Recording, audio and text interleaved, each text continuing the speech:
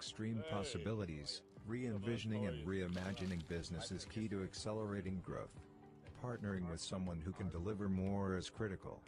Yash's customer-centric partnership approach helps customers address myriad challenges and drive business success. Come what may, we combine extensive experience, robust technology expertise, and flexible engagement models to help businesses navigate seamlessly into the era of everything digital.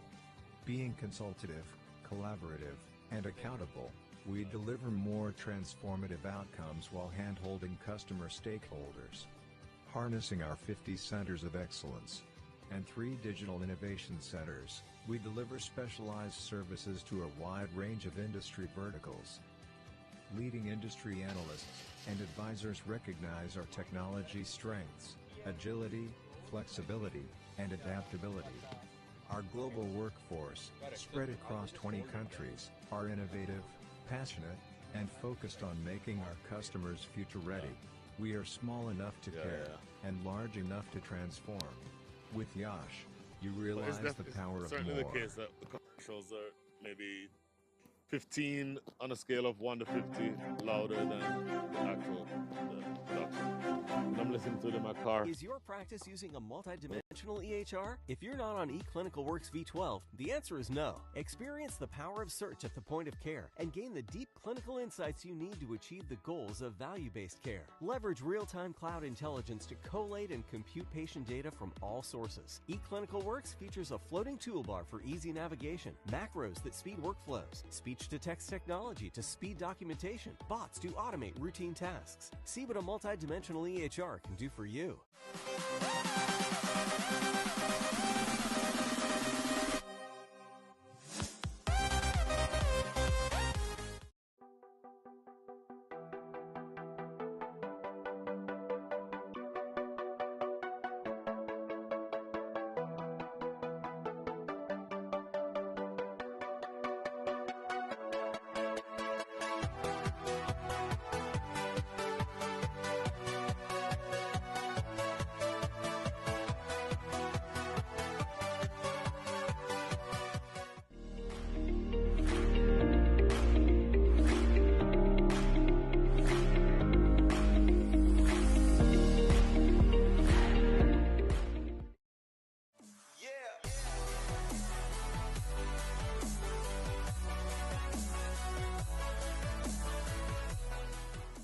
In this era of extreme possibilities, re-envisioning and reimagining business is key to accelerating growth.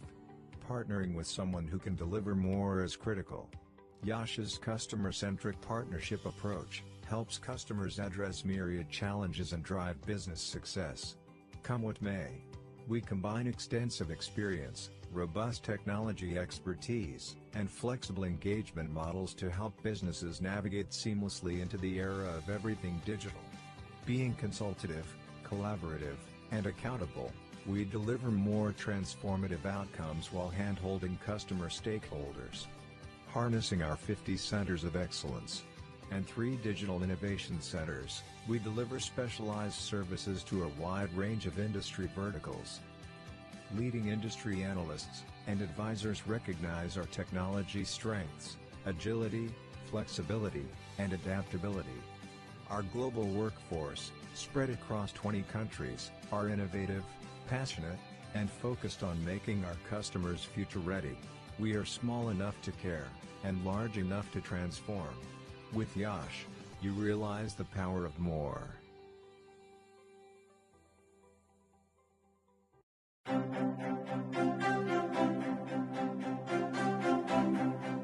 Is your practice using a multidimensional EHR? If you're not on eClinicalWorks V12, the answer is no. Experience the power of search at the point of care and gain the deep clinical insights you need to achieve the goals of value-based care. Leverage real-time cloud intelligence to collate and compute patient data from all sources. eClinicalWorks features a floating toolbar for easy navigation, macros that speed workflows, speech-to-text technology to speed documentation, bots to automate routine tasks. See what a multidimensional EHR can do for you.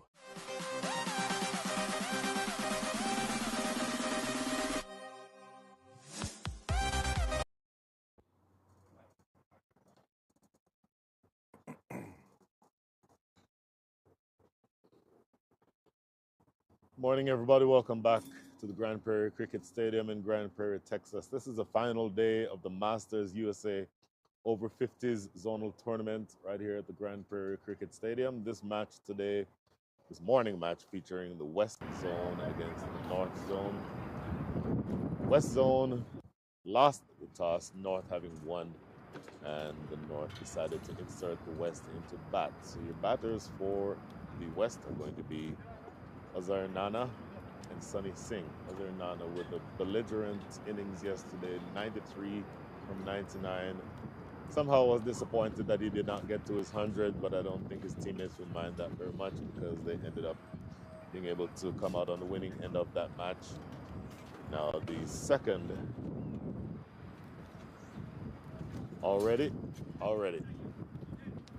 innings, or the second opener, Sunny Singh somehow was sort of reluctant to have to admit that he was not as aggressive yesterday as he normally is. Something tells me that he might be trying to make up for that today. This is Brian Walters, and once again joined here in the commentary area by someone who at some point will be featured on the field of play, but as of right now is featuring with a mic in hand, Mr. Arun Palador. Good morning, Arun. Good morning, Brian. Third day of the competition, the last day, and things are interestingly poised, I would say. The North, over the last couple of days, have won 4 games, so they're at the top of the table with 4 points. West and the South have won and lost a game each, so they're at 2 points, and East Central have lost 4 games, so they are at 0. Now, as far as the championship is concerned, 3 teams have a shot at it. In reality, if North win, clearly they will be the champions with remaining unbeaten. If the West team wins, then they'll be tied with 4 points. And if the South win, they'll also have 4 points. And then it'll come down to net run rate. So 3 teams with a shot on the final day to win the championship. Very interesting, and I appreciate that summary because I'm relatively decent at describing the action on the field. And all the permutations of the standings and all that are kind of tricky. Dharmagade with the new ball in hand, right arm over the wicket coming into bowl, and he's bowling now too. Azhar Nana was there with a brilliant innings yesterday, as I mentioned. So what did you all talk about yesterday after you saw the innings by Azhar? Yeah, we were here sitting. I was sitting here watching him. He's just an elegant player. He has a lot of time. He doesn't try to hit the ball too hard. I went back and watched some of the replays, a little bit of the game by the different players. Azhar and Sunny complement each other really well. They run really well between the wickets. They're both quick. You mentioned that at the closing ceremony when Azhar was awarded the man of the match. Azhar's quick as well, and a good judge of the single. Delivery, appeal, loud appeal for LBW. He's going to be giving him. Wow, look at this. Azhar, 93 runs yesterday, and he scores exactly 93 runs fewer than that today. Some days it's your day, some days it's not. Umpire Jatin Carver having a good long look and then raising the finger in even more methodical, slow fashion. That is the end of Azhar. So he, in 2 games, scores 93 runs. Unfortunately for him, 93 of those runs came in 1 game. None for 1. Big wicket for the North. Azhar, man form, coming off a wonderful knock yesterday. But that's the way cricket is. Well, some days it's your day, and some days it's not. There's no question. You know, looking at the replay from our end, it appeared as though it was dead straight. Maybe the only thing that would have had to be considered by umpire Jatin Carver is whether or not the extent to which he got forward would have in some ways alleviated the concern about it hitting. Umpire Jatin Carver having a good long look and then decided that he'd seen enough, it was straight enough, and obviously convinced that it was not bouncing over. So First wicket goes down. 3 deliveries in, and the North Zone is 1 for 1, or none for 1. That's the first run. The new batter is going to be Balbir Singh. Balbir Singh, remind me what he did yesterday with the bats. Bully came in late in the order. I think he scored 1 or 2 runs. This was in the tail end when we were trying to accelerate and put some runs on the board. In the first match against the South, he scored 40-odd runs. He's a very handy batsman. He typically plays in the top order for this team, the Sacramento Royals. Played off the back foot down to deep third for a single. Sacramento Royals, you said. Yes. Tell me who the Sacramento Royals are. A team from Sacramento. They play in the West Zone. They're one of 3 teams, I guess. The West Lions, the West Warriors. West Lions are from the Los Angeles area. The Warriors are from the Bay Area. And Sacramento Royals in the Sacramento area. And Bali plays for that. Got it. So the last delivery of over number 1, a successful over so far. It's just played into the offside, into the leg side rather, for a single. So 3 singles come from the over, but importantly, big wicket of the man in form, Uzair Nana. He has to go back without opening his account. That's the end of over number 1. The score is 3 for 1.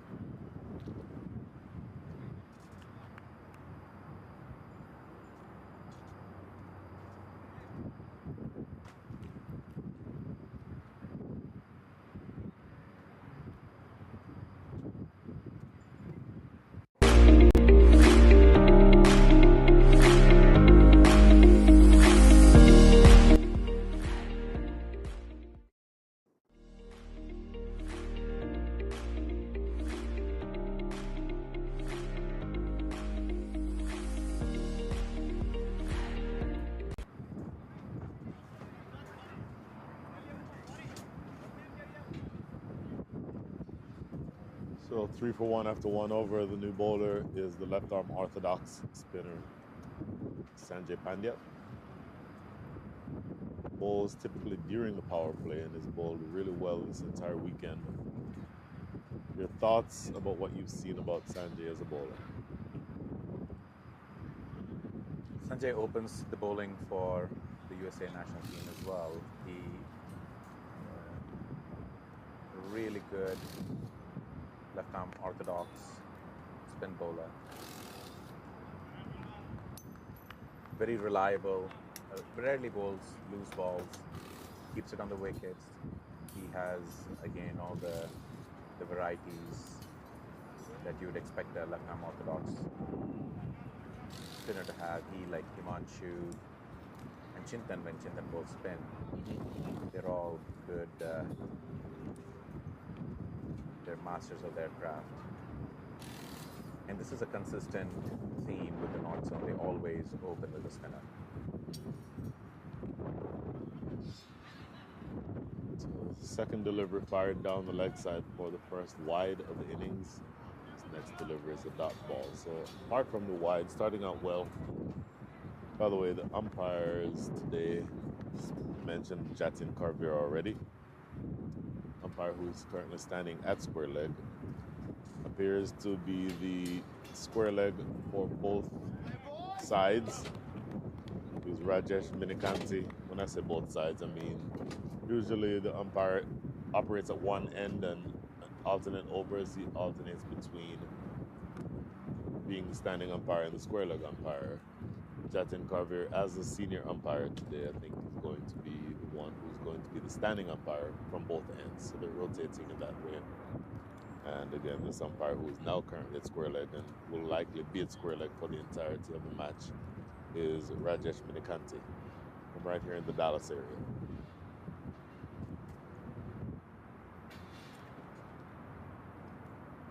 Ooh, split second. He wanted to come down, changed his mind, got back in his crease. Then they get a single as that ball just trickles into the backward point area. It's a relatively sedate start here. I think more than anything else, the West is concerned now with just not lose any more wickets in the top order. But Sunny Singh is now on strike. Sunny Singh has faced one ball and he's scored a single from that ball. It'll be interesting to see whether or not. I mentioned yesterday that we have played against each other quite a bit, and by now the captains and the players know each other's strengths and weaknesses. And so the moment Sunny gets on strike, Sanjay Pandya has a deep extra cover, deep long off, and a long on, all on the boundary. A lot of appeal for LBW. He's thinking about it and he's giving it. My goodness, that is 2 and 2. A long think again for umpire Jatin Carver. Thinks about it long enough. He's thinking about already, and he's giving it enough that this is also hitting the stumps. Very full. Looking at this on the replay again, this is probably hitting below the knee roll. Sunny Singh not all the way forward.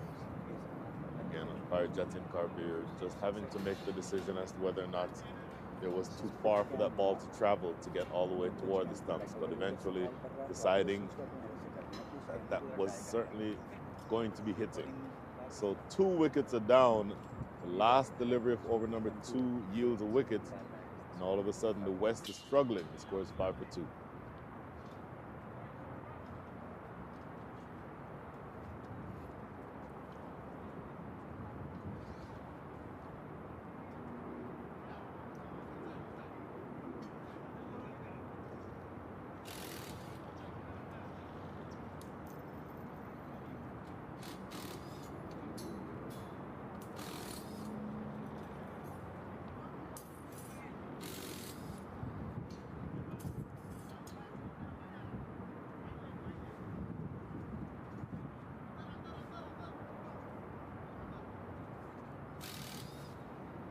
Five for 2, and after having won the toss, the North has landed 2 tremendous body blows. Arun mentioned that the North has been is at the top of the table, and if they win this match, they will win the Zonal tournament for this weekend. They're certainly on the way toward doing that here. Right off the back foot, quick single taken. Oh, fumbling that backward point. They get through. Would have been a very tight single had they been able to, had that fielder been able to pick up cleanly. That's Gani Ganeshan. Wasn't able to pick it up cleanly, and they run through for a quick single. Yeah, definitely tight one. Right as Sajid got to the crease. As you said, 2 big wickets, body blows for sure. Not the kind of start that the West were looking for. Jatin raising the dreaded finger for the batsman twice already.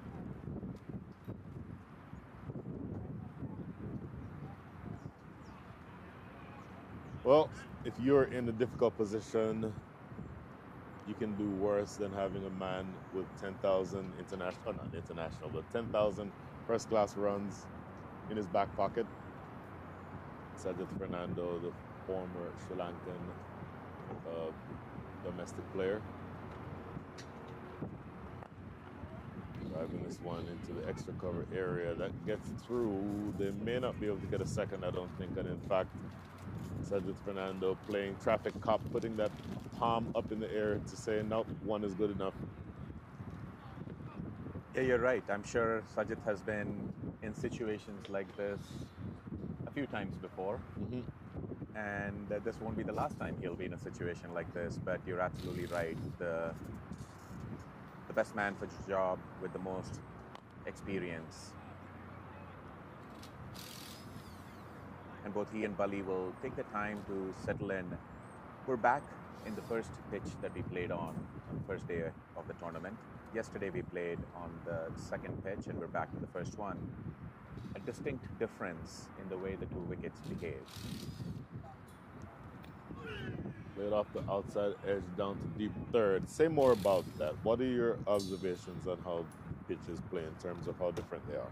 Yeah, the first one, the one we're playing on today, I think is more of a batsman's paradise, a belter of a wicket, which makes these 2 wickets that the North have taken all the more impressive.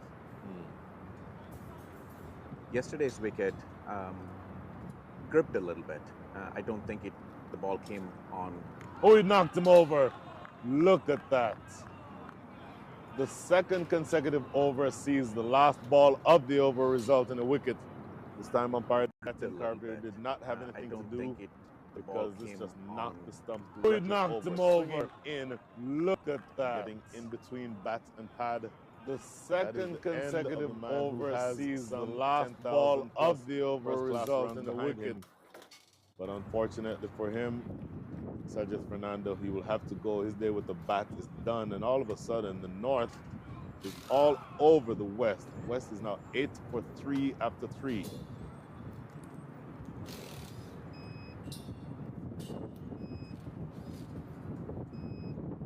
That's a big wicket. That was a good ball that jacked back in, if you saw on the replay. Sajid, a little gap between bat and pad. Very early on in the innings, feet not quite moving as well as you would like. Sajid has had a below par tournament with the bat, I would say. I think he might have been, actually he was caught at square leg trying to sweep in the first match, and the last couple of games he's been out cold. You don't see that very often with Sajid. He's very compact. The full face of the bat is often an offer. But perhaps there's something in the morning here. It is quite windy. Dharma swings the ball away from the right-hander, brings the ball back in to the left-hander. And so the North are off to a dream start, and for the West, it's horror story at this point. So is the West going to have to rely on a big hitting lower order batter who's currently in the commentary box to save them? We'll see. We'll see. That didn't sound very confident, Arun. We have plenty of batting to come. Sanjeeva at the crease, Bali, we have Raj Badadre,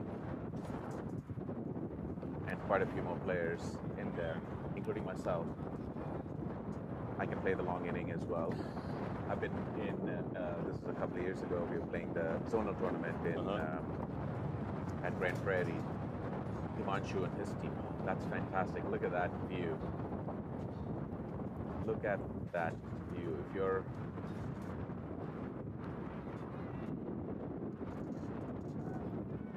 that is the field and cricket complex that we are playing at right now. Gentlemen, that is a live, ladies and gentlemen, that's live. This is not a pre-production replay. This is live.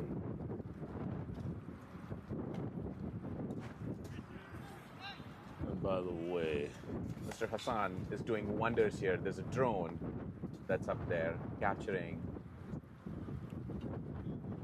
these fantastic views. Tremendous view. Gives you a sense of the size of the field too, because you mentioned that we're playing on the quick run here. Get back to the size of the field in just a second, because maybe you're seeing a bit of the pressure that is being built. It took a quick single there. Very honestly, you could make a case that the keeper, Parkananta, probably threw at the wrong end. Had he gone back to the keeper's end, he may well have found Balbir Singh, Sanjeeva, my apologies, might have well found Sanjeeva short of his ground. Last ball, defended back to the bowler for no run. So another miserly over is finished. 1 run coming from the over, my goodness. After 4, the score is 9 for 3. This view can't, you just, I could just watch this all day. Thank you. Okay, so what I started saying is that this gives you a sense of the ground and its dimensions. So those of you who don't know, this ground used to be the home of a minor league baseball team. And Major League Baseball bought this facility several years ago, about 3 or 4 years ago, and then converted it into a cricket facility. In order for them to do that, because a baseball ground is much smaller than a cricket ground, So they had to remove the entire lower level of seating to create that extra room. But this has this facility is absolutely brilliant. I'll say more about that after this next ball. This is Dharmagade continuing, and they take a quick single. And singles are all that the West is able to muster from this point. But as I was saying, on certain configurations, and there are 8 pitches across the square. On certain configurations, you can have a boundary as large as 85 yards. It is a gigantic facility. Right now, you might be able to tell that the ropes are brought in just a little bit as compared to when the minor and major league guys are playing. So the square boundaries are about 75 and 70 yards respectively, and the straight boundaries are 66 yards. But still, those dimensions are fine enough for most cricket grounds. And again, bearing in mind, because we're playing over 50s, they brought the outfield or the ropes in about 5 yards, 5 to 10 yards from what I can see here. But just the facility itself is just as amazing a facility as you'd ever hope to see in any cricket ground, not to mention one in the US. Meantime, still just the alternating between dots and singles, not able to get away just yet. West, of course, is at this stage they're looking to consolidate. 8 yards, 85 yards, that's about 245, almost 250 feet for those who think in baseball terms or Yes. in feet. So that's the conversion, and so that gives you a sense of the size that you were talking about. Well, I will give you go one further. We were here for the Dallas Mustangs, who were playing a match. Andreas Haus, who's Dallas's opening batter, wicketkeeper batter, hit the 6 towards the side of the ground that is 85 yards, which would have been that far side near toward the scoreboard. It not only cleared the stands and cleared the scoreboard, but cleared the entire stadium. Bearing in mind it's 85 yards just to the rope, that hit would have been, for me, around 115 or so yards. It was about the biggest hit that I've ever seen on a cricket field. But that gives you a sense of not only the dimensions of this ground, but the power of Andreas Haus himself, and then, by extension, the quality of cricket that you can see here in the minor leagues. This is played down the leg side. This will be the first stroke of the day that results in more than a single. And you can take these runs any way you can get them at this stage. If you are the West, that's a double that closes things out here in over number 5. The score is 13-3.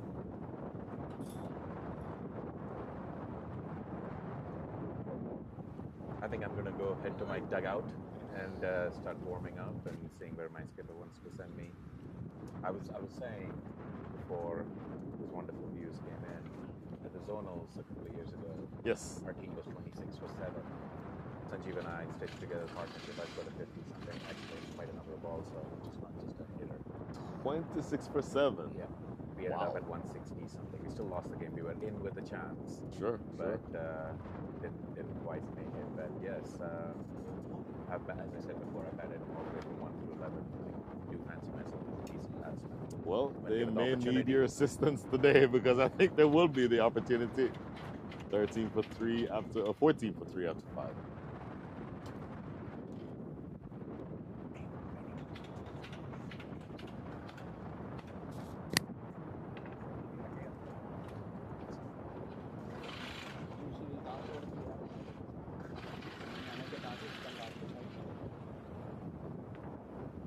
For 3.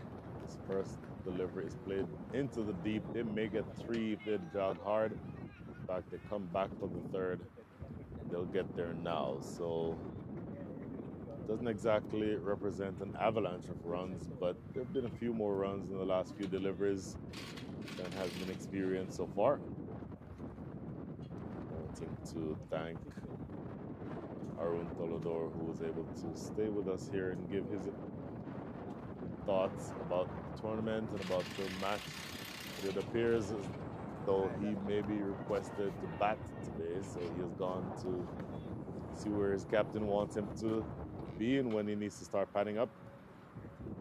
In the meantime, we're into the 6th over. 3 wickets already down for the West. They're struggling from that standpoint. In general, the bowling has been very good. It's crashed through the offside, and this is going to be the first boundary. That was well hit. Babir Singh Sodhi, who found a ball that he liked. It was in the drive. It was full and up in the slot. Driven straight down the ground for 4. Not straight down the ground. Driven wide of cover. There's a fielder right at short extra cover. Drove it to his left. That is the first boundary of the day. So welcome boundary here for the West. This is Sanjay Pandya, who's bowling, who's generally been very, very good. But he's gone for a few runs now because this one is cut behind point and it will reach the boundary for another boundary. Look at this. So a little bit of a comeback. Maybe not a comeback of sorts, but counter-punching. He's gone for a few runs now. So this one is cut 2 consecutive boundaries. So a 3 to start the over. So easily the most expensive over of the inning so far for the North. 11 runs coming from it already with 2 balls still to come. Again, Balbir Singh Sodhi now up to 11 from 22. Looking at that replay, just a deliberate late cut, cutting it wide of fielder at slip. This is stroked into the extra cover area for no run. At slip fielder Nasir Islam, the former USA international player. You would have heard him on commentary for a few moments yesterday. Good delivery. Go through for a quick single though. Good understanding between these two. You're seeing a sense of urgency that is being developed right in front of us here. So a good over, excellent over. In fact, the best over for the West with the bat so far. At the end of over number 7, make that over number 6. The score is 26 for 3.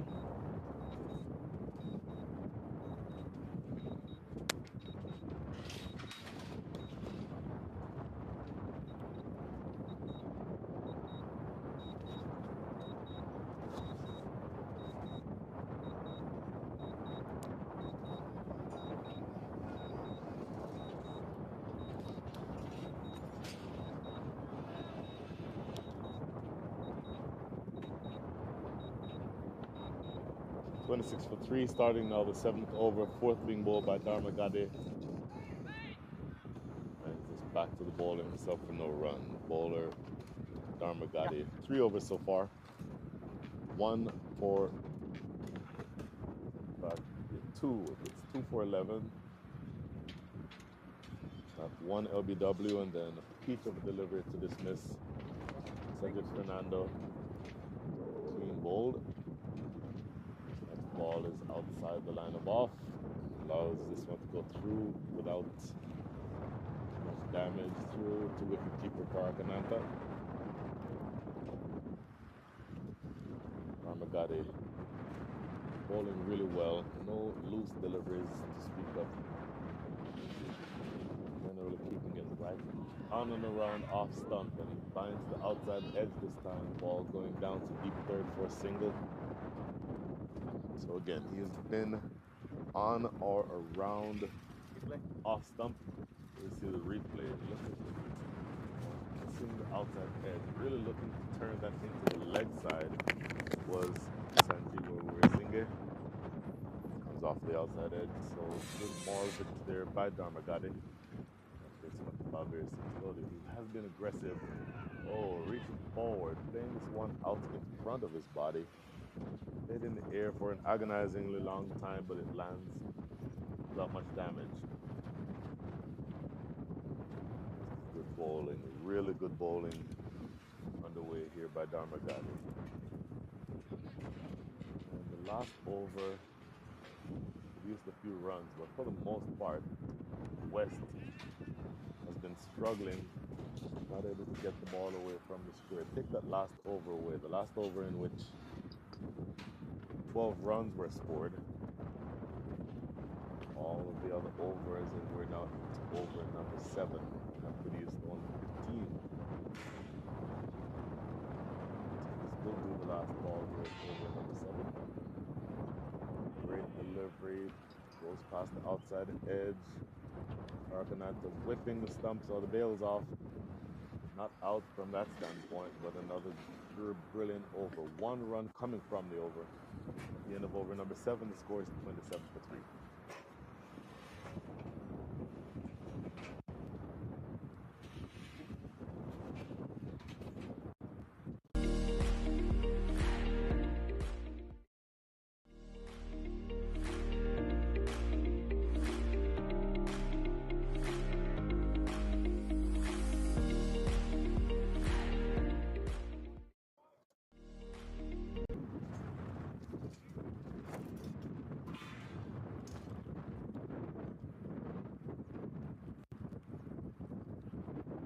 Welcome back to the Grand Prairie Cricket Stadium right here in the Grand Prairie, Texas. The Masters USA over 50s Zonal tournament is in its final day. So 2 more matches, or really 1.85 matches remaining, because there's a match this evening. And this match is being played right now between the West and the North. If the North wins this match, they are your champions of the tournament. If the West wins, then let's just say that there'd be traffic jam at the top of the table, because then there'd be 3 teams with 2 points each. Looking to cut this one away off the back foot, and you were seeing it, not able to get any bat on it. But the North is well on the way here, being able to consider themselves as the champions, because they've made huge inroads into the batting lineup for the West. 3 big wickets have already fallen. Scoring rates right now, even with that last over that was bowled by Sanjay Pandya going for some 12 runs, the scoring rate is still only, after that dot ball, 3.73. You're scoring at less than 4 runs and over. If you score at less than 4 runs and over, that projects only to a score of 149. 149 these days is not even a challenging score in the T20s. So you're going to need much more than that on what really is a brilliant batting surface. You're going to need more than 100 and really anything under 220, I think, will be easily overhauled by the North. The North is a really good batting side. The West has some work to do. This is cutaway. That's going to run down the hill for 4. That's a good looking shot by Sanjeev Singh, getting it just amount of width, looking for the width that, or got the width that he was looking for, and able to guide that one behind point. Didn't overhit the ball. It was more the case that he guided it behind point. Diving attempt by the fielder at backward point, not able to save it. So that goes away for 4. That is a 5-run over. Better than it would have been had that last ball not gone for 4, but they're still in the hole. West scores 32-3.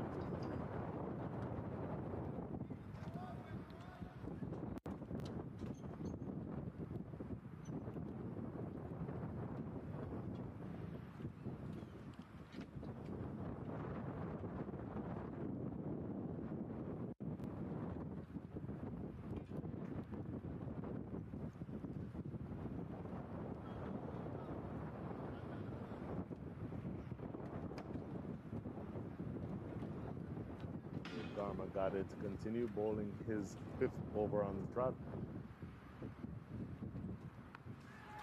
Quick single take, and that's good running. Good awareness too, and that was made possible by an immediate call by Sanjeev Singh, who saw the opportunity for that run. Hear the loud yell where he was yelling his approval for the opportunity to get that run. You need all the signals that you can get here. Full and straight, 2 straight in fact, and flicked around the corner. That will get to the boundary. So 1 run from the quick single, then next delivery just straying a little bit in line. Dharmagade, who bowled really well, but a little bit loose so far to start this over. 2 deliveries so far. in his fifth over. Don't know whether or not he's starting to tire. At any point, fast bowler will have a hard time bowling 5 consecutive overs, and particularly if we're talking about players who are all above the age of 50. That certainly could be a concern, but that time I think Dharmagadi just getting that one just a touch too straight.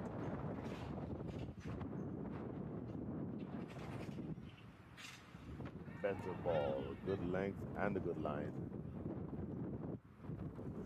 Perfectly bowled. So there's some information about each of these players, and we'll go through a couple of bios in just a minute. Goes for the big swipe, misses out on that big swipe. Really clean piece of keeping by Barakananta. Dharmagade, his cricketing pinnacle, says that he played for Nagpur's varsity team, has played in the US for the last 2 decades. These days, he lives and plays his cricket in Virginia. Huge strike, and that goes away for 4. What a brilliant stroke. Haven't seen very many big shots, but for me, that's the shot of the day. He really climbed into this one. Here we see the replay. All outside the line of off. Pulling in the slot outside off. And after he played that shot, Sanjeev Weerasinghe did not even move a muscle from that crease because he knows that nothing will stop that from going to the boundary for 4. So good looking stroke. 1 ball remaining now. In over number 9. Shorter than in length, and the ball on off stump. Better line and a better length. So that is the end of over number 9. Still a long way to go for the West, but they've looked good the last few overs. At the end of 9, the score is 41 for 3.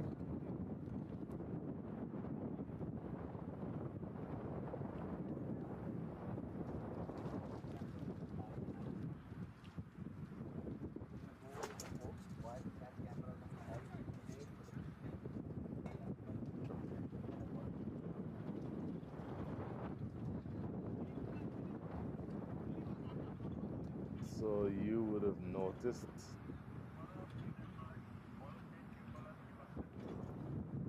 that we have workers in that facility right there. Oh, in the top left of that little structure, those are workers who are apparently doing some work on the side screen.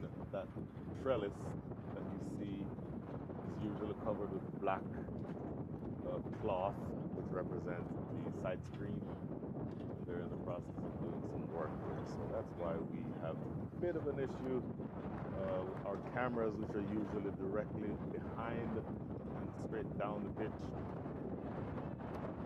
Or you will see a little bit off to the side. From cricketing terms, instead of being able to see the game from a bowler's perspective or an umpire's perspective, you're sort of seeing it from slip, or at least from that angle right there on your screen, from a mid-off perspective. And that's the reason why the camera isn't directly behind the bowler's arm. So that hopefully doesn't in any way affect your viewership of the game. By the way, this is now a new bowler into the attack. It's Deepak Kada.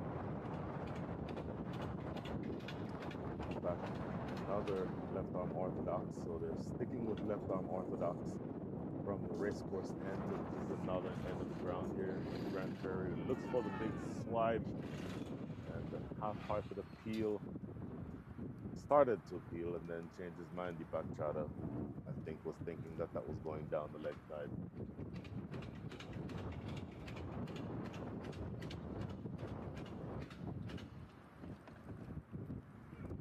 It's off the back foot, thick edge. It's not going to get all the way to the boundary, but they'll get a couple. In the meantime, just a bit of a comeback, if you can call it a comeback. Deepak Chada is bowling a good over so far. 1 run coming from it, make that 3 runs after that double. But in fact, that is a dot ball to close things out here in over number 10. I started saying a bit of a comeback from the standpoint that a few runs have come along in the last few overs. 3 from that over, 9 from 1 for it. And all in all, still a lot of work to do for the West, but they're trying to rebuild. This partnership now get a few runs, and this pair is starting to look a little bit less scratchy and a little bit more comfortable. That's the end of over number 10. Fourth of the way through the innings. The score is 44-3.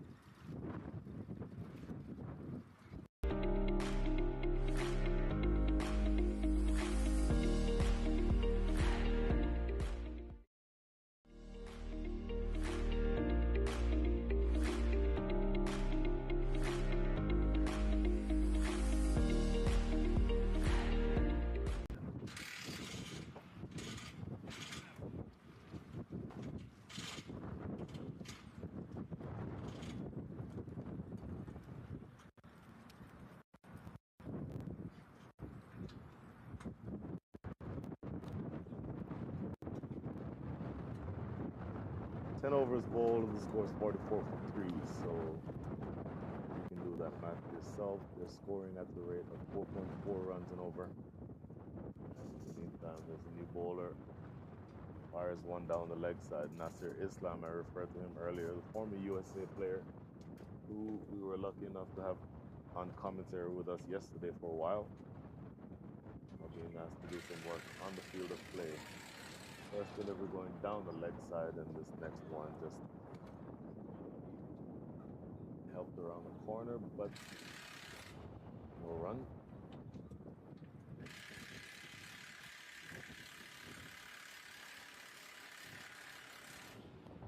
Next delivery. Similar delivery, and it goes in a similar location, but this one is good enough for them to be able to get a single. So it may be that you just work the ball around and get as many singles as you can. Get through to the point where you start accumulating a few runs, and then hopefully the idea would be to launch towards the back end of the inning.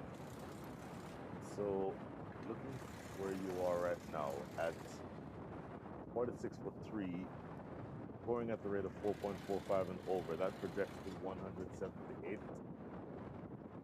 Sort of made the point earlier. 178 these days is actually a decent score in a T20, but for 40 over mat, the good batting surface, I don't think is going to be much of a challenge.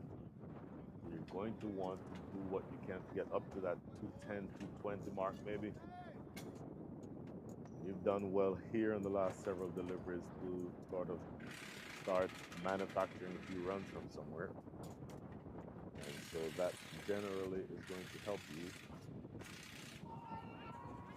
Appeal for a leg before not going to be given, and there's a signal for the leg by given by umpire Jacqueline Carvier. We're still on that replay. Yeah, you could see all 3 stumps to the right of where, to the left of where the ball hit. So I'm thinking that one is going down leg. So the last delivery now over number 11. Playing off the back foot for no run. That is the end of the over. 4 runs coming from the over. And the score is 48-3.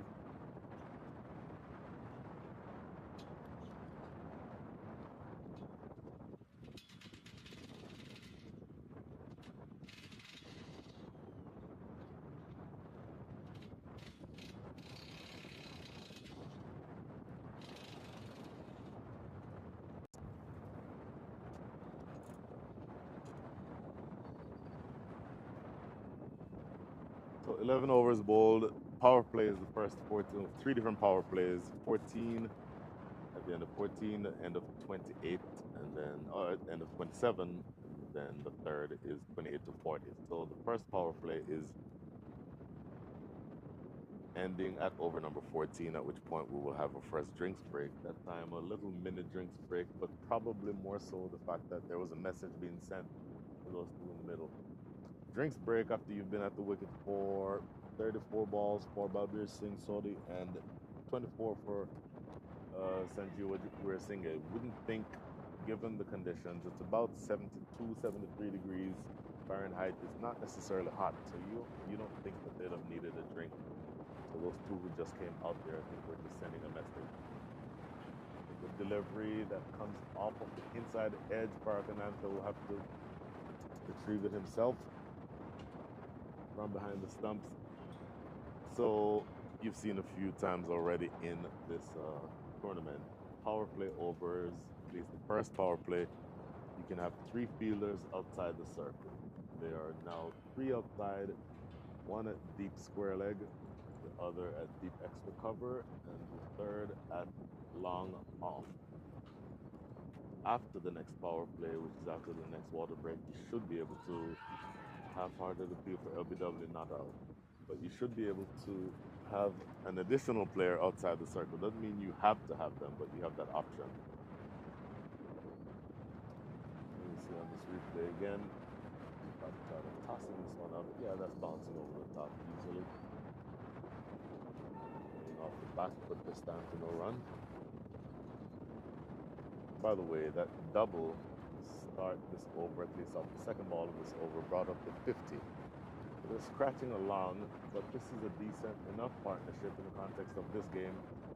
Considering they were 8 for 3, this partnership now worth 42 runs, an important 42 runs. Again, in the context of this game, that is a huge development. This one tossed up there, they'll get a single.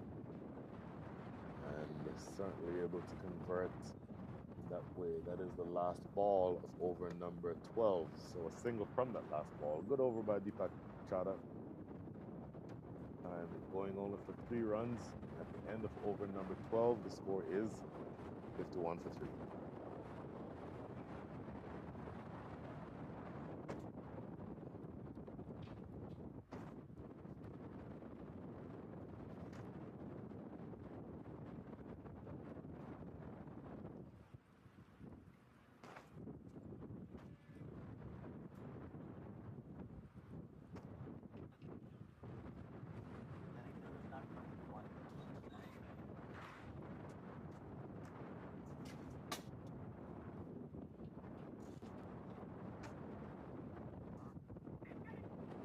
So 11 for 50, 1 for 3. A single to start things here in over number 12.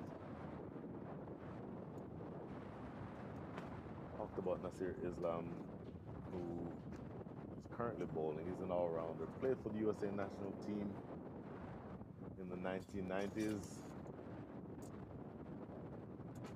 Played from Pakistan originally. Played for the Karachi Whites in 1983, 1984. And he's generally really good cricketer. Hard-hitting batter and good off-spinner as well as medium pacer. So he has a few different skills in his toolkit. Right now being asked to do it with the ball, which he's done well so far. Just 1 point, in fact, no runs from his 1.3 overs. No wickets, but 5 only runs from his 1.3 overs so far. Looking to pull this around the corner, and he does so well enough. And Sanjeev Weerasinghe is at the non-striker's end, but that is Balbir Singh Sodhi, who finds enough of bat on that one, get it around the corner, and it goes away for 4. So good looking shot, Balbir Singh Sodhi up to now 29 from 43 balls faced. And in fact, after that boundary, you are 1 away from this partnership being worth 50, which is, in the context of this game again, just huge, because they've been able, for the most part, to get themselves out of the rut that they've been in ever since they've been put on the back foot by this north side. Oh, appeal for a stumping and gone. And as I say that, just before the 5th partnership, Nasir Islam gets one to go past the outside edge of the bat of Babir Singh Sodhi. Overbalancing, falling out of his crease. Here we see on the replay, coming forward, and Parakananta so quick behind the stumps. Umpire Rajesh Minikanti having a decision to make for the first time today, and he adjudges that Babir Singh Sodhi had fallen out of his crease. So that is wicket number 4 that goes down. A good partnership ends on a brilliant piece of stumping by Parakananta, and that is the end of Babir Singh Sodhi. 29 from 44 runs faced, or 44 balls faced, and his day with the bat is done. 6 runs coming from the over and a wicket. There's your scorecard. Babir Singh Sodhi and Sanjeev Weerasinghe would have been 2 who did the most damage.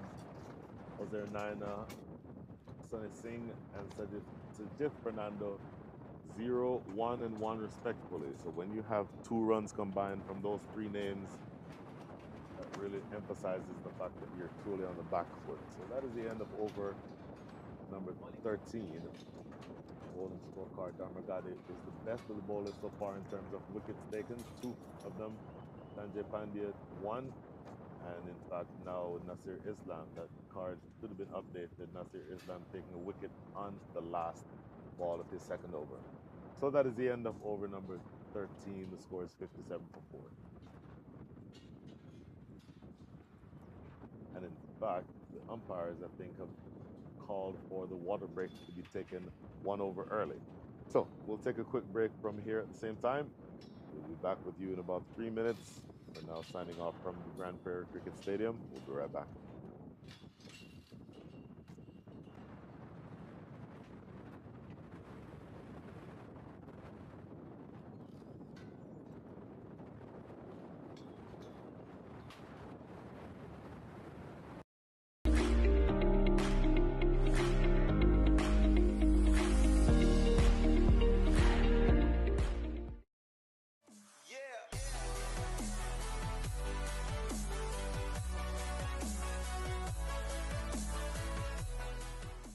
In this era of extreme possibilities, re-envisioning and reimagining business is key to accelerating growth.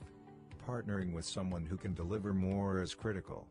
Yash's customer-centric partnership approach helps customers address myriad challenges and drive business success. Come what may, we combine extensive experience, robust technology expertise, and flexible engagement models to help businesses navigate seamlessly into the era of everything digital. Being consultative, collaborative, and accountable, we deliver more transformative outcomes while hand-holding customer stakeholders. Harnessing our 50 centers of excellence and 3 digital innovation centers, we deliver specialized services to a wide range of industry verticals. Leading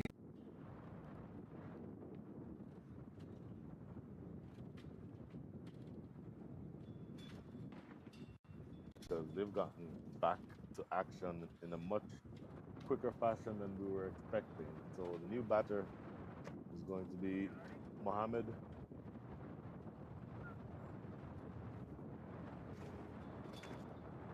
Majid. First delivery, cutaway behind point, may get to the boundary. Look at that diving effort down on the boundary. That is not successful, but what an effort. That may have been the vice captain, Chintan Patel. I'll have to double check to see if that's the case, but made a great effort to try to stop this one. Look at him, full dive. Bearing in mind, again, these are all players who are 50 and above in age. And yes, that is Chintan Patel, who I would think, for my money, is the fittest member of the squad. But not even he was able to stop that one from going away for 4. Looking to repeat the dosage. Sanjeev Weerasinghe now senior partner, who is going to be asked to lead from the front as captain after Babir Singh Sodhi's dismissal. Appeal, not out. I think going down the leg side. In fact, I think Deepak Chada knows that also, because he stifled his appeal. Here we see on the replay. Again, we're not looking straight down the wicket, but even that would have been bouncing over the top. And this is a pull into the deep. There's a fielder down here. at square leg, coming back for the second. They'll get there pretty easily.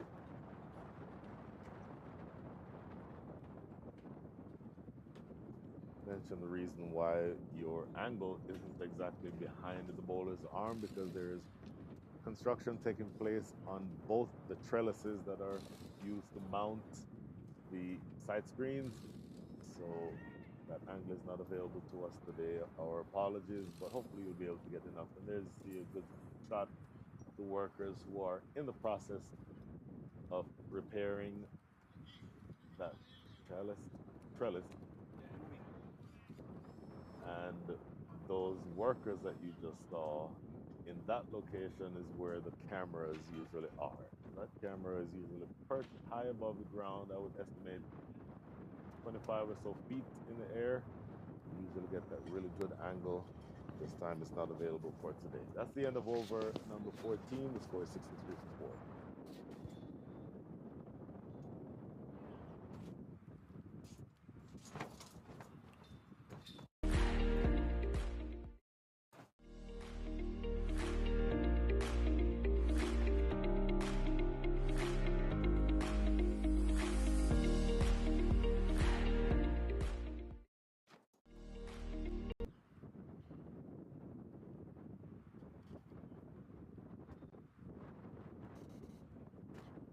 So welcome back, folks. Score is 67-4. 14 overs gone. And you're right, it's kind of bummer today, Mr. Brian, that we don't have the camera where we wanted.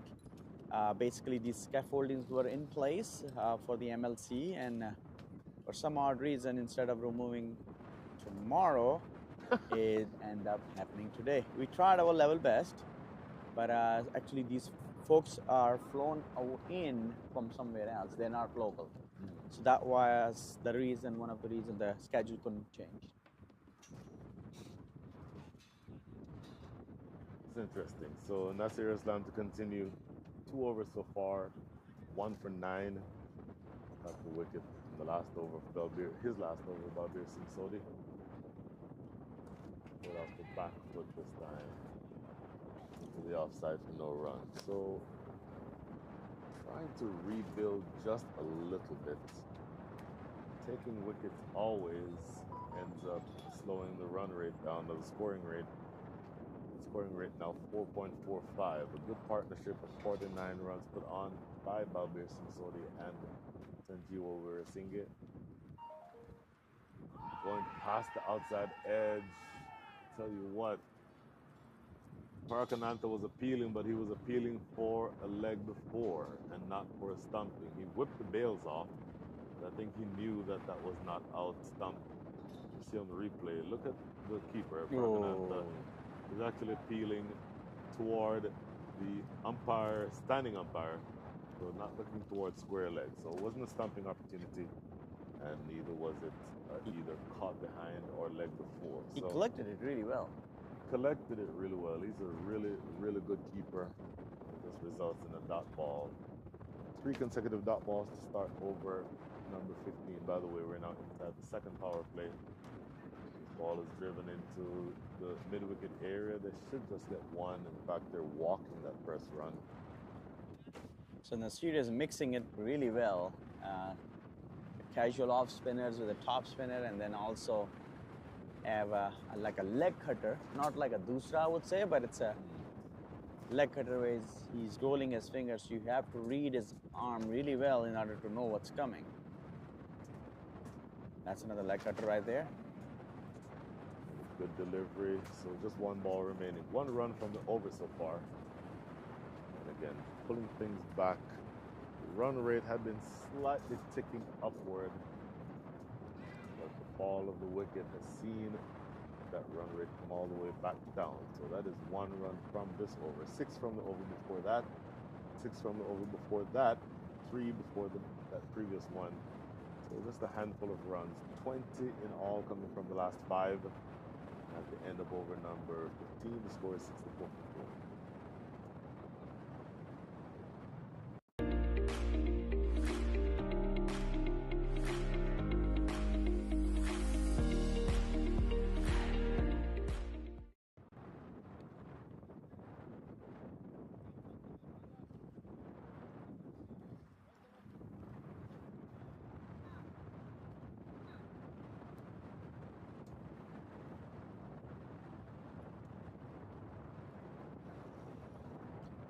North has really put West on a back foot with early wickets and key wickets actually for their top batsman. Uzair Nana was playing, so far a terrific tournament, and he went out for a knot. And rest of the batsmen, it's a great pressure from the North here. Deepak Chada continuing bowling left arm around the wicket. Figure so far for Deepak Chada. Very miserly. As are most of the bowlers. 3 overs bowled, none for 12. So going at the rate of 4 and over. Played off the back foot into the covers. There was a fielder who was sweeping out there. So you don't necessarily have to have, in fact, you can have as many as 4 outside of the circle. Those 4 right now are that man we just talked about, a deep cover. And there is a long on and long off, the deep square leg. Goes for the big swipe and misses. Swing and a miss. Outside off. Sanjeewa Weerasinghe aiming for that shot over cover. That may be a bit of a risky shot with that man at deep cover we just talked about.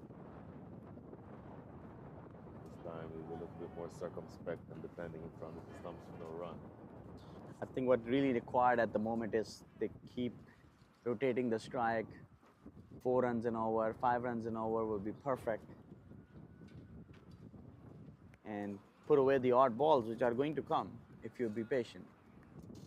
Well, they're going at the rate of 4.1 runs and over. 4 and over, 4.1 essentially, which is where they are now. Projects to 164. A run a ball from here, 6 and over gets them 210. I would think they'd be looking for something in that range. Yeah. And I don't know whether or not they can get there because they've lost 4 big wickets, but still certainly have a long way to go before you start panicking. So I think your approach that you suggested is appropriate. That's the end of over number 16. The score is 65 for 4.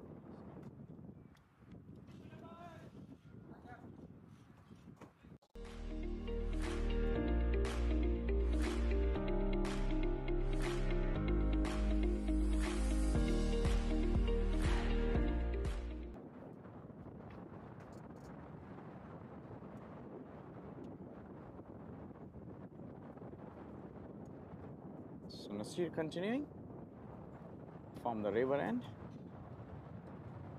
It's been really tidy.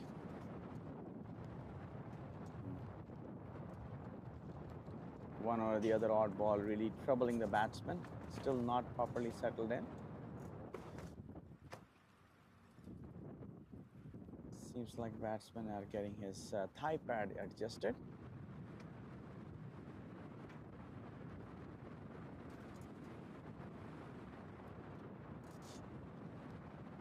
So we saw a couple of great games yesterday. I think you were a part of the first one, which was really went into the wire. The second one was a little bit low scoring, but really the pressure was on it. So how you see today? What do you think the best target for the West should be to set it up for North? 4 around the corner as Nasir Islam getting this one just touched 2 straight and whipped away for 4. So I think what would represent a good target for the North may be out of reach for the West. What I mean by that is I would want to see something in the range of 230, 235.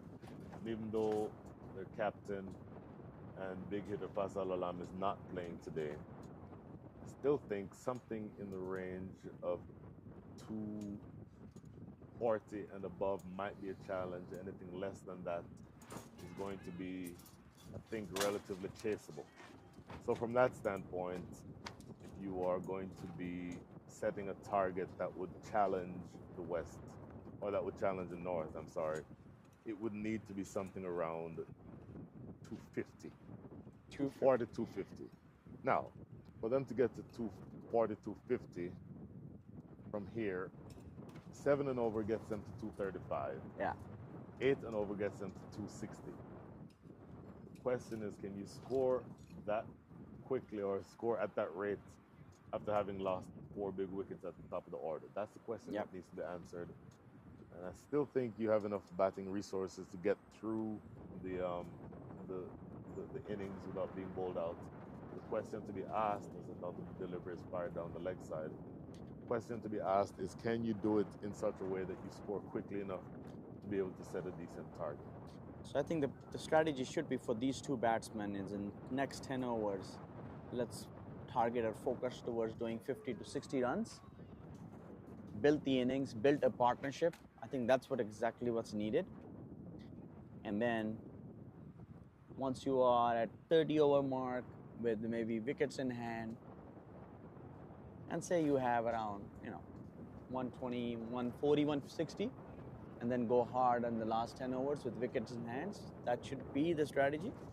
It seems like the fall of the wicket is really happening. There was a small partnership between with Sanjeeva and what's that gentleman name, Mr. Singh, and then I think his wicket fall again, and we're back to new start again. So it's not going to be easy. Just 5 runs coming from that over with the wide. So they're only like at 70 after 17. So they certainly have a long way to go before we get to that point. Faisal Alam is back in the field now. Very interesting. So we were told at the beginning that he was not playing because of some reason, but he's well, on he the got field 2 men now. of the matches. I think there was enough for him. But maybe he's be balling today, or maybe someone got injured. Not sure, but he's subbing in for sure. So 70 for 4, and Deepak Chada will be continuing.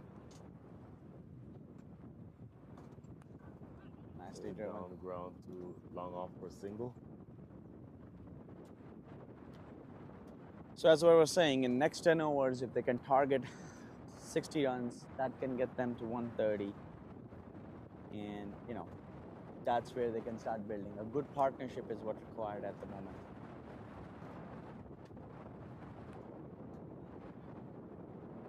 Sanjeeva looks really set. Majid just walked in, 12 balls, 6 runs so far.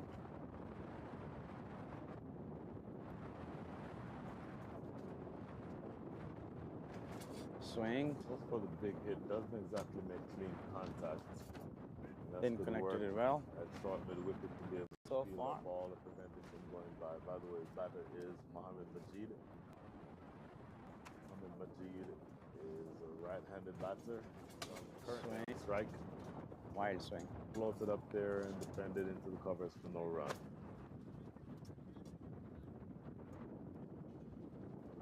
Mohammed Majid is currently in the side mostly. Oh, And he caught him. Catch and gone. Okay, looking to force that one off the back foot. And that kisses off the outside edge and an easy catch snapped up. Then again, it's never easy when you're standing up as a keeper. So Parakananta doing what he does. And he caught him. Catch and gone. Piece of work. Immediately knew that was feathered through. And that is the end of Mohammed Majid. I was about to start talking about him, but unfortunately, we're going to have to let his exploits remain undescribed for right now. Yep. That is the end of him with the bat. So the 5th wicket is down, and now we're getting to the point where we're really in trouble if we're the West. Now coming to the crease is going to be Ajay Gariali. Ajay Gariali coming to the crease at the fall of that wicket. So Captain Sanjeeva Weerasinghe is still there. He's on 27 from 38. But things are getting more and more difficult for the West because they've lost half their side and we're not even halfway through the innings yet.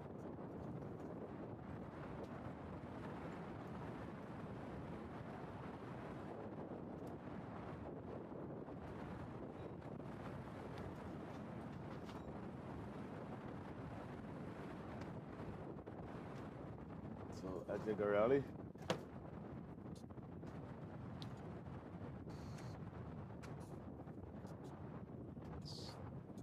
So North is really taking the wickets in a regular interval here. And this is what they want, not a big partnerships. Another breakthrough. Working it into the offside, or into the leg side, and gets off the mark immediately. Ajay Gariali from Kashmir, India, has played in the Southern California Cricket Association for the last 23 or so years. Plays in the Premier League in that league. Has served as the Southern California Cricket Association president in the past. Certainly wanting to make sure that that experience that he has both as an administrator and as a player comes to the fore in this situation where he and his team are both in a lot of trouble. They absolutely need at this point to be able to bat through the innings, because I don't know now that that's an assured assumption to make. So, in fact, that is the end of the over. So, end of over number 18. Score is 72 for 5.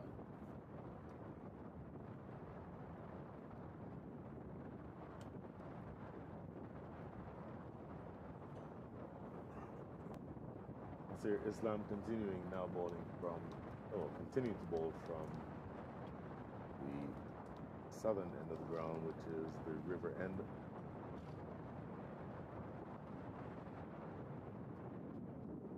That single taken, Ajay Garal is back on strike, forcing this one off the back foot into the covers for no, in fact they run through for a quick single. So we're now into over number 19. 73 runs are on the board, so it may make sense for us to look at more projection. The current scoring rate is 4.02. 4.02 runs and over from here gets you to 160. So if they continue scoring at the exact rate at which they're scoring right now, they'll get to that number. If they up that scoring rate to 5 and over, they get to 182. 6 and over gets them just above 200. 7 and over gets them to 226. 8 and over gets them to 240. 8 and over feels like it may be out of the question. Oh my goodness, outside edge found. It's running down the hill. It may get to the boundary. Long run and a little bit of football skill there shown by that fielder running back from the boundary. Tell you what, he umpires, picked the ball. had we had a real a third umpire in play, he would have wanted to take a good look at that. With the naked eye, that looks like there. Yeah. His foot was, back foot was actually still across the boundary when he picked that up. So, no third umpire in play, so we will assume that the only thing that matters is that umpires just assume that it's the runs that were actually run. By right, that could have been 4. Should have been adjudged as 4. You only get 2 runs for it though. Now looking back into the back end of this over, we're now looking at the last ball coming up. 75 runs on the board. I think that's 76. And a very long way to go if you're looking for respectability here. Sanjeeva need to score big today. He had a great start already. They need to convert this 30 into 50s and then 50s into 100. And I think that will help them to get a respectable total, what they need to win this game. And I got edge and gone. Look at that. Found the edge. Good delivery. The line is what was impressive there. Right on the 4th stump line. Beautiful ball. And going forward and playing with a heavy hand there, Ajay Gariali pushing the bat at it, kisses the outside edge, and snapped up at slip. So yet another wicket goes down. That is 6 wickets down. And all of a sudden, there is a legitimate concern that the West may not be able to bat out all of the overs. So that's the end of over number 19. Unfortunately for the West, it ends with another wicket. The score is 76 for 6.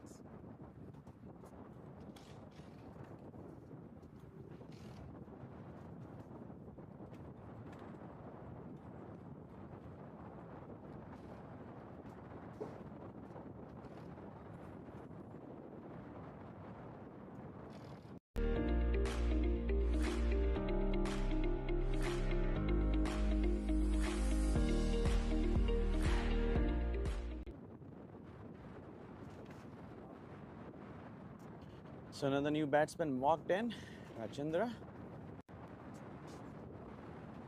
Wickets are falling in a regular interval here.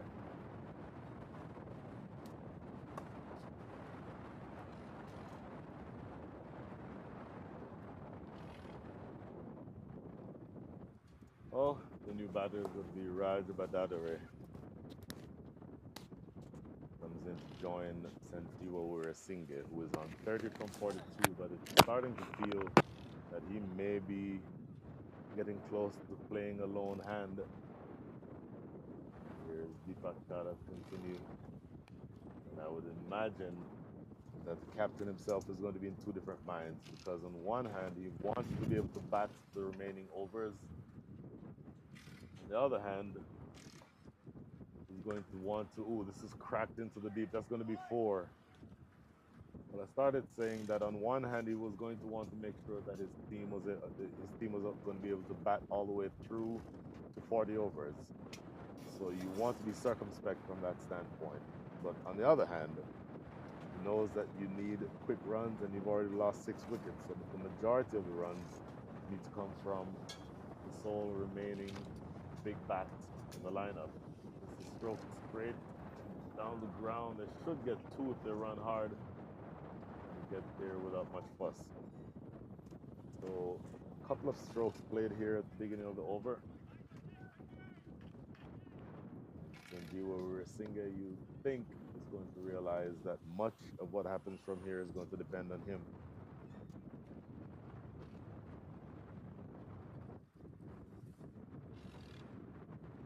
Into his 6th over.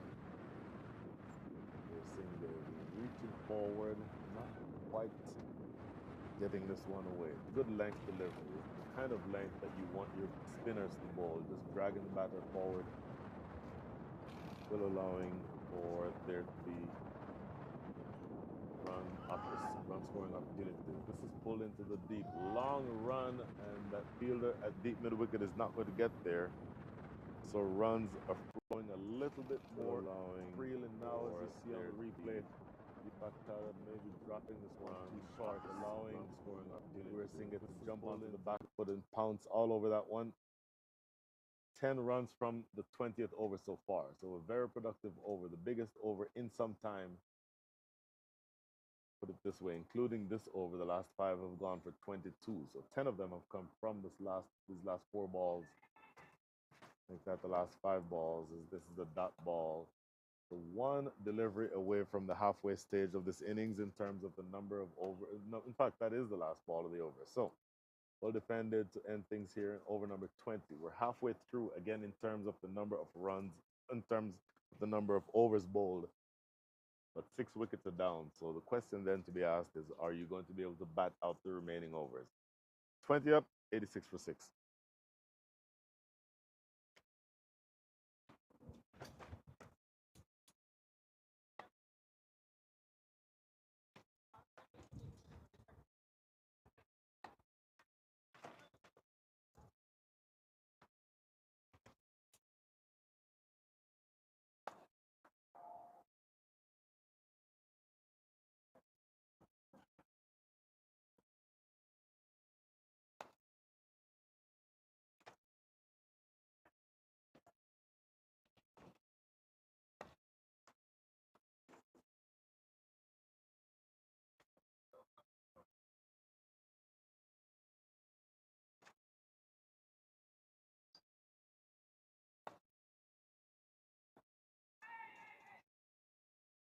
So Nasir Islam back into the attack.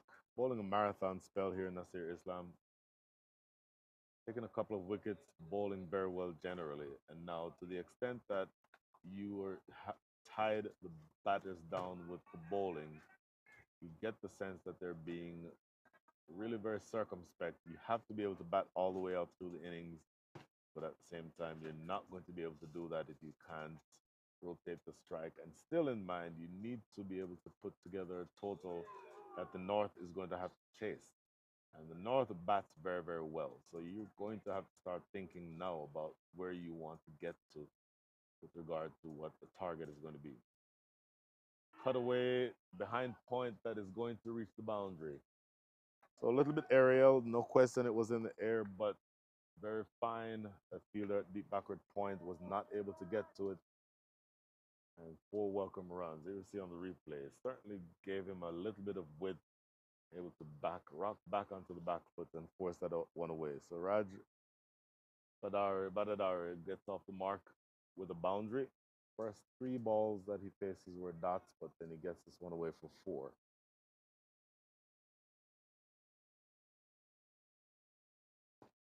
The back foot again. This time it's fielded at backward point for no run.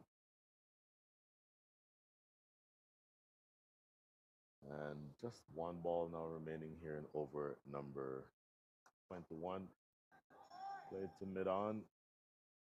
5 runs coming from the over. 5 runs doesn't sound like much, but it's actually a number of runs that exceeds the scoring rate so far. They're scoring at the rate of 4.33, so they'll accept that. That's the end of 21. The score is 91 for 6.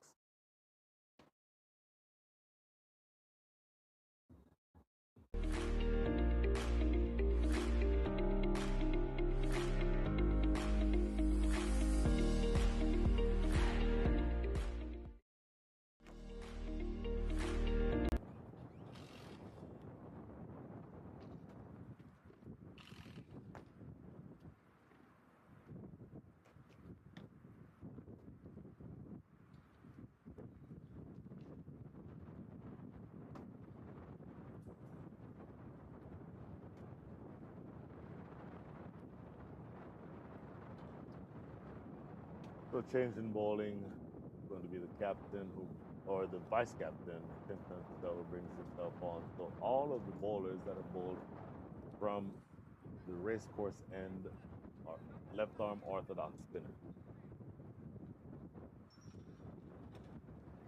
Clinton Patel, very handy cricketer, great batter, excellent containing type of bowler, and again, probably for me the fittest member of the side. Generally going to be asked to pull things back here for his side. In fact, maybe not pull things back, because it's not exactly like the West have gotten away, but he's going to be asked to continue squeezing the mousetrap, if you will, down the leg side. Though this one goes, in fact, Chintan Patel ordinarily bowls left arm orthodox. He's now bowling seam up. I don't know that I've ever seen him bowl seam up before. First one fired down the leg side. So medium length run up, bowling, wrapping him on the pad, and the fingers going up. Slow finger of death being raised for the 3rd time today by umpire Jatin Karveer. Jatin Karveer says that this delivery, left arm over, is probably pitching on leg stump and straightening. So that is absolutely, thought about it long enough, but then gave, once again, that slow finger of death. So the 7th wicket goes down. That is the end of Raj Badadari. All of a sudden, ladies and gentlemen, there is a legitimate concern as to whether or not West is going to be able to bat all the way through the inning. By the way, I said it the last few days, and I hopefully don't have to keep saying it, but if you all are able to, please jump in to the YouTube chat and have a comment or two. Let's have a conversation, because it certainly is an interactive experience that we like to have here.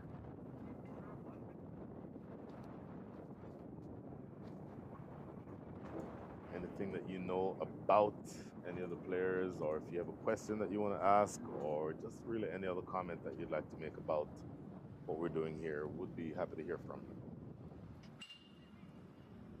So Chintan Patel, again, usually I've seen him bowl orthodox, left arm orthodox, but he's now bowling seam up.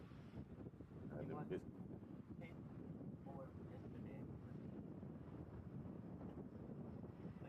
So he's an ultimate all-rounder.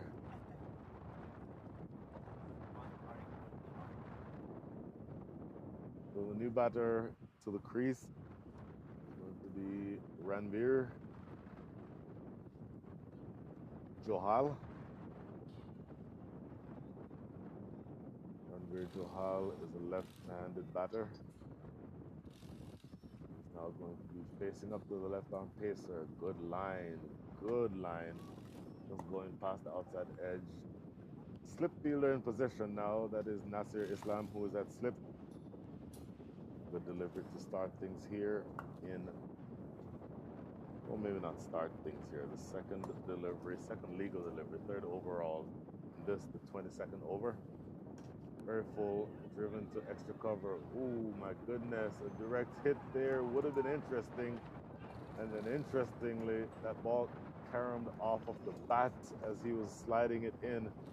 So it's still a live ball, so they were able to run through for a second run. In many situations like that, you will see that the batting side chooses to not run because the ball got away through, no fault of the fielding side. But by right, it is still a live ball, and so if you choose to run, then there's no real basis for complaint with the fielding side. A couple of runs, 6 runs away from 100, but still 7 wickets down will make this setting of a target really difficult. Spins on Patel again. By outside the line of off, another dot ball. So 3 runs coming from the over so far, 2 off the bat. And 1 courtesy of a wide, but 1 wicket has already fallen. So this is good bowling, really good overall bowling attack by the North. And then this one go by again. So it appears as though Ranveer Johal is going to drop anchor, not take any risks, and ask his captain to do the majority of whatever scoring needs to be done from here. Because again, you don't have a lot of options left in terms of batting. Only 3 wickets in hand, and you still have another 109 balls to face. So he does exactly that. Lets it go through to the keeper. Parakananta collects for no run, and that is the end of over number 22. 22 in the books, another 18 to go. The score is 94 for 7.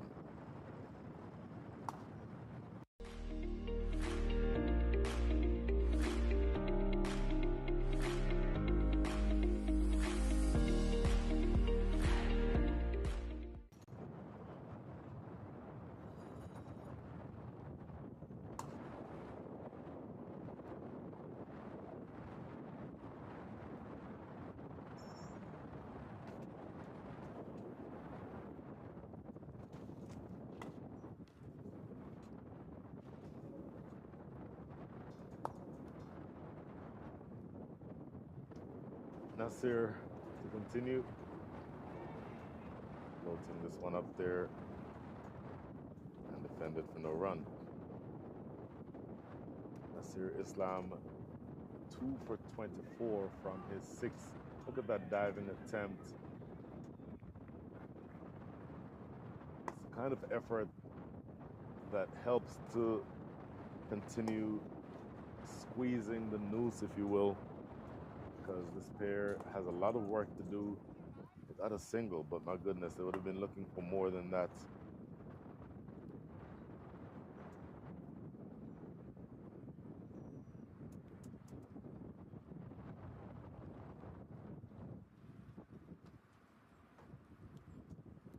Just taking a little bit of time to get settled here, Ranveer Johal.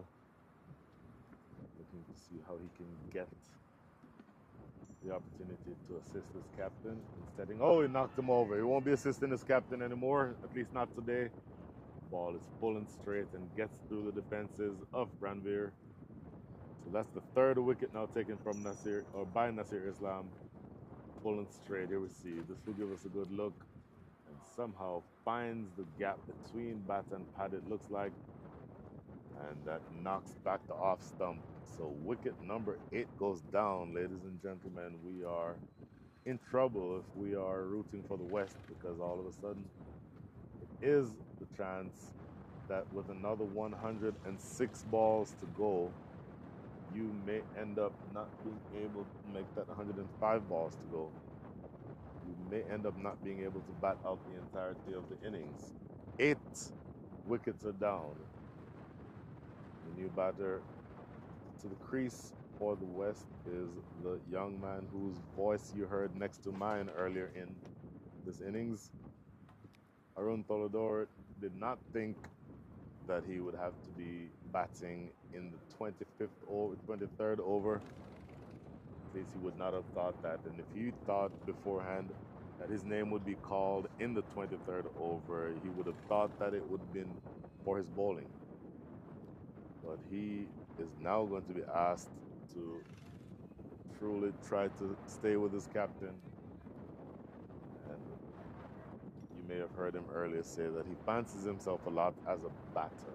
And he described an innings that he put together, I think it was with Sanjeev Weerasinghe himself, where his squad was 26 for 7, I think he said, and then they came back to score some 160 runs. So, what this situation calls for is just perfect mix of defense and aggression, because you need both in order to be anything that you need to be with regard to what a target is that you're going to set. The target that you want to set would probably be something in the range of 250, and 250 is a long way away when you're 8 down and you have not even gotten to 100 yet. One goes through for a dot. A good over so far on the way by Nasir Islam. 6.5 overs, 3 for 25. Looking to play this away, and umpire Vishnu Pillai says, umpire Jatin Carver says, nope, not exactly. That one is bouncing over the top. But a brilliant over. 1 run coming from the over and the wicket. So that is the end of over number 23. The score is 95 for 8.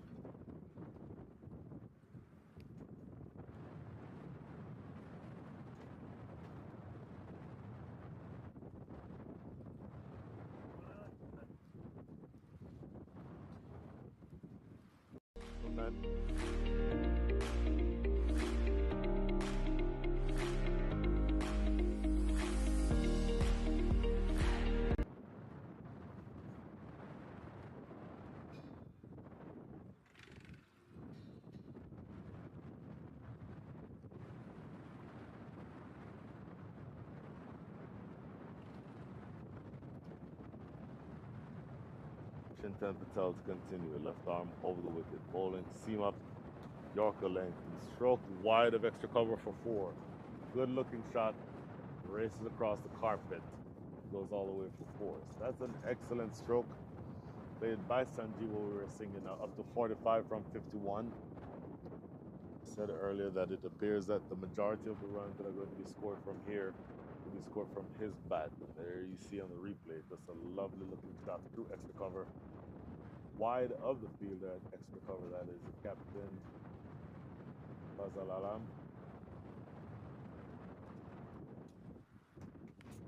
Better length delivery, pulls the length back just a touch, as you would expect from having overpitched the previous delivery. And well defended. Sanjeev Weerasinghe, who's now up to 45 from 52. So he has certainly been there long enough to have played himself in. He's now going to be asked the delivery defended it back to the bowler for no run. Now going to be asked to shepherd his team towards something resembling a respectable total. That's not going to be easy under these circumstances, because with 8 wickets down, you cannot sort of cut loose. You're going to have to be very circumspect, but at the same time, you know that you're going to have to start thinking about a decent target at some point. And that's well fielded on the follow through. So after the boundary to start things here, 3 good deliveries that all result in dot balls from Chintan Patel. So let's see exactly how he closes this over out. 2 balls remaining. And next run will bring up the 100. Worked into the leg side. Oh, tried the stumps. 4 consecutive dot balls. So just the last ball of over number 24 coming up.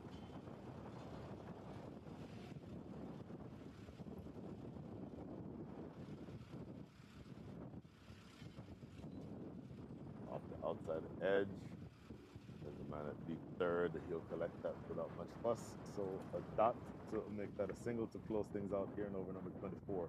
Boundary from the first ball, but 5 good balls after that. And that is the end of over number 24. That single brings up the 100. 100 runs on the board, 8 wickets down. You would have wanted to see much more than what you've seen so far. Here we see on the scoreboard, Babir Singh Sodhi 29 and Sanjeev Singh, who is currently on strike, 46, are the only 2 in double figures. So that is going to be something to pay attention to, because everyone else has scored in single digits. The bowlers have all been very good. Magade starting from the top, 2 for 21. Best of the bowlers so far is Nasir Islam, the lowest economy rate, 3.57, and he has taken 3 wickets. So no question that that is the best bowling of the day. And now a new bowler coming from the river end. This is going to be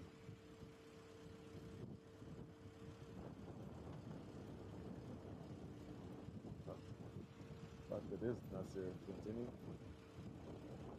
Passed up and driven in the air, not with a carry all the way for a catch. Coming back for the second, they thought about it, but just a single.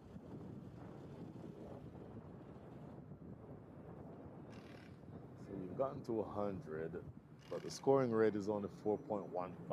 So 4.15 scoring rate doesn't necessarily give you a lot of options as far as being able to accelerate. And certainly with 8 wickets down, acceleration is by no means assured.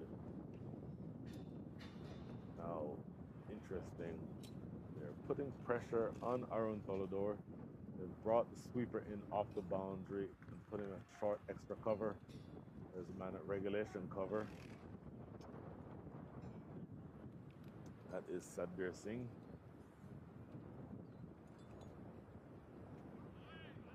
Good delivery going past the outside edge. Attempted stumping, but Arun Tolador's back foot was firmly inside the crease. But things are definitely more and more difficult for the West. They struggle to get anything positive going. They've built a couple of partnerships, but always seem to lose a wicket right at the point where the partnership would be threatening. Going on the back foot, long think, but that one is going to be high. And umpire Jatin Karvir thinking about it for a while, but then deciding that it's going to be going over the top, and all of a sudden Nasir Islam is signaling for an instant replay. No such thing in this tournament, of course.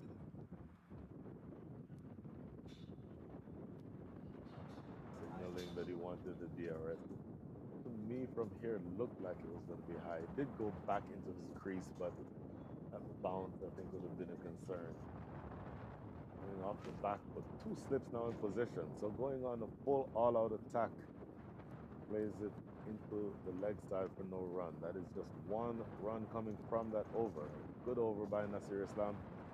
End of 25, and the score is 101 for 8.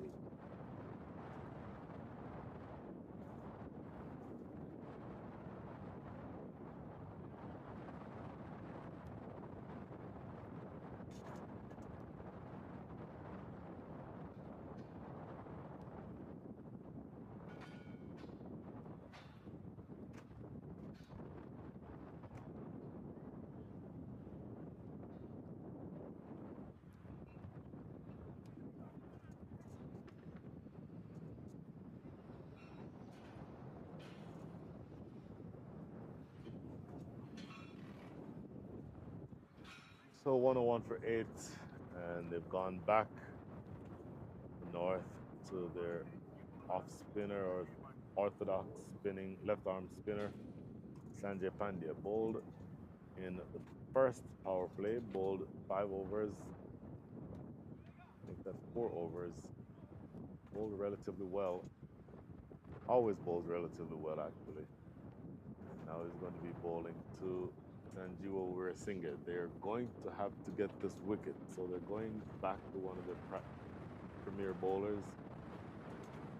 4 overs bowled by Sanjay Pandya, 1 for 20. Tossed up, made back to the bowler himself for no run. There's a man at short extra cover. That is the captain, Fasal Alam. Mid on, make that long on, long off, mid off inside the circle. And a sweeper on the offside and a sweeper on the leg side. So that's the field that you're looking at. A couple of dot balls to start this over number 26.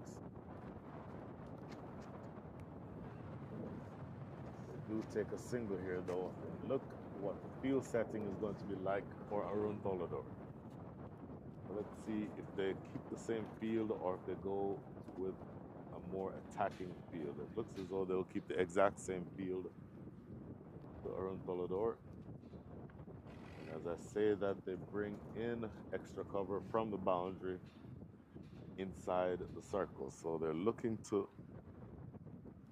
prevent any singles, is what it looks like. Looking to get a stumping here, and it's not going to be given. It's down the leg side too, so it's adjudged as a wide.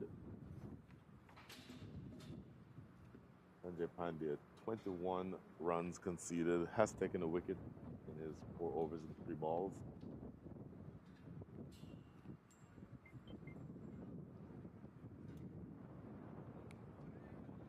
Sanjay Pandya bowling very quickly, bowling very flat.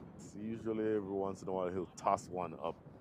This one is not tossed up in any way. He's just looking to fire them through. See if he changes that line of attack a little bit slower through the air this time. And Arun Tolador is as solid as a wall in defense. 9 delivery space now. Has not scored, but his role, I don't think, is to score. It's just to be able to remain at the wicket. Off the inside edge and trickling down behind square. They should get 1 and wait for the signal up. So he remains on 0 as that is a leg bye to close things out. Over number 26. 3 runs coming from that over. At the end of 26, the score is 104 for 8.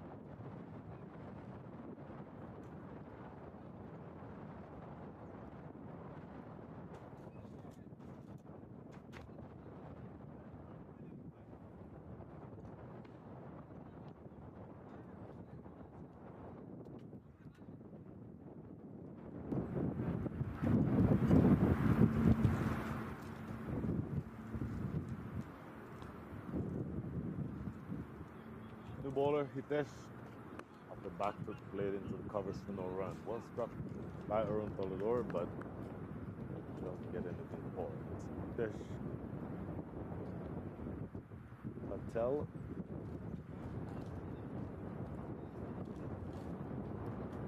goes by the man above for no run. A couple of dot balls to start his day with the ball here, Hitesh Patel.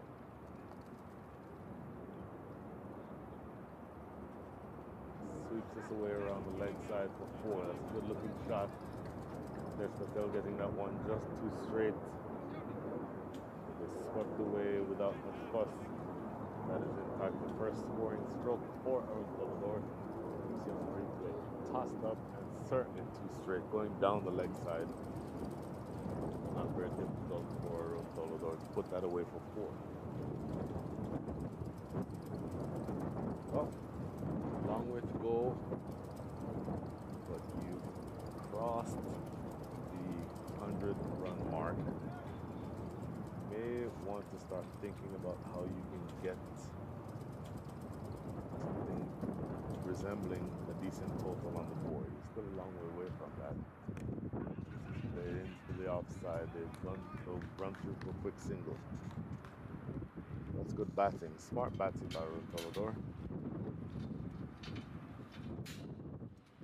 And so now with just 2 balls remaining here in over number 27, I believe after this over it will be the end of the next power play. Played off the back foot. Oh, not very well done by Nasir Islam. Tried to stop it with his right foot. The ball eluded him and goes away to the point boundary for another 4. So 9 runs coming from the over so far. And to the extent that you can get all the runs that you're wanting to get, and that certainly helped you. Well, in fact, that was Sanjeewa Weerasinghe, my apologies. So he plays that through the offside and gets to his 50. So just for a split second, I thought that might have been Aaron Colodor, but it is Sanjeewa Weerasinghe as the captain, leading from the front, getting to his 50. Driving that back to the bowler himself, who feels for no run. That is the end of a productive over. 9 runs from the over. That also sees the captain get to his 50. And that really will, in fact, be the end of the second power play. We have the last power play coming up after a short break. 113 for 8 is the score after 27.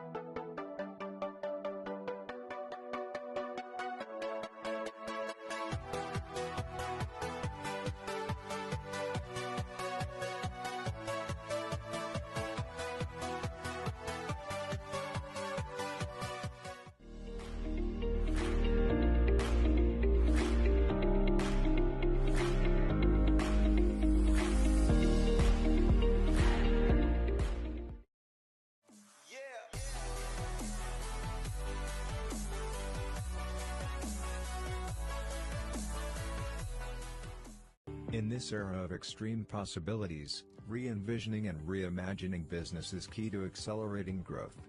Partnering with someone who can deliver more is critical. Yash's customer-centric partnership approach helps customers address myriad challenges and drive business success. Come what may, we combine extensive experience, robust technology expertise, and flexible engagement models to help businesses navigate seamlessly into the era of everything digital. Being consultative, collaborative, and accountable, we deliver more transformative outcomes while hand-holding customer stakeholders. Harnessing our 50 centers of excellence and 3 digital innovation centers, we deliver specialized services to a wide range of industry verticals. Leading industry analysts and advisors recognize our technology strengths, agility, flexibility, and adaptability. Our global workforce, spread across 20 countries, are innovative, passionate, and focused on making our customers future-ready. We are small enough to care, and large enough to transform. With Yash, you realize the power of more.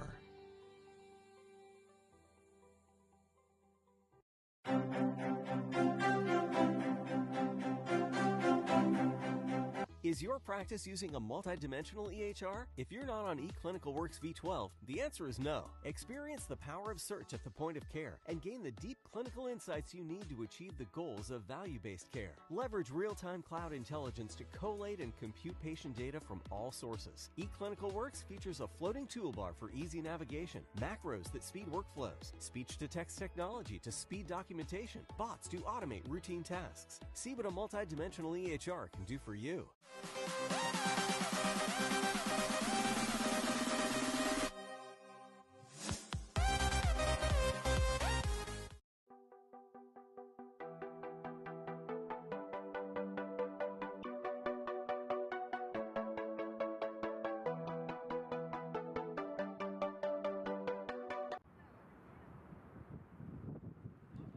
Welcome back to the Grand Prairie Cricket Stadium where you saw the signal. You might have just seen the signal there from umpire Jatin Carver signaling the start of the third and final power play. The final power play means that you can have as many as 5 fielders outside the circle.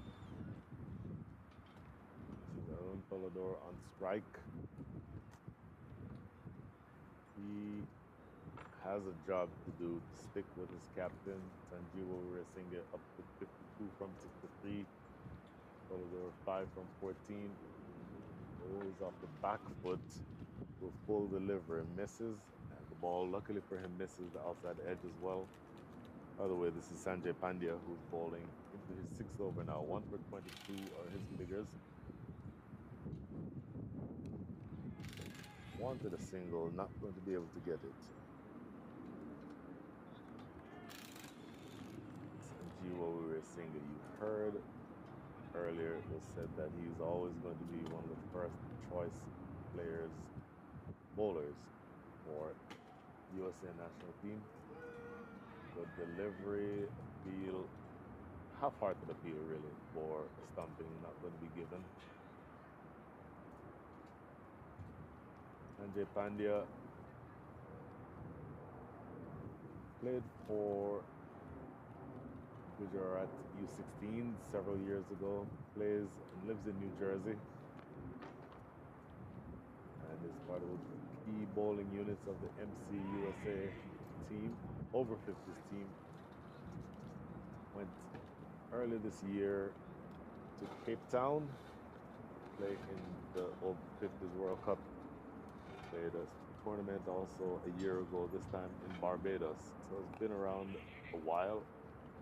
Is generally able to land the ball on the proverbial dinner plate. Generally a really accurate bowler. That is the end of a typically miserly over from Sanjeev Weerasinghe. Oh, I'm sorry, from Sanjay Pandya. Over where no runs were scored. So 6 consecutive bowled, none scored, maiden, if you will. And at the end of over number 28, scores 113 for 8.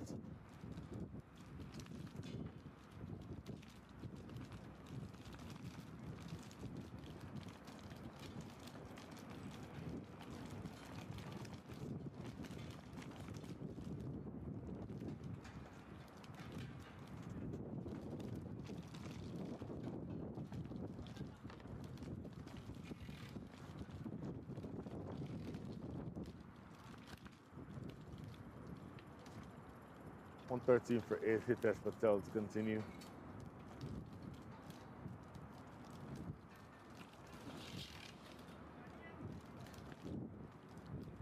Left arm orthodox.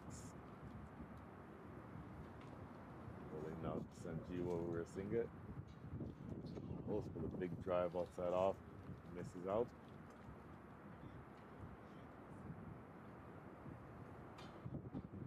Five fielders allowed outside, so there is a deep point played down the ground. That is Chintan Patel.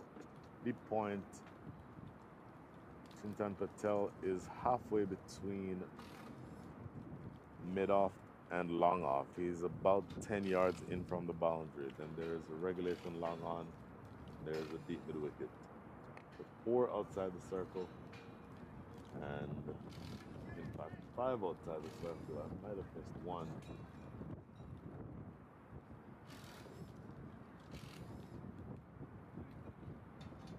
Make that 4. 4 outside the circle, 5 inside. So you can be a little bit more aggressive if you want, but they've chosen to just stay back. They're driven down the ground to mid-on. Make that long on.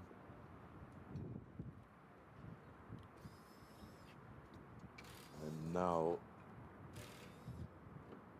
I said earlier that you might have to start considering when to attack. Well, that's a good form of attack. It's pull away around the corner.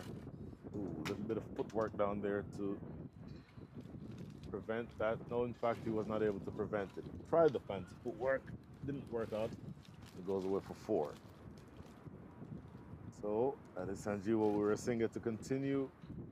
pushing his team toward what he hopes will be a competitive total. He's playing, I said it before, a lone hand here. 57 from 119 means that he's gotten just about half of the runs from his side.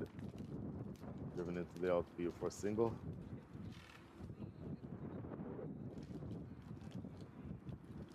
So just one ball, no. In fact, that's the end of the over. Good over.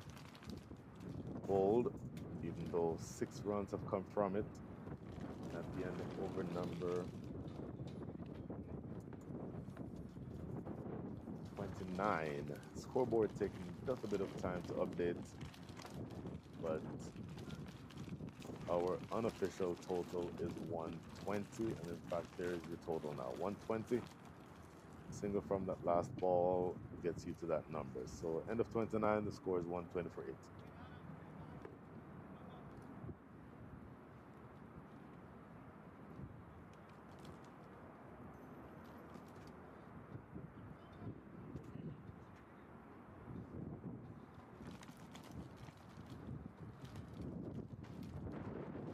They find you back again. Tossed up and driven back to the bowler himself. Oh, can't get to it. Goes down the ground for a single. As a reminder, the West was put into bat by the North finding immediate success, taking the first 3 wickets with less than 10 runs on the board. The West has struggled to maintain anything resembling a good batting partnership. Oh, short arm jab right down the ground. Oh, good work by Chintan Patel to stop that one, but he can't prevent the second run. Athletic piece of work, but the fact that they were able to get all the way back for that second run means that they want to keep rotating the strike. They want to keep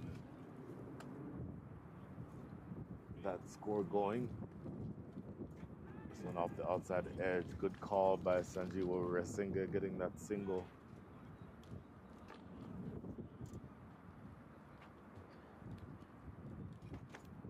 So apologies, we're getting just a little bit of difficulty with that scoreboard updating in time. This is off the back foot. They want a single. A direct hit there might have been interesting, but as it is, they get there without much fuss. So now just another 2 balls remaining here at over number 30. So you're almost at the point where you start to be a little bit more aggressive. The scoring rate is 4.21, so it's not anything tremendous yet, but this partnership is building, showing some signs of being able to, if not break the shackles entirely, at least put the North somewhat on the back foot.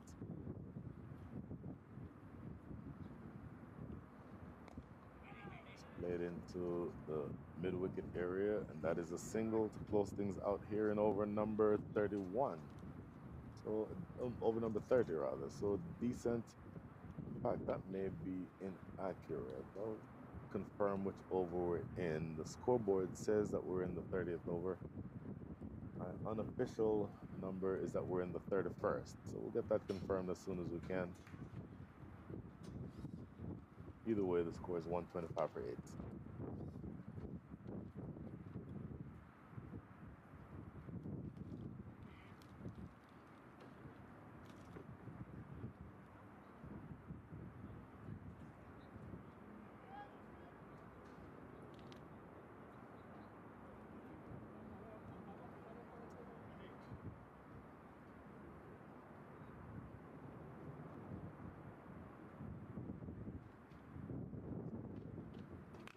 Tossed up and played into the deep. A full toss, a juicy full toss. That's not what you want to bowl to a man who is on 60 from 69. That makes him 64 from 70.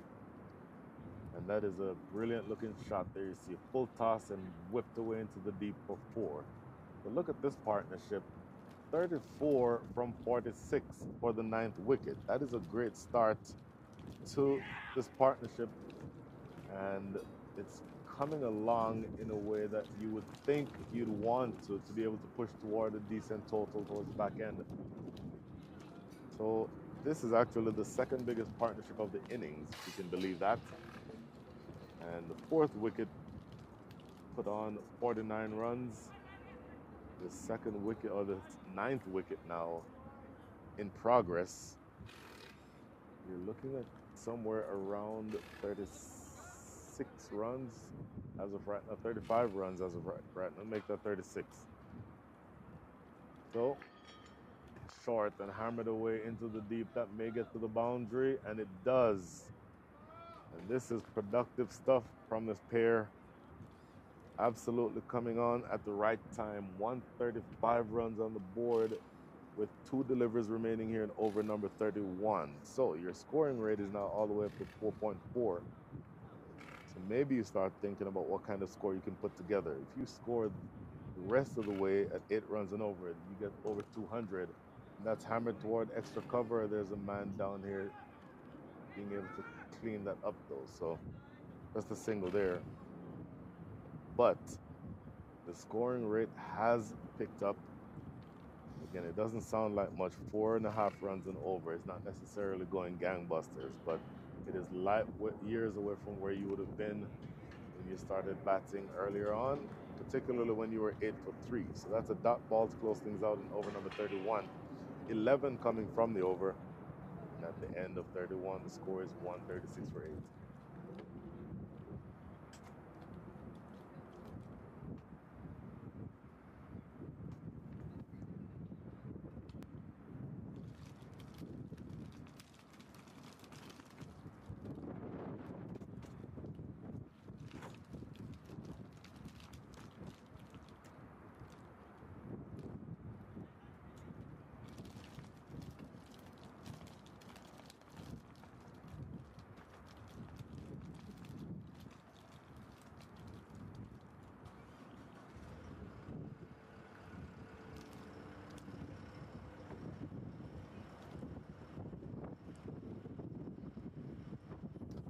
Sanjay Pandey continuing. Short, outside off, looking to cut that away. That's a dangerous line to bowl. There's 2 fielders behind point, but nobody in the deep. So cut in that direction, if it loses those fielders, goes away for 4. This time they get a single. And this is good stuff, really good stuff here. Partnership now building in confidence. After this next delivery, we'll take a look at where they are with that partnership. 2 deliveries into over number 32. Sanjay Pandya. Off the back foot, that's just going to be a single down to cover. So let's look at the partnership. It is now worth 43 from 54. So they've scored a decent amount of runs, and they've been able to score at a good enough rate. Certainly a quicker rate than the rest of the innings. This is stroked past extra cover. A long run down there by long off rather. Does well enough to keep them to a single though. So that's good work. 43-run partnership, just absolutely playing out perfectly in the way that you wanted.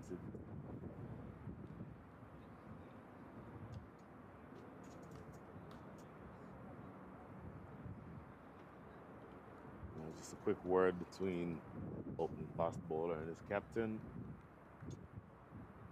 2 deliveries remaining in this over for Arun Tolador to face. He's batted well. 29 balls faced, 11 runs. Those 11 runs are not the story.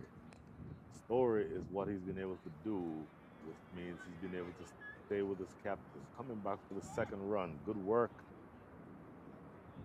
5 runs from the over so far with 1 to come. That means that I would think that he'd want to remain at the striker's end. By that I mean he is going to want either a dot ball or an even number of runs. That way Sanjeewa Weerasinghe will be on strike to start the next over. In the air and gone. Well, that is a dot ball, and that's not what I meant by he would want a dot ball. I thought that he'd want to keep that on the ground because he would want to make sure that Sanjeev Weerasinghe is on strike. This ball is cut in the air. There you see on the replay. Pretty simple catch, and Chintan Patel is not going to drop that. So that's a wicket by Sanjay Pandya, taking a wicket with the last ball of his last over. So definitely beneficial to your cause if you are the West. Yes, if you're the West, you got a good partnership there. A partnership certainly worth a lot of runs. Let's look at exactly how the partnership played itself out. And just look at that, 46 from 57. We caught that graphic just before it changed. 46 from 57. So the second biggest partnership of the innings, a very important partnership in the context of this game, carrying them to something resembling respectability. But what it does mean is that you're now down to your last pair. The last pair is Captain Sanjeev Weerasinghe, and he's joined at the wicket by Ashish Patak, keeper. And Ashish Patak coming out to bat in the sun hat, which tells me that number one, he's not necessarily afraid of the ball hitting him in the face, but it might also suggest, in fact, I was about to say it might suggest that Chintan Patel will be bowling spin, but no, he's still coming off the long run, and he's bowled all of his overs so far seam up. In other words, he's bowled pace. He's a good, versatile cricketer. 2 overs so far, 1 for 8. Bowling seam up, full, and driven down the ground. Where is this gone? It goes away for 4. Brilliant strike by Sanjeev Weerasinghe. He now goes up to 76 from 77. If you can believe that, captain himself is putting his authority on the proceedings. Again, fighting a lone hand, has been essentially by himself for the last several deliveries or last several overs in terms of being able to handle the scoring responsibility. His first ball going away for 4, which means that he's going to continue doing exactly that, you would think. Flicking this one around the corner. Should be 2, and I think they'll definitely be running back for that second. The fumble down there by Sanjay Pandya, but they come back for third. I didn't think they'd come back for that third, because what that does, even though you get 3 runs, you do expose the number 11 with 4 balls still to go in the over.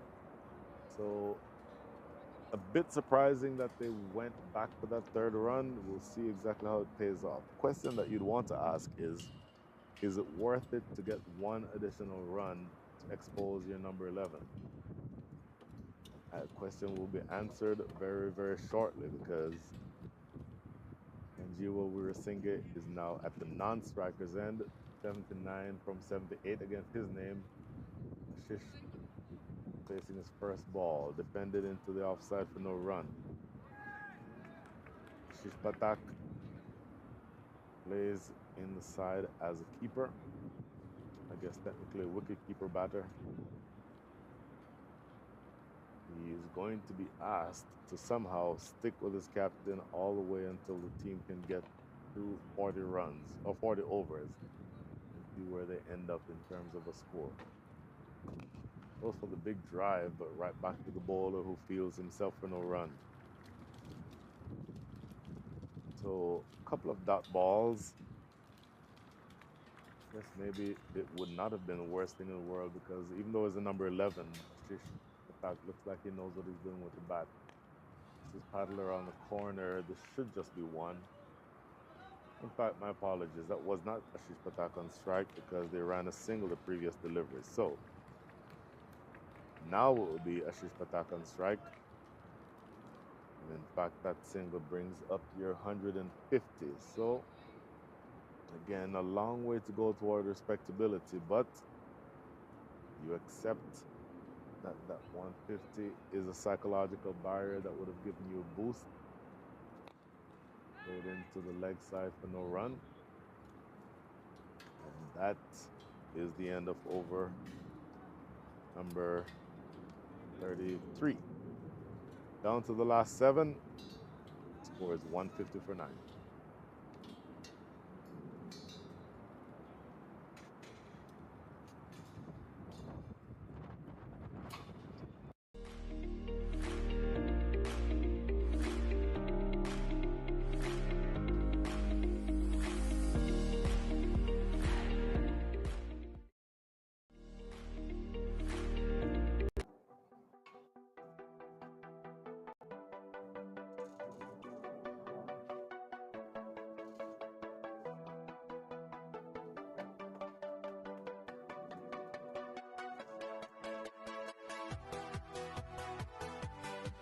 Deepak Chada picking up the attack.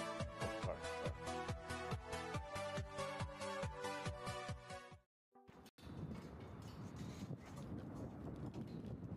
Deepak Chada picking up the attack coming from the racecourse end. Left arm orthodox. Now bowling to Sanjeev Singh, sweeping this around the corner. Should be able to get 2 here. In fact, they jogged back for the second. So, once again, Ashish Pathak has 1 job at the moment. I don't know that he's going to be asked to score many runs. Of course, if you get a loose ball, you put the loose ball away. But the main job now is to stay at the wicket and not get out. This is played off the back foot toward backward point, no run.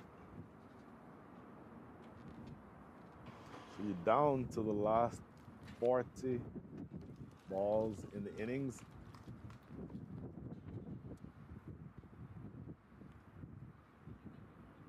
Good second there, wanted to think about a single, Ashish Pathak, but eventually realizing that that was not going to be realistic. 6 overs and 3 balls is all we have remaining, and they get a single here.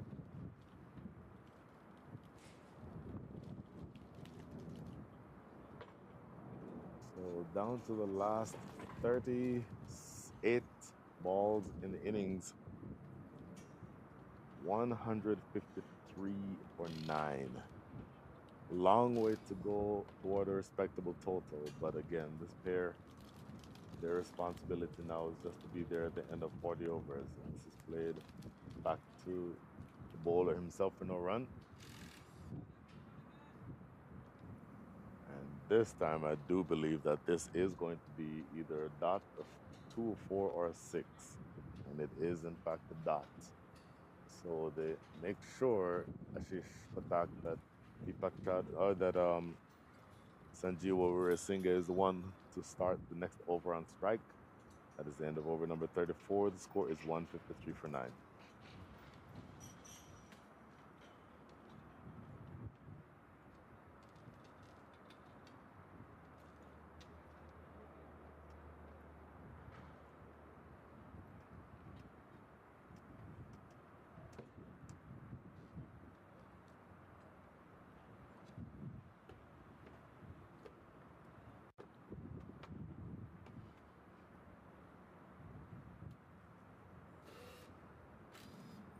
$153 for 9. Chintan Patel to continue.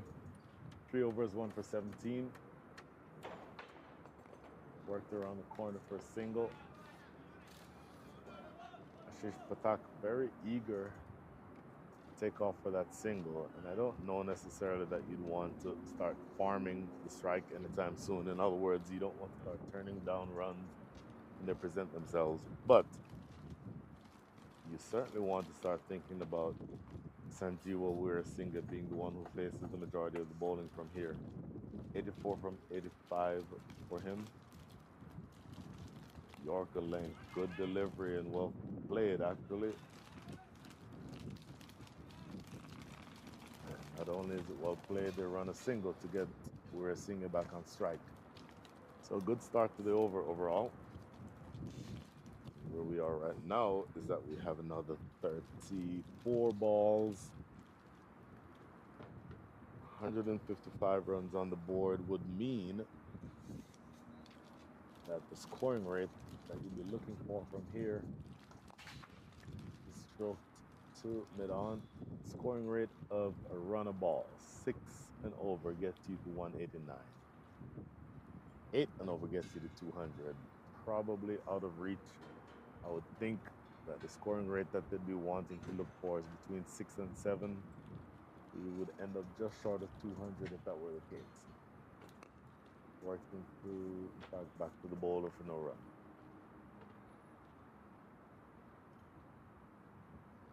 So we're paying attention to where we are.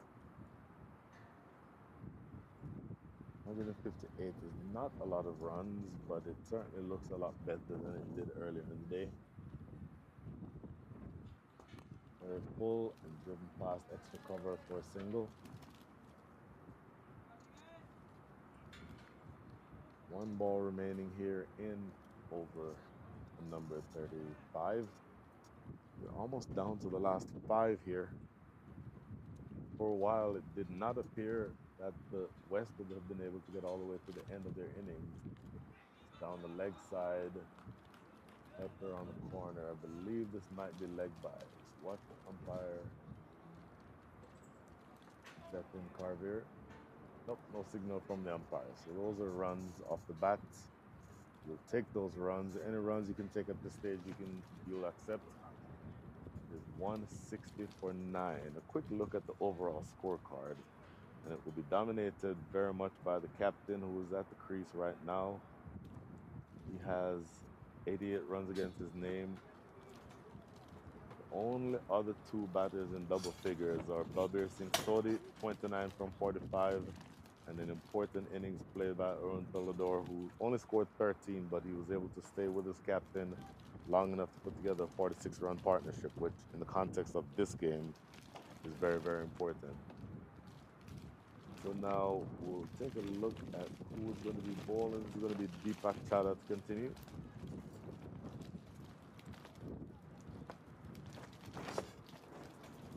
Wind picking up all of a sudden. And the tent under which we're seated is starting to act like an umbrella in the wind. Just play it down into the deep for a single.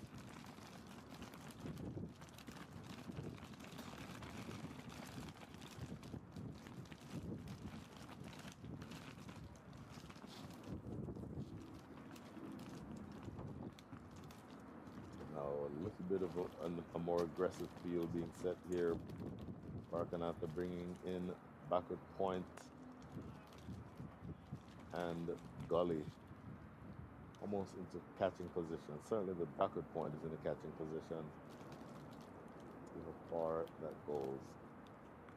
Cuts it past that fielder backward point though. That's going to run away down the hill. At least a couple. They'll get 3. This is good running. Good opportunity for runs here. They're ticking along. The scoreboard is continuing to motor along. It's not exactly going gangbusters.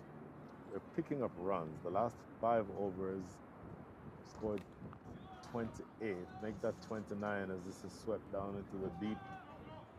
And they come back for a second. So this is good going by this last pair again. Last pair coming together when the score was 141. So this partnership already worth 25. 25 really important runs. That's what we were singing now up into the 90s. 91 from 89. Goes big. How far has this gone? Goes all the way for 6. And he now goes up to 97 from 90. Look at this, a replay. This is sort of in the slot, it has to be said. This pitches right in the slot, and it's dragged from outside the line of off stump. It bangs off of the wall over there, in fact, just under where the scoreboard that we showed you earlier is being repaired. So 6 Here's the next delivery. Played into the offside for no run. That's a 4 for single. So that single allows Sanjeewa Weerasinghe to retain the strike. So he will come back after this over, 13 coming from that over, with the opportunity to get to his 100. Up to 98 from 91. Great going from the captain. The score is 173 for 9.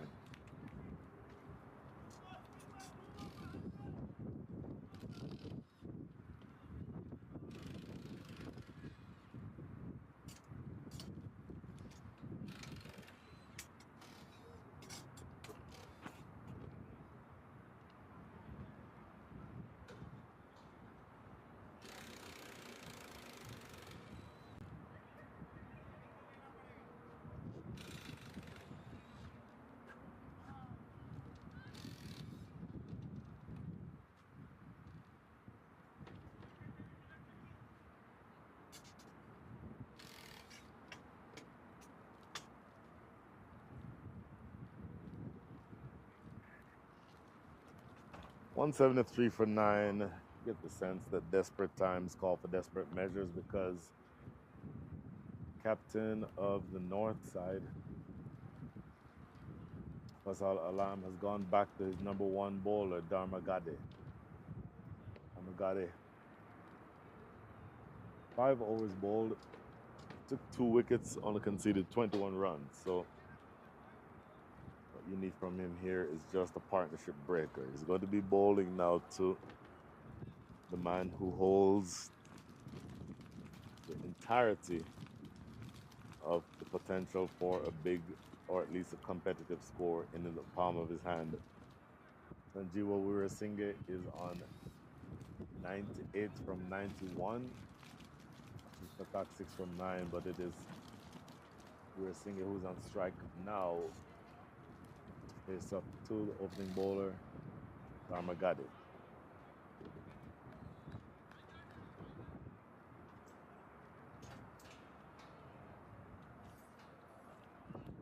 You don't want to be the bowling side that concedes 100, and you certainly don't want to be the bowling side who can't take 1 wicket. So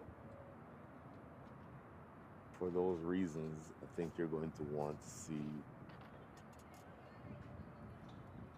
North put together a good effort here to try to prevent this from happening. Played off the back foot, just 1, immediately take the single. So he moves to 99, the captain. Does he get to his 100 is going to be the question. If he gets out here, then the captain will be stranded on 99. So we'll see whether or not Ashish Patak can manufacture a single and not get out. Those would be his priorities.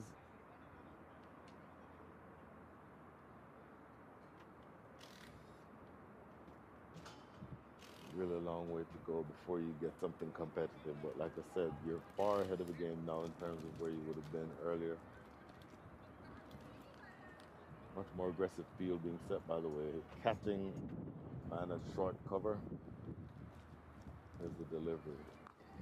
It's pounded down to mid-wicket in the deep for a single. Now we can see whether or not the captain himself, has the opportunity to get to 100. Has already scored way more than the 50% of his team's runs. In fact, Jivaka joining the chat, wanting to root on his brother. Here's the delivery. Appeal for a stumping, not given. And all of a sudden, in the Weerasinghe family, Jivaka just had a mini heart attack, I would think.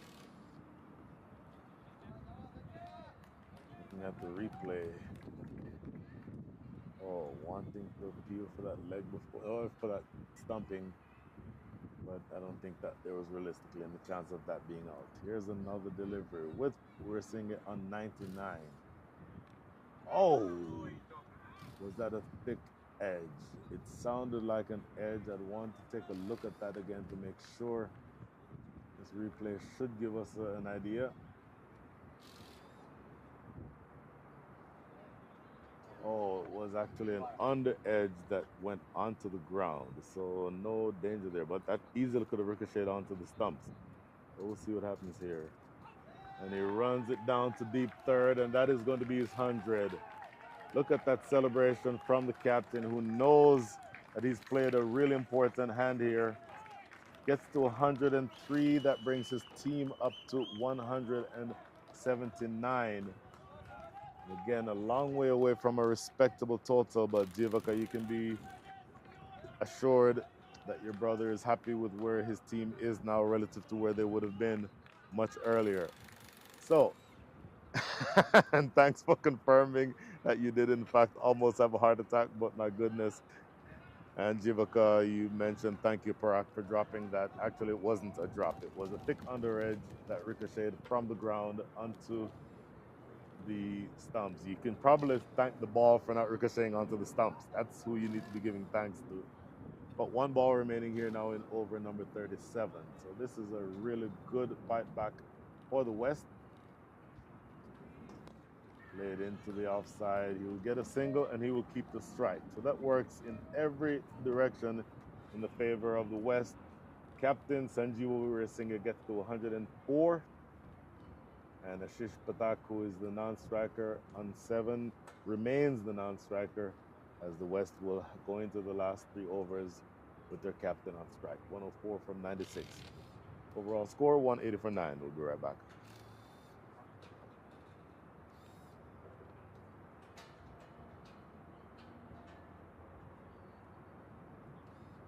So maybe your batters at the top of the order for the West can learn something from the numbers 10 and 11. The number 10 partnership went for 46 runs.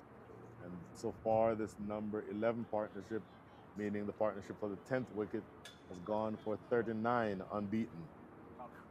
So this is really good stuff.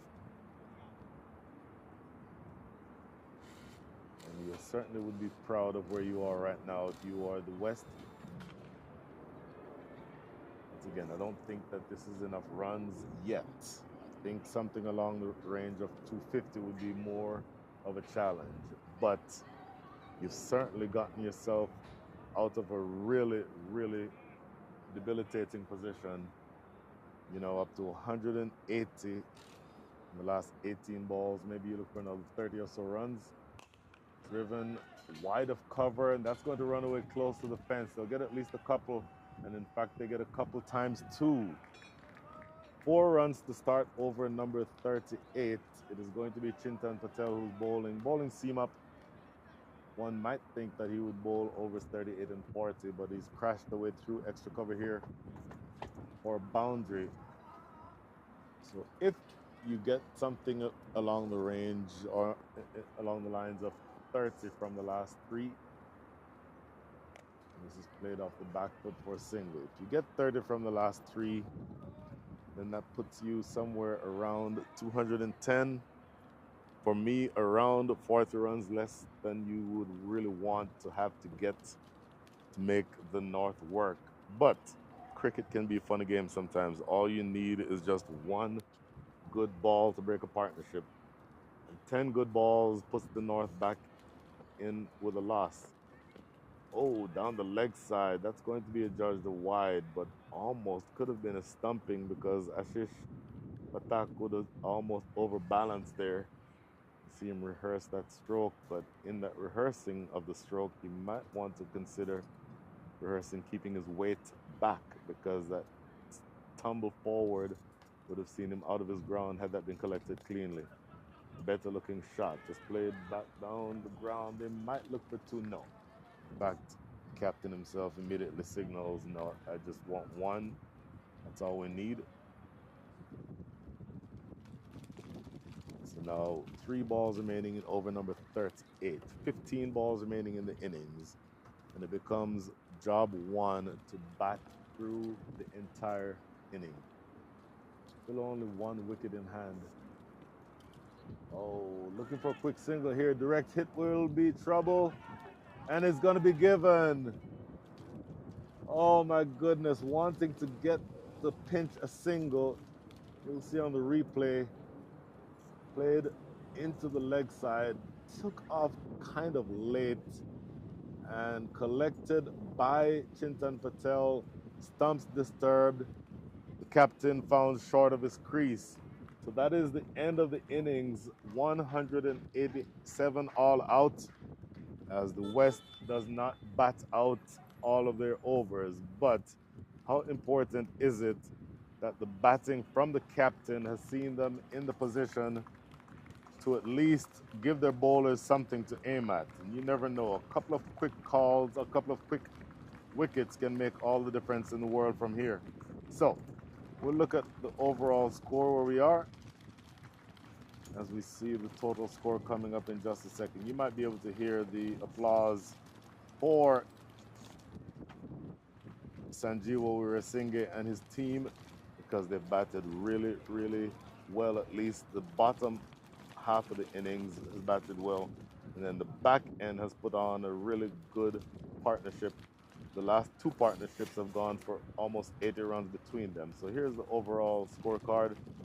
Babir Singh Sodhi 29, Sanjeewa Weerasinghe, the big name on there, 109 from 99.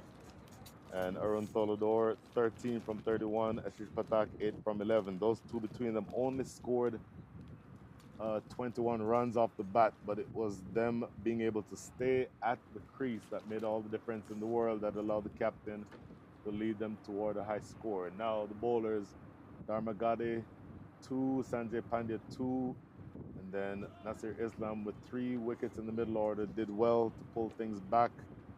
But overall, you see the total there, 187 all out. That 187 represents way more runs than you thought they would have had. So it's going to be an interesting chase. We're going to have a quick lunch break.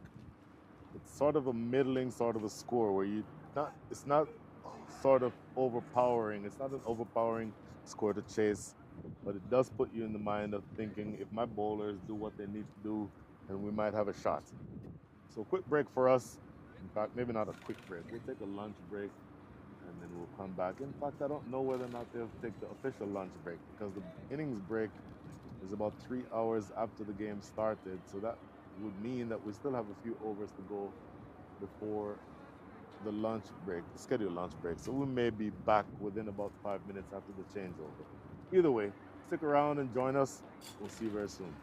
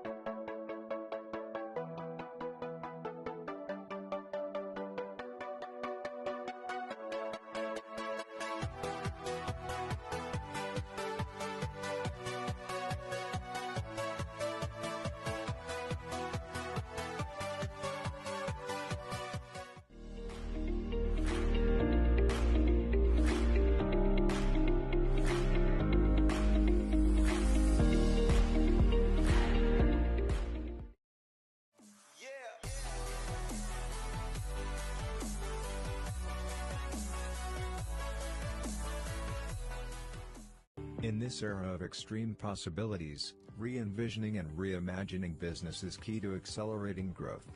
Partnering with someone who can deliver more is critical. Yash's customer-centric partnership approach helps customers address myriad challenges and drive business success. Come what may, we combine extensive experience, robust technology expertise, and flexible engagement models to help businesses navigate seamlessly into the era of everything digital. Being consultative, collaborative, and accountable, we deliver more transformative outcomes while hand-holding customer stakeholders. Harnessing our 50 centers of excellence and 3 digital innovation centers, we deliver specialized services to a wide range of industry verticals. Leading industry analysts and advisors recognize our technology strengths, agility, flexibility, and adaptability. Our global workforce, spread across 20 countries, are innovative, passionate, and focused on making our customers future-ready. We are small enough to care, and large enough to transform. With Yash, you realize the power of more.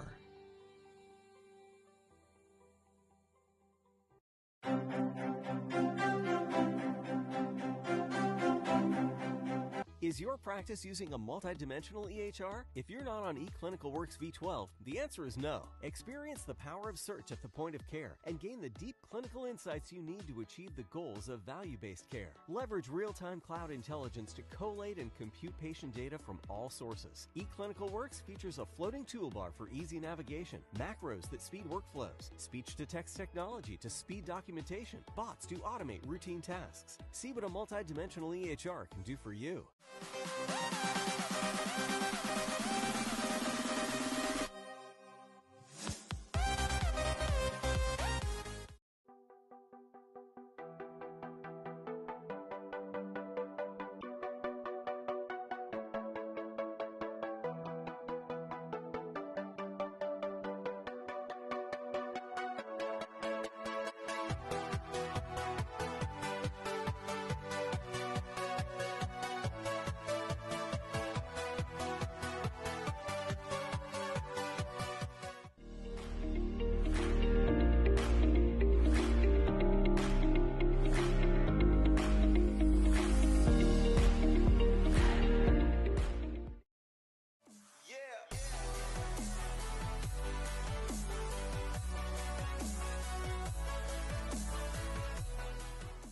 In this era of extreme possibilities, re-envisioning and reimagining business is key to accelerating growth. Partnering with someone who can deliver more is critical. Yash's customer-centric partnership approach helps customers address myriad challenges and drive business success. Come what may, we combine extensive experience, robust technology expertise, and flexible engagement models to help businesses navigate seamlessly into the era of everything digital. Being consultative, collaborative, and accountable, we deliver more transformative outcomes while hand-holding customer stakeholders. Harnessing our 50 centers of excellence and 3 digital innovation centers, we deliver specialized services to a wide range of industry verticals. Leading industry analysts and advisors recognize our technology strengths, agility, flexibility, and adaptability. Our global workforce, spread across 20 countries, are innovative, passionate, and focused on making our customers future-ready. We are small enough to care, and large enough to transform. With Yash, you realize the power of more.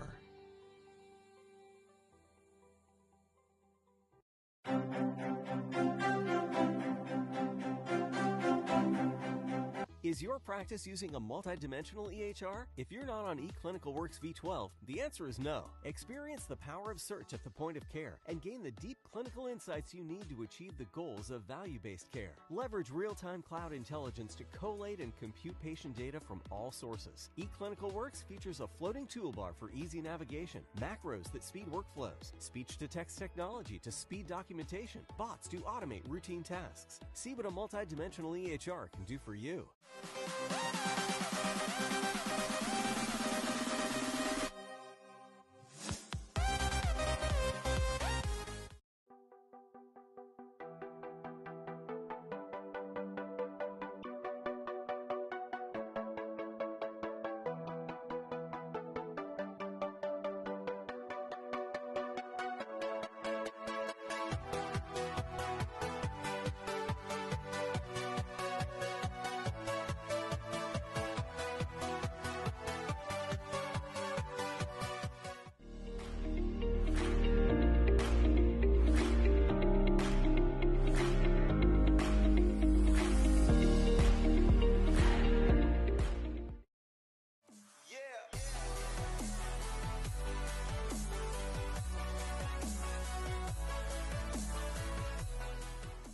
In this era of extreme possibilities, re-envisioning and reimagining business is key to accelerating growth. Partnering with someone who can deliver more is critical. Yash's customer-centric partnership approach helps customers address myriad challenges and drive business success. Come what may, we combine extensive experience, robust technology expertise, and flexible engagement models to help businesses navigate seamlessly into the era of everything digital. Being consultative, collaborative, and accountable, we deliver more transformative outcomes while hand-holding customer stakeholders. Harnessing our 50 centers of excellence and 3 digital innovation centers, we deliver specialized services to a wide range of industry verticals. Leading industry analysts and advisors recognize our technology strengths, agility, flexibility, and adaptability. Our global workforce, spread across 20 countries, are innovative, passionate, and focused on making our customers future-ready. We are small enough to care, and large enough to transform. With Yash, you realize the power of more.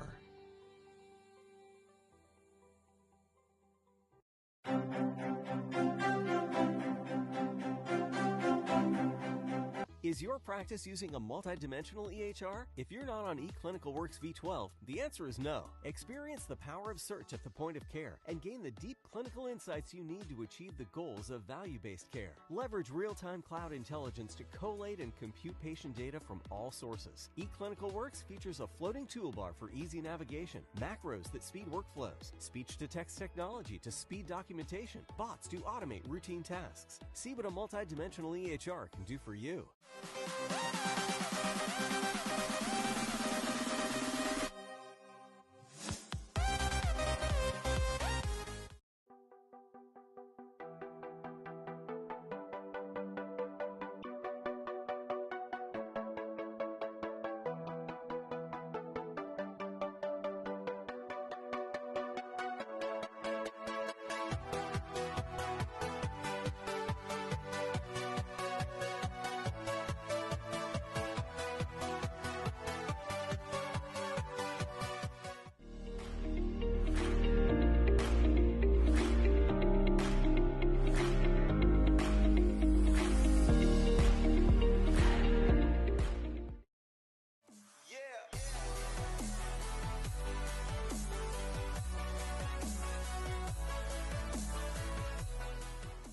In this era of extreme possibilities, re-envisioning and reimagining business is key to accelerating growth. Partnering with someone who can deliver more is critical. Yash's customer-centric partnership approach helps customers address myriad challenges and drive business success. Come what may, we combine extensive experience, robust technology expertise, and flexible engagement models to help businesses navigate seamlessly into the era of everything digital. Being consultative, collaborative, and accountable, we deliver more transformative outcomes while hand-holding customer stakeholders. Harnessing our 50 centers of excellence and 3 digital innovation centers, we deliver specialized services to a wide range of industry verticals. Leading industry analysts and advisors recognize our technology strengths, agility, flexibility, and adaptability.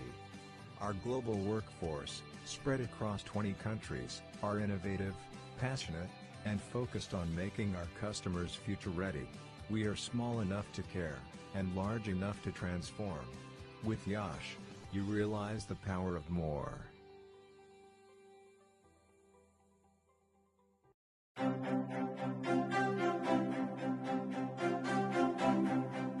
Is your practice using a multidimensional EHR? If you're not on eClinicalWorks V12, the answer is no. Experience the power of search at the point of care and gain the deep clinical insights you need to achieve the goals of value-based care. Leverage real-time cloud intelligence to collate and compute patient data from all sources. eClinicalWorks features a floating toolbar for easy navigation, macros that speed workflows, speech-to-text technology to speed documentation, bots to automate routine tasks. See what a multidimensional EHR can do for you.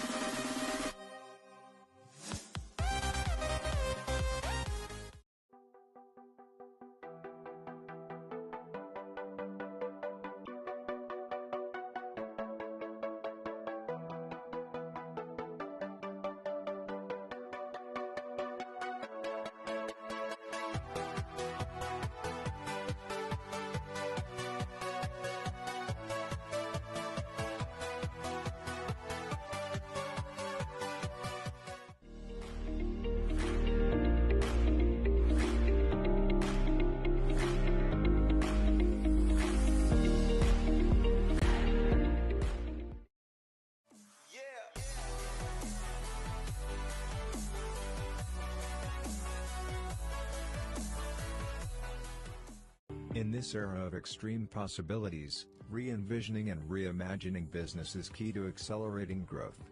Partnering with someone who can deliver more is critical. Yash's customer-centric partnership approach helps customers address myriad challenges and drive business success. Come what may, we combine extensive experience, robust technology expertise, and flexible engagement models to help businesses navigate seamlessly into the era of everything digital. Being consultative, collaborative, and accountable, we deliver more transformative outcomes while hand-holding customer stakeholders. Harnessing our 50 centers of excellence and 3 digital innovation centers, we deliver specialized services to a wide range of industry verticals. Leading industry analysts and advisors recognize our technology strengths, agility, flexibility, and adaptability. Our global workforce, spread across 20 countries, are innovative, passionate, and focused on making our customers future-ready. We are small enough to care, and large enough to transform. With Yash, you realize the power of more.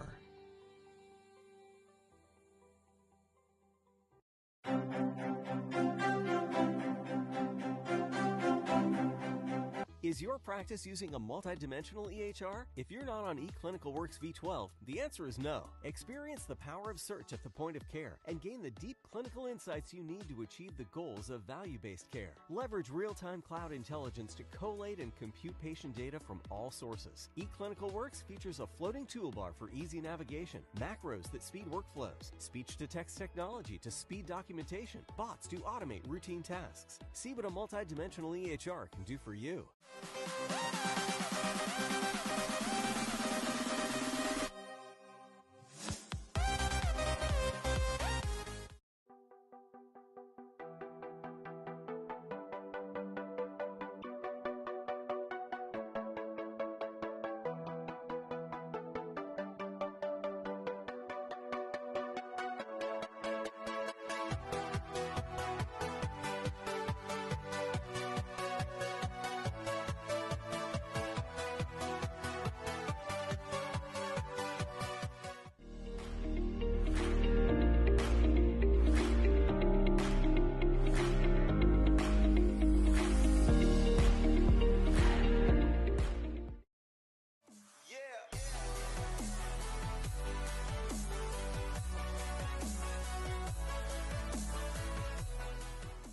In this era of extreme possibilities, re-envisioning and reimagining business is key to accelerating growth.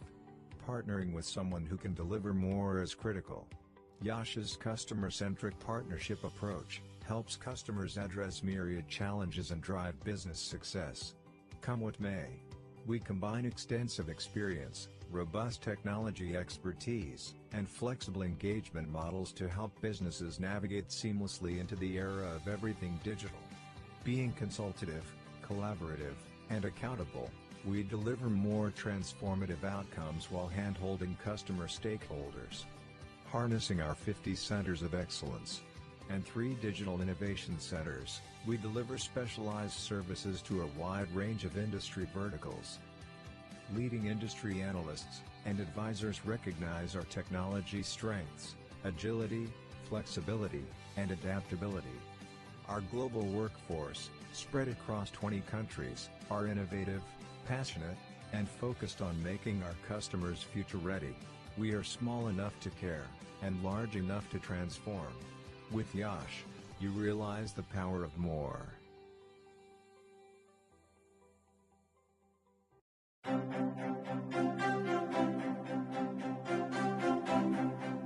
Is your practice using a multidimensional EHR? If you're not on eClinicalWorks V12, the answer is no. Experience the power of search at the point of care and gain the deep clinical insights you need to achieve the goals of value-based care. Leverage real-time cloud intelligence to collate and compute patient data from all sources. eClinicalWorks features a floating toolbar for easy navigation, macros that speed workflows, speech-to-text technology to speed documentation, bots to automate routine tasks. See what a multidimensional EHR can do for you.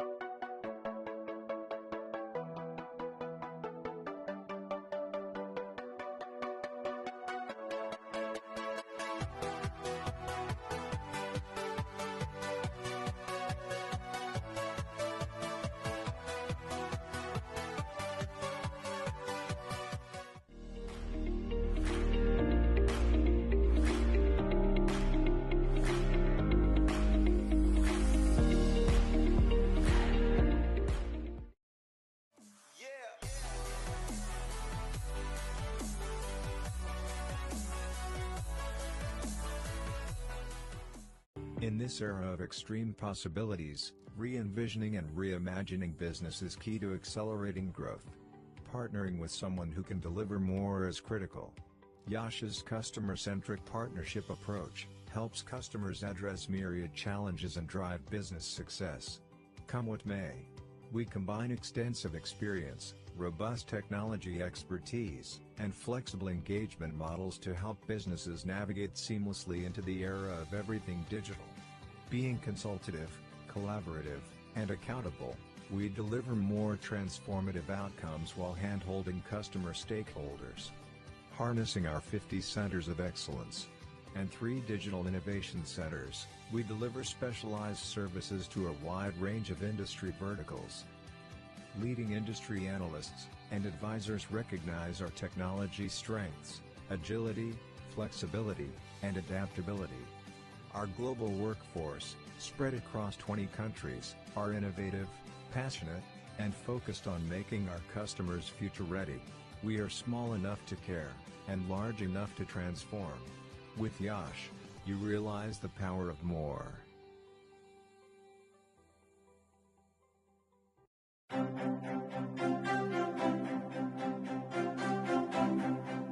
Is your practice using a multidimensional EHR? If you're not on eClinicalWorks V12, the answer is no. Experience the power of search at the point of care and gain the deep clinical insights you need to achieve the goals of value-based care. Leverage real-time cloud intelligence to collate and compute patient data from all sources. eClinicalWorks features a floating toolbar for easy navigation, macros that speed workflows, speech-to-text technology to speed documentation, bots to automate routine tasks. See what a multidimensional EHR can do for you.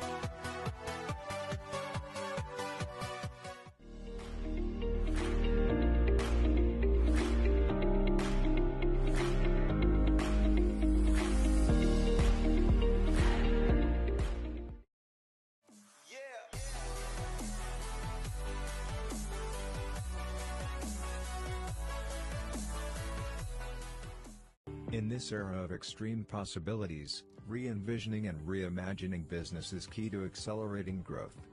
Partnering with someone who can deliver more is critical. Yash's customer-centric partnership approach helps customers address myriad challenges and drive business success. Come what may, we combine extensive experience, robust technology expertise, and flexible engagement models to help businesses navigate seamlessly into the era of everything digital. Being consultative, collaborative, and accountable, we deliver more transformative outcomes while hand-holding customer stakeholders. Harnessing our 50 centers of excellence and 3 digital innovation centers, we deliver specialized services to a wide range of industry verticals. Leading industry analysts and advisors recognize our technology strengths, agility, flexibility, and adaptability. Our global workforce, spread across 20 countries, are innovative, passionate, and focused on making our customers future-ready. We are small enough to care, and large enough to transform. With Yash, you realize the power of more.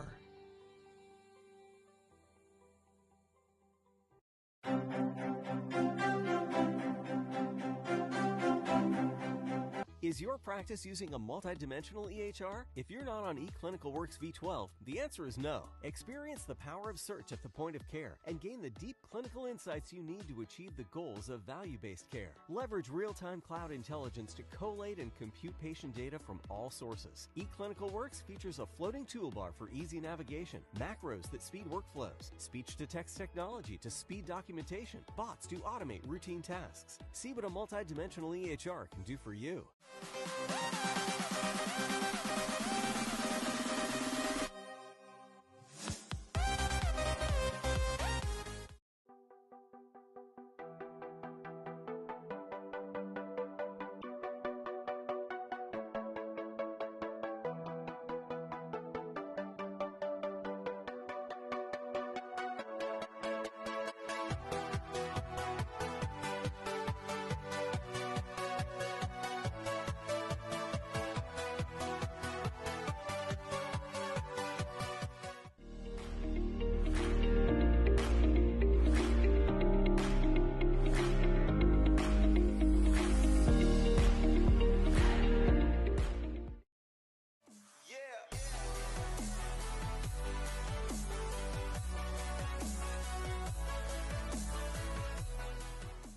In this era of extreme possibilities, re-envisioning and reimagining business is key to accelerating growth. Partnering with someone who can deliver more is critical. Yash's customer-centric partnership approach helps customers address myriad challenges and drive business success. Come what may, we combine extensive experience, robust technology expertise, and flexible engagement models to help businesses navigate seamlessly into the era of everything digital. Being consultative, collaborative, and accountable, we deliver more transformative outcomes while hand-holding customer stakeholders. Harnessing our 50 centers of excellence and 3 digital innovation centers, we deliver specialized services to a wide range of industry verticals. Leading industry analysts and advisors recognize our technology strengths, agility, flexibility, and adaptability. Our global workforce, spread across 20 countries, are innovative, passionate, and focused on making our customers future-ready. We are small enough to care, and large enough to transform. With Yash, you realize the power of more.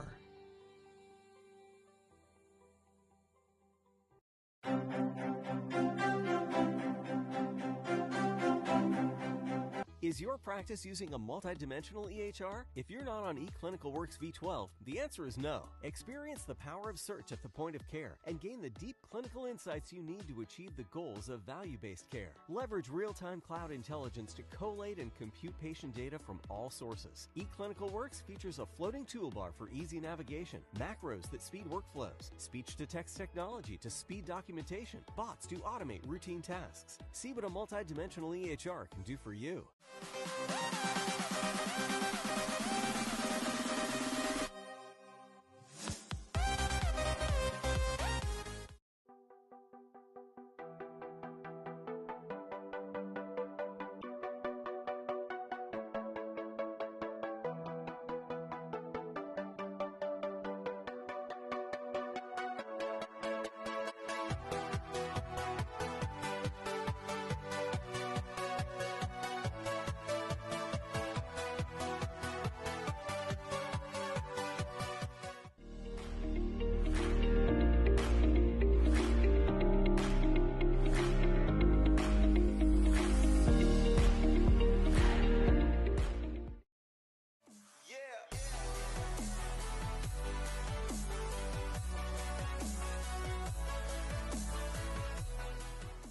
In this era of extreme possibilities, re-envisioning and reimagining business is key to accelerating growth. Partnering with someone who can deliver more is critical. Yash's customer-centric partnership approach helps customers address myriad challenges and drive business success. Come what may, we combine extensive experience, robust technology expertise, and flexible engagement models to help businesses navigate seamlessly into the era of everything digital. Being consultative, collaborative, and accountable, we deliver more transformative outcomes while hand-holding customer stakeholders. Harnessing our 50 centers of excellence and 3 digital innovation centers, we deliver specialized services to a wide range of industry verticals.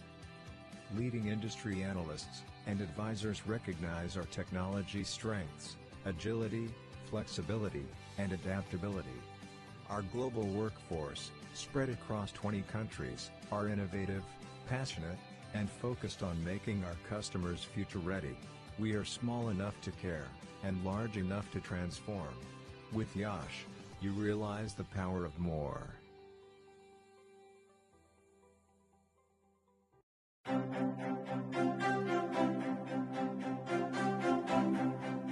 Is your practice using a multidimensional EHR? If you're not on eClinicalWorks V12, the answer is no. Experience the power of search at the point of care and gain the deep clinical insights you need to achieve the goals of value-based care. Leverage real-time cloud intelligence to collate and compute patient data from all sources. eClinicalWorks features a floating toolbar for easy navigation, macros that speed workflows, speech-to-text technology to speed documentation, bots to automate routine tasks. See what a multidimensional EHR can do for you.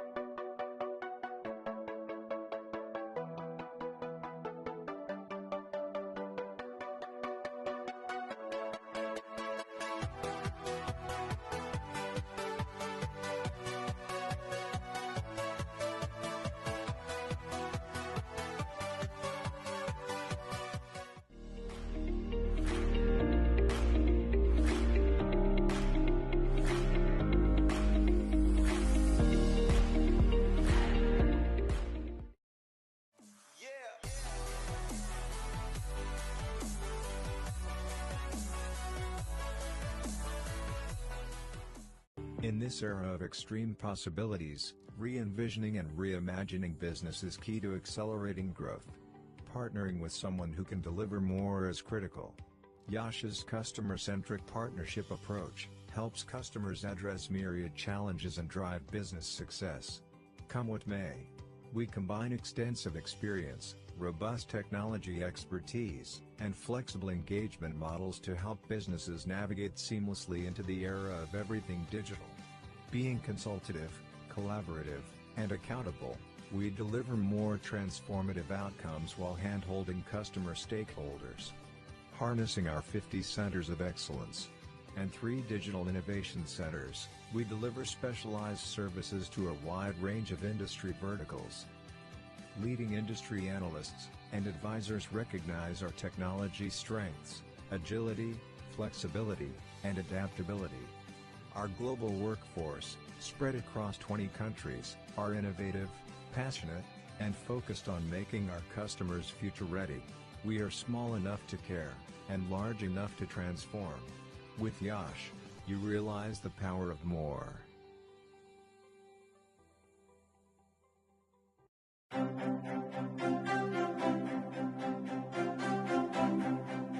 Is your practice using a multidimensional EHR? If you're not on eClinicalWorks V12, the answer is no. Experience the power of search at the point of care and gain the deep clinical insights you need to achieve the goals of value-based care. Leverage real-time cloud intelligence to collate and compute patient data from all sources. eClinicalWorks features a floating toolbar for easy navigation, macros that speed workflows, speech-to-text technology to speed documentation, bots to automate routine tasks. See what a multidimensional EHR can do for you.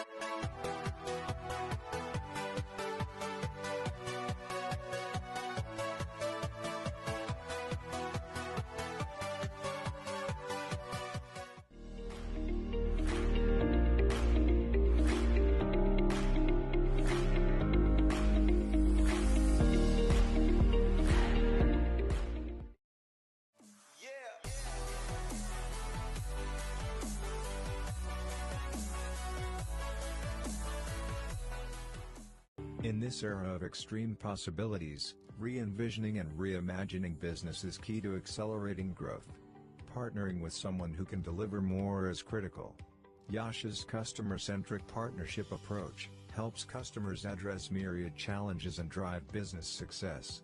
Come what may, we combine extensive experience, robust technology expertise, and flexible engagement models to help businesses navigate seamlessly into the era of everything digital. Being consultative, collaborative, and accountable, we deliver more transformative outcomes while hand-holding customer stakeholders. Harnessing our 50 centers of excellence and 3 digital innovation centers, we deliver specialized services to a wide range of industry verticals. Leading industry analysts and advisors recognize our technology strengths, agility, flexibility, and adaptability. Our global workforce, spread across 20 countries, are innovative, passionate, and focused on making our customers future-ready. We are small enough to care, and large enough to transform. With Yash, you realize the power of more.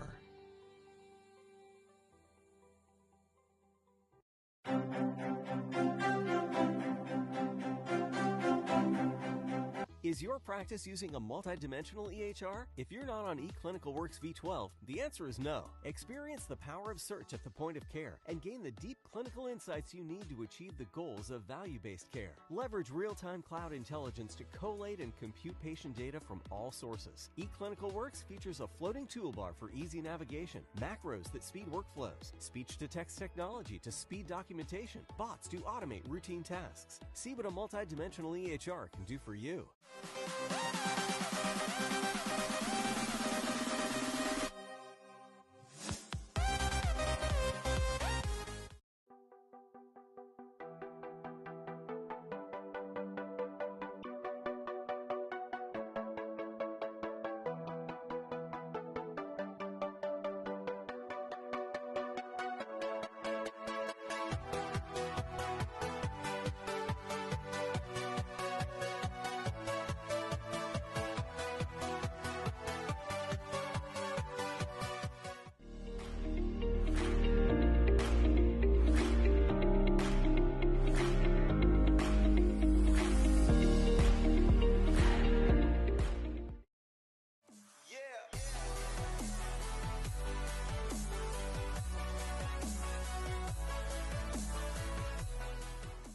In this era of extreme possibilities, re-envisioning and reimagining business is key to accelerating growth.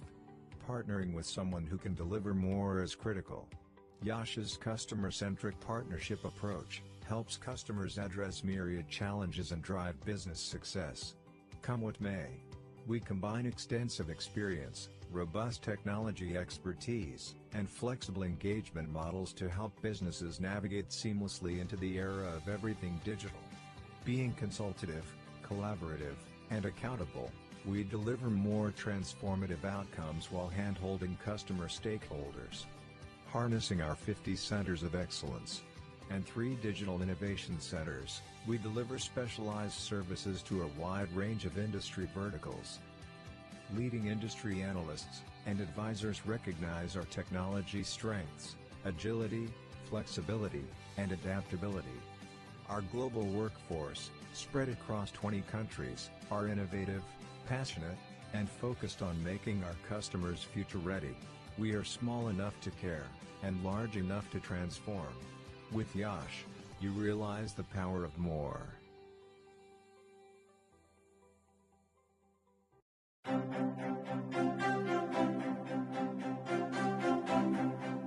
Is your practice using a multidimensional EHR? If you're not on eClinicalWorks V12, the answer is no. Experience the power of search at the point of care and gain the deep clinical insights you need to achieve the goals of value-based care. Leverage real-time cloud intelligence to collate and compute patient data from all sources. eClinicalWorks features a floating toolbar for easy navigation, macros that speed workflows, speech-to-text technology to speed documentation, bots to automate routine tasks. See what a multidimensional EHR can do for you.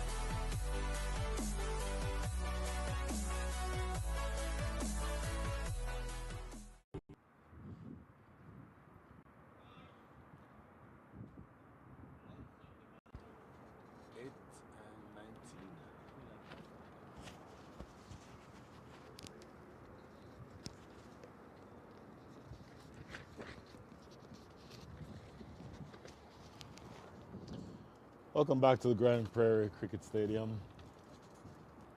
This is going to be the second half of a match that, as of this stage, on balance, you would think is in the favor of the north side, the north versus the west. North zone putting in the west to bat, and the west all out for 187. So the target for the north is 188. But it has to be said that the partnerships, in fact, 2 partnerships put on at the back end of the first innings. For the 9th wicket, Arun Tolador and Captain Sanjeewa Weerasinghe put on 46 runs. And then for the 10th wicket, the back end was put on 39 for that 10th wicket by Sanjeewa Weerasinghe, the captain, and his wicket-keeper batter, Ashish Pathak. So there you see on the scoreboard dominated by Sanjeev Weerasinghe. 109 from 99. He was run out trying to pinch a single in over number 38. But those two names at the bottom there, Arun Tolador 13 from 31, Ashish Patak 8 from 19. Between them, stayed with the captain and put together a really competitive score. May not be enough in the grand scheme of things, but at least it gives the bowlers something to bowl at. There you see, speaking of bowlers, best of the bowlers for me was Nasir Islam, 8 overs, 3 for 26. Sanjay Pandya, 2 for 32, and Dharma Gade, 2 for 28, also chipped in. But really good bowling overall, and it means that the North will have a relatively low target to chase. Doesn't mean that they have to get there. It doesn't mean that you don't get 10 good balls and bowl them out. But I think it does mean that you have to bowl them out in order to win. You're not going to restrict them to, say, 165 for 7. So they're a good batting side. In order to win this, you're going to have to bowl properly. You're going to have to feel like Tigers. And you're going to have to be able to get something going by building pressure that hopefully for you will get wickets. So there's the total scoreboard, or at least the roster of the North. You just saw a quick look at them right there. Bat really well. The openers are decent. Power hitting in the middle of the lineup. So led by Faisal Alam, the captain, who bats really, really beautifully and is a power-packed type of player. So it's going to be interesting to see what approach they take, because they only need to score at the rate of 4.95 runs and over. Less than 5 runs and over, you need 188 runs in 240 balls. So in theory, that's relatively doable. But the bowlers will have something to say about that, starting with the fast bowler slash commentator Arun Tolador. You heard him here in the commentator's booth earlier on. And he, I think, is going to be key, because he's bowling to now the left-handed Monapa Utaya. Monapa Utaya is a left arm or left-handed batter, and sort of counterintuitively, Arun Tolador swings the ball away from the left-handers. So the typical right-handed fast bowler would bring it into the right-hander through the air, but Arun Tolador swings it the other way. So this will be an interesting matchup. You need wickets and you need them fast. 2 slips and the gully in place, full and driven down the ground for a single. So in this stage of the game, the first 14 overs are the power play overs. And inside the power play overs, you are only allowed 3 fielders outside the 30-yard circle. So for the lefty, the 3 fielders were at deep cover. Were at long on, long off.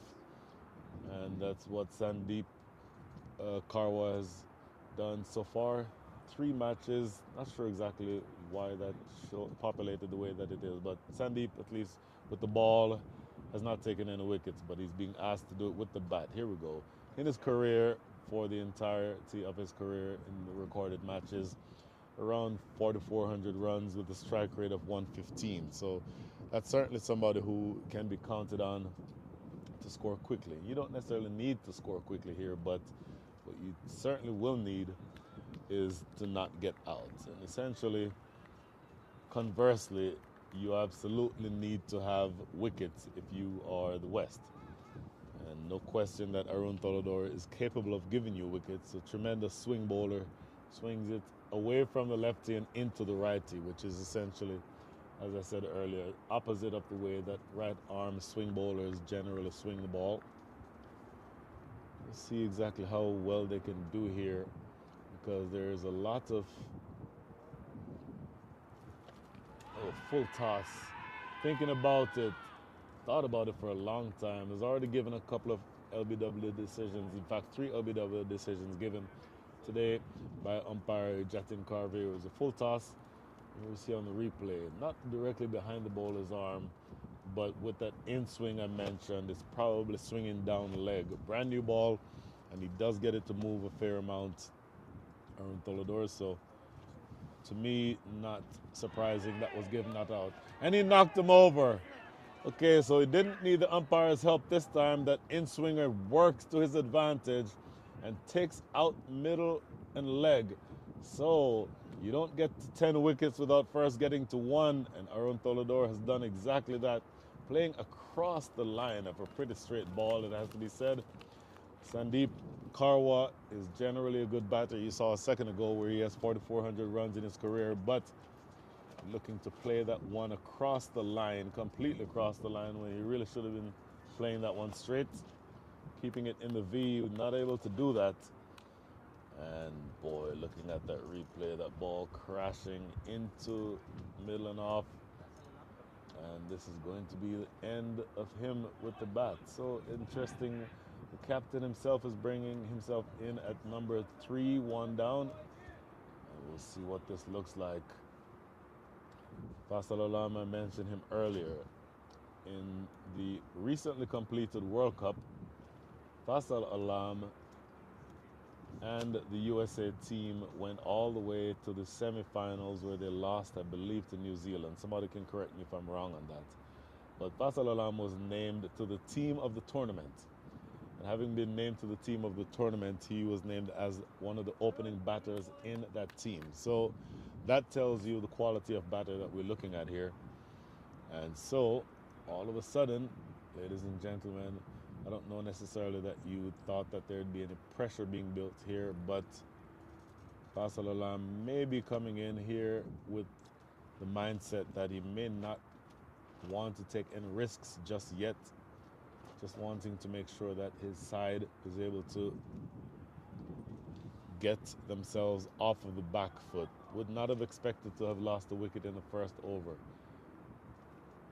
Down the leg side, that is a huge appeal and is not going to be out. Look at that. Arun Tolador really wanted that wicket. He ends up next to the slip fielder in his follow through, running all the way down the pitch. Again, he's an in-swinger. That ball is certainly going down the leg side. So if Arun Tolador became the commentator instead of the bowler, I think he would have a different decision. No way in the world that that was hitting the stump, so it's not LBW, and it was clearly off the pad, so it was not caught behind. So all it is just a very loud dot ball. Next delivery, full and driven into the extra cover region for no run, but a successful first over bowled here by Arun Tolador. 1 wicket and no run, and 1 run taken. So after 1, the score is 1 for 1.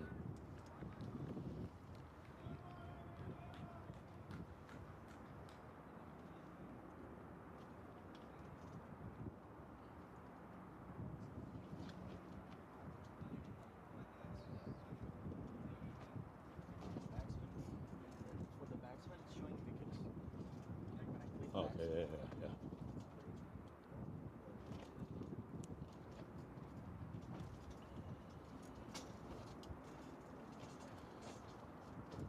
So 1 over in the books, another 39 to go.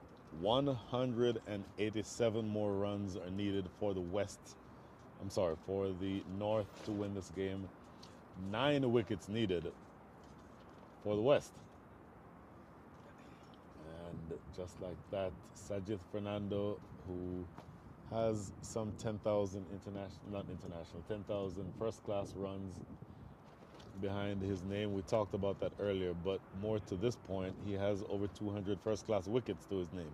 So he's a very nagging, accurate type of bowler. And even though he's a spinner, you can be comfortable bringing him in the power play because he generally is very difficult to score off of. So it's going to be an interesting chase. Starting out on the back foot already is the North. I mentioned that they bat very well and bat very deep. And I don't know that you will really find a lot of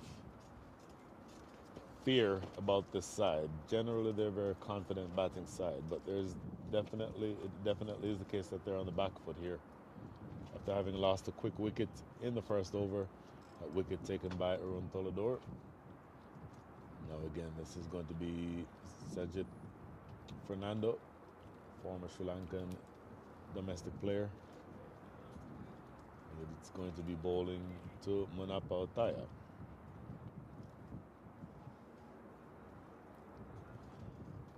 It's taking a little bit of time to get settled here. Umpires are going to want to be mindful of the fact that players are taking a little bit of time to get this game going.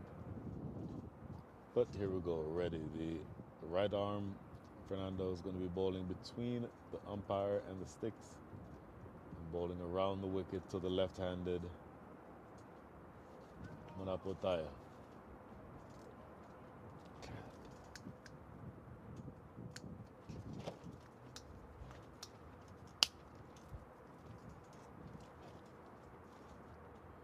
Around the wicket. Looking to cut this away, appeal for a catch, thinking about it. He's thinking about it. Not given. I will tell you what, the West is really enthusiastic, and I would probably argue over-enthusiastic with the appeals. An umpire is not going to like the keeper coming all the way into his face, past the bowler to appeal. And I don't know that that's what you want to see. So any kids who are watching, you're allowed to ask the question of the umpire, but once the umpire answers, that's the end of the conversation. I don't know that the umpire will be very happy with you running down all the way down to the wicket to ask the question, or to continue to ask the question after the decision has been made. So this is a dot ball, a very loud dot ball once again. Next delivery, tossed up outside the line of off. You need wickets and you need them fast. So here is a slip fielder in position. The right-handed Sajith Fernando is bowling to the left-handed Manapotaya. So you would not be surprised to see a slip fielder in position, because any turn will be away from the left-hander. Going in onto the back foot. 3 consecutive dot balls to start over number 3, make that over number 2. So there have been 9 deliveries bowled in this innings, and 8 of the 9 have been dot balls. Tossed up and hammered down the ground, straight to long on for a single. Good sounding shot coming off the meat of the bat. Now the line of attack, one would think, would be different with the right-handed captain and big hitter Fasal Alam on strike. In fact, he now goes over the wicket, which is what you would expect to the right-hander Sajith Fernando. The left-hand right-hand combination is going to be an important factor here, because you can't go all out on the attack, at least not yet. But even though, as I said that, you know that there are 2 slip fielders in position. Let this one go by outside the line of off. Don't usually see 2 slip fielders to an off spinner bowling to a right-hander, because that ball usually turns into the right-handed batter. So that tells me potentially he has a variation in his armory that will allow him to turn the ball away from the right-hander. Doesn't matter here, that's just a dot ball to close things out. So 2 overs up, 2 without, in fact, 2 for 1. So good economical start here by the West. And you don't take 10 wickets without first taking 1, which is what I said earlier. Now you're looking for a second. You're certainly in that mindset. At the end of 2, the score is 2 for 1.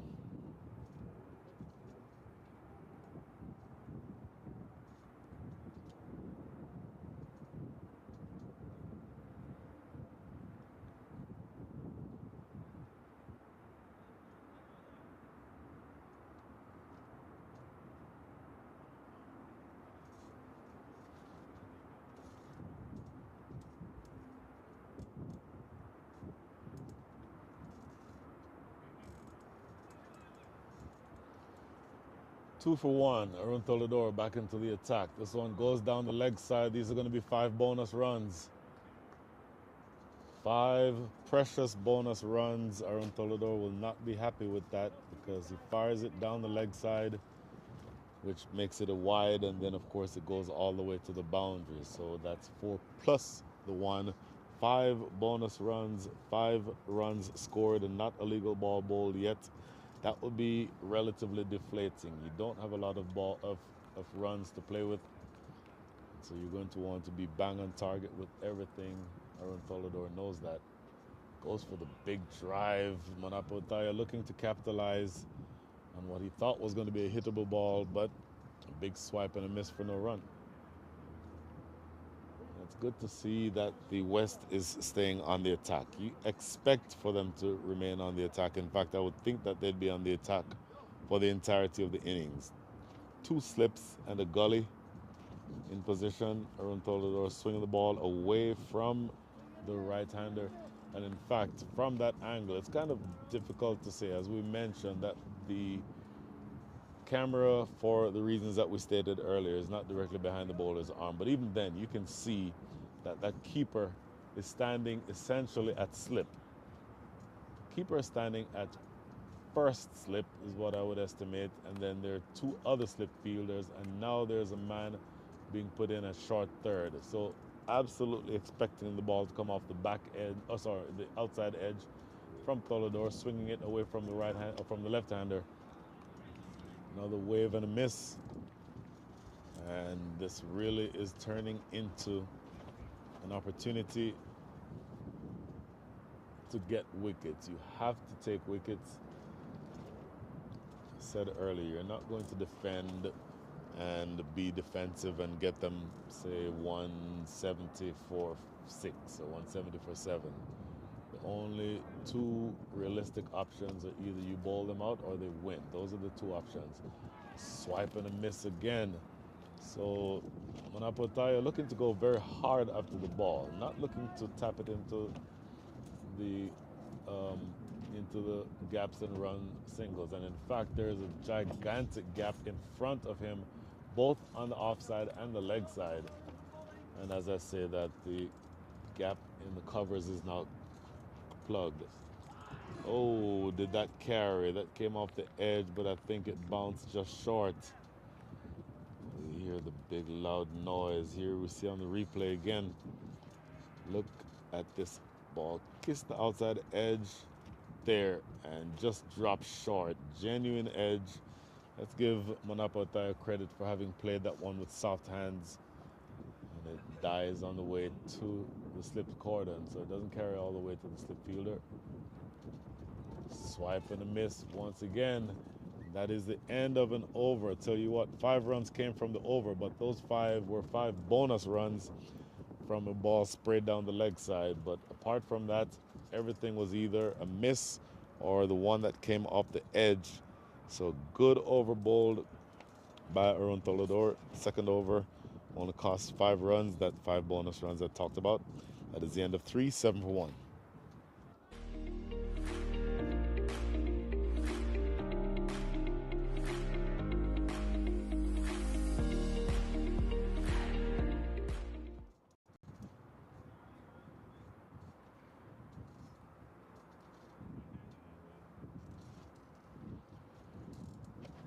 Seven for 1, and it's going to be Sajith Fernando to continue. Manapotaya has faced 11 deliveries, scored 2 runs. This one is floated up there, hammered into the gap. That's going to be 4.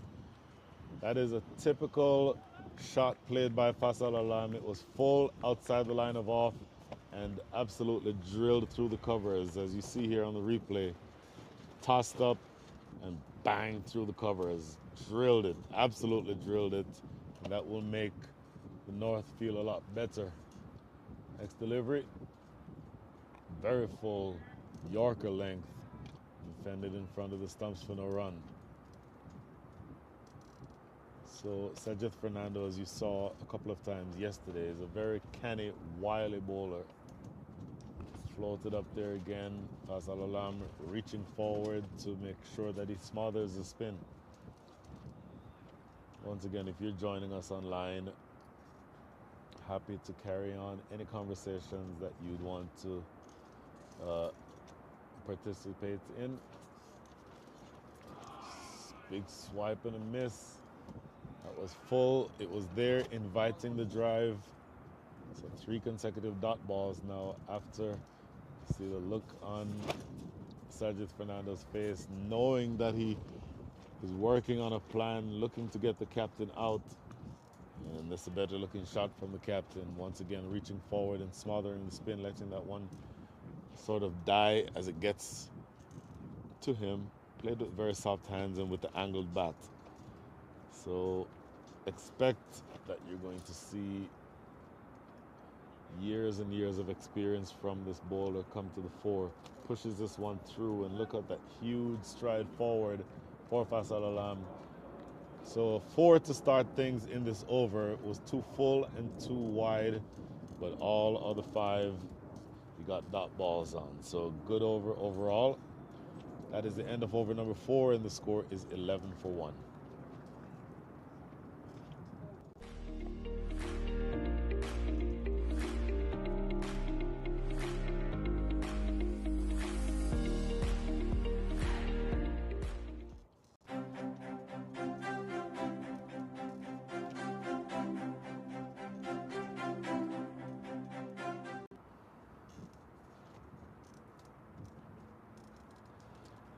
Arun Tolador again, 2 overs, 1 for 6. Ball in his third. Oh, goes past the outside edge yet again. He's very consistent. That ball is right on the off stump line and then swinging away. So once again, that's why you have those 2 slip fielders, the 2 fielders to the right of your screen. And in fact, if you see where the keeper is standing, he's essentially standing at slip. So you could, for all practical purposes, say that you have 3 slip fielders.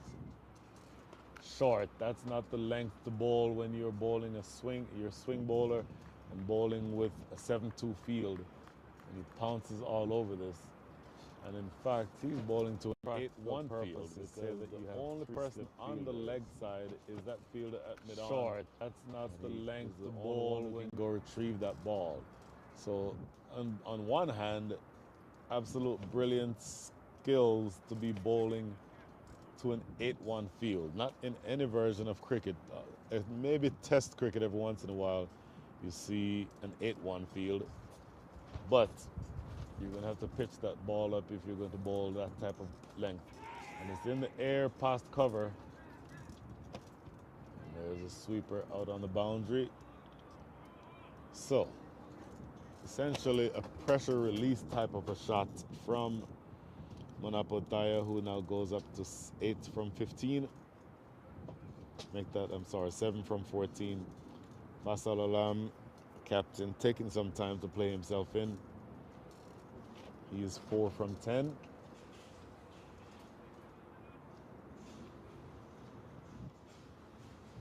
Next delivery, played into the onside.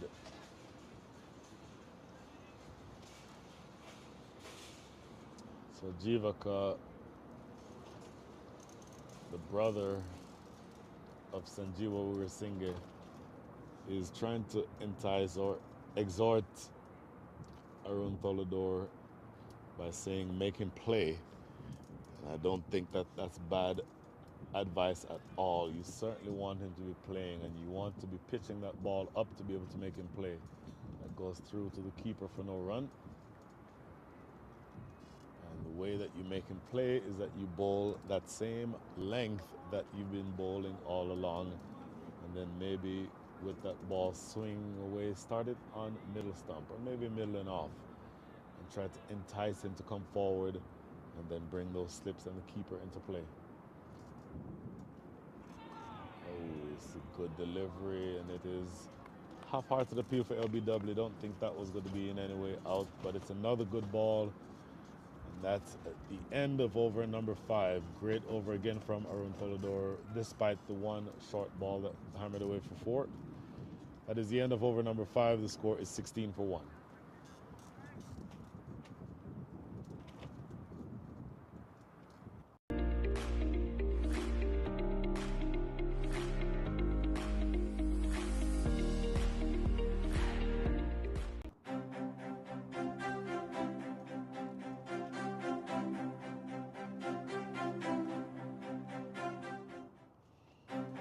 So 3 overs bowled by Arun Tolador.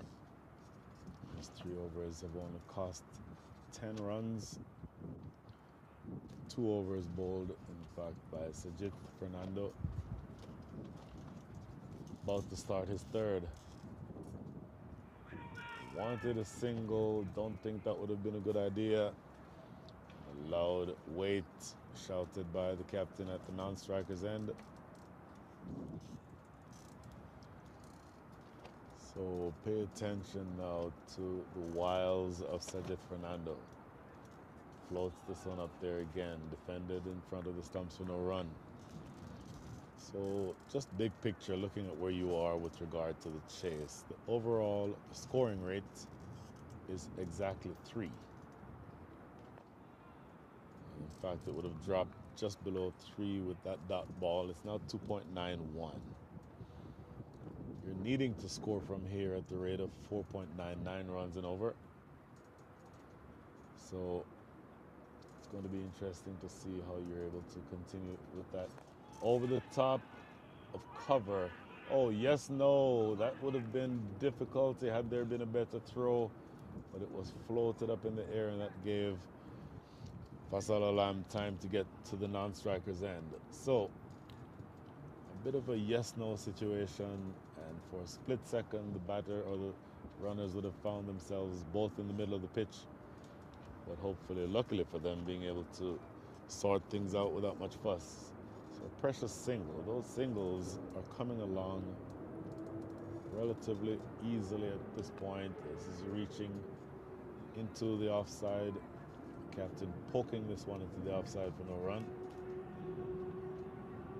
And 1 ball now remaining here in over number 7.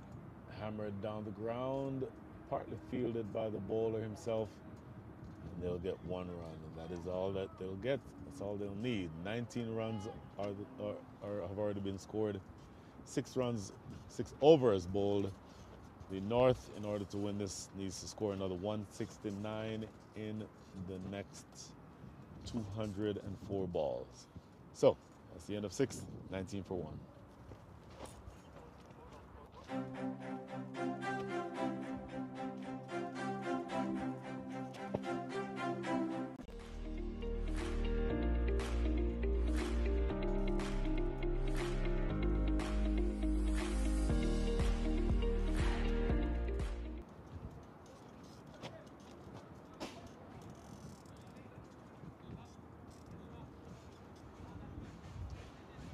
Arun Tolador bowled his entire spell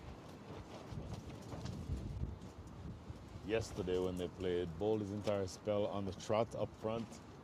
I would suspect that he may try to do the same thing here.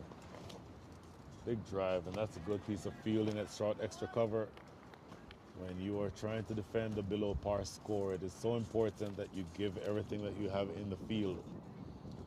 Bearing in mind what this match would represent. So the match, the standings as of right now, the North are the top team in the tournament. They've played 2 and won 2, so they have 4 points. The West is tied for the second, and that's driven into extra cover for no run. So the West has played 2, they've won 1 and lost 1, so they have 2 points. If the West wins this game, then they will be tied with the North at the top of the table. The North will be ahead on net run rate, but they have the similar amount of points. This is driven to extra cover. Oh, that gets through the fielder out there for 4. Double teapot there by Arun Tolador because he knows that that should have been stopped. And he's expecting for his fielder at long off to do better than that. So here's the table we're talking about. The North played 2, won 2. West played 2, won 1. So each of them, were the North to lose this and the West to win, they'd both be tied with 4 points apiece. The North with the better net run rates would then, I would think, be the champion. But of course, the South has something to say about that because they also play this evening. If this game is won by the North, and again, I'm not a betting man, but I would think, as of right now, I'd prefer to be in the North's position than the West's. But if the North is to win this match, then they essentially are the champions no questions asked, because then they'd have 6 points and well clear of any of the other sides. So that's where you are, big picture, in terms of where we are in this stage of the match. 24 runs with 2 balls remaining here in over number 7. In the air, catch it is the cry, but it's over the head of that man at extra cover. They want 2, they come back for 2, and they'll get there without much trouble. So, it'll be interesting to see how this turns out from here, because from the standpoint of looking up at where you are, and you're needing to have wickets, so you want to pitch that ball up to induce the drive, but he's gone for a few runs already, and then that's well played. That's played into the outfield. This is going to be Uzair Nana who's after it. They could potentially have gotten 2, but they decided to just settle for 1. That's a single that closes things out in over number 7. 8 runs coming from the over, so a productive over from that standpoint, and the most expensive over bowled so far from Arun Tolador. That is the end of over number 7. The score is 27 for 1.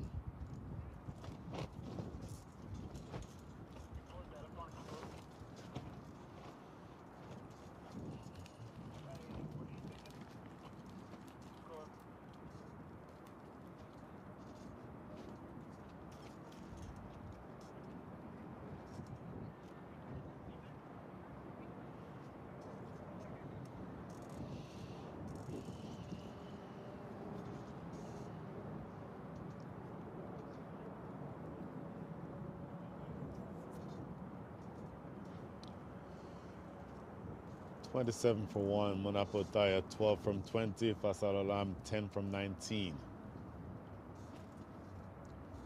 So just Fernando back into the attack. Played this late. He'll get a single here. Throw coming to the non-striker's end. Pretty straightforward single taken there without much fuss. And so you're needing to go at this stage, if you are the North, only at the rate of 4.87 and over. So that is, in most circumstances, easily doable. 160 runs needed in the next 197 balls. Goes for the big drive. Fasal Alam and misses out. This is a little bit wide of circumstances. Easily doable. 160 runs needed in the next 197 balls. Now they're going on. Goes for again. 2 slip fielders in position. Off the edge, they wanted a single, but not their direct hit. In fact, now they can go for a single. And in fact, there's, to me, among all of the rules in cricket that would make no sense, is that if a ball is thrown and hits the stumps directly, it's still a live ball that you can then run on. I think when you do that, you are punishing the fielding side for having a good throwing arm. If you made me king of cricket for a day, I would make a rule that says if the ball is hitting the stumps, or if the ball hits the stumps directly, then it becomes a dead ball that the bowlers cannot, or the runners cannot run on. Big hit down the ground, but catchable. What a clean catch. What an absolutely brilliant catch. It was lofted in the air by Manapotaya. The fielder running in from long on. Look at this. Dragging it down to long on, and he came in off the boundary and took it very low. That is not an easy catch in any circumstances, and that is a brilliant, brilliant catch taken. So Manapotaya falling 13 from 21. He looked aggressive. You might argue that he looked a little too aggressive. He was very much wanting to get after the bowling. Many plays and misses, and in fact not just plays and misses, big swings and misses, and that results in him finally spooning a pretty straightforward catch. In fact, I say it was a straightforward catch. It was not hit very far, but it took some catching, and that was a brilliant catch taken in the deep. So that is the end of Manapotaya. He's now being replaced by the former USA all-rounder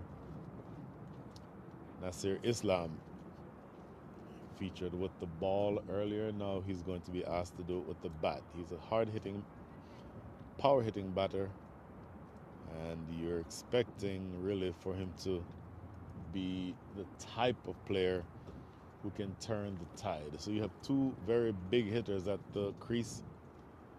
Nasir Islam again, and then he joins his captain Faisal Alam. Faisal Alam now the senior partner, 11 from 21. Big picture here, 29 for 2 though. So this is going to be a difficult situation being faced. And you're going to have to figure out a way to prize out more wickets if you are the North.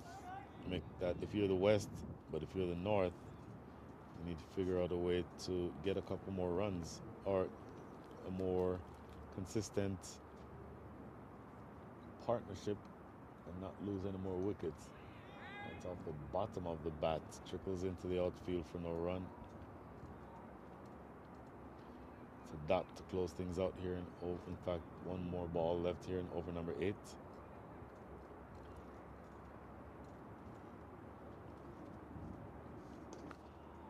He just puts his head down and makes sure that he plays it defensively. So 2 runs and a wicket. A successful over bowled that time by Sajid Fernando. His figures so far, 4 overs, 1 for 10. So going at a rate of 2.5 and taking a wicket is exactly what you'd want from your senior spinner. That is the end of over number 8. The score is 29 for 2.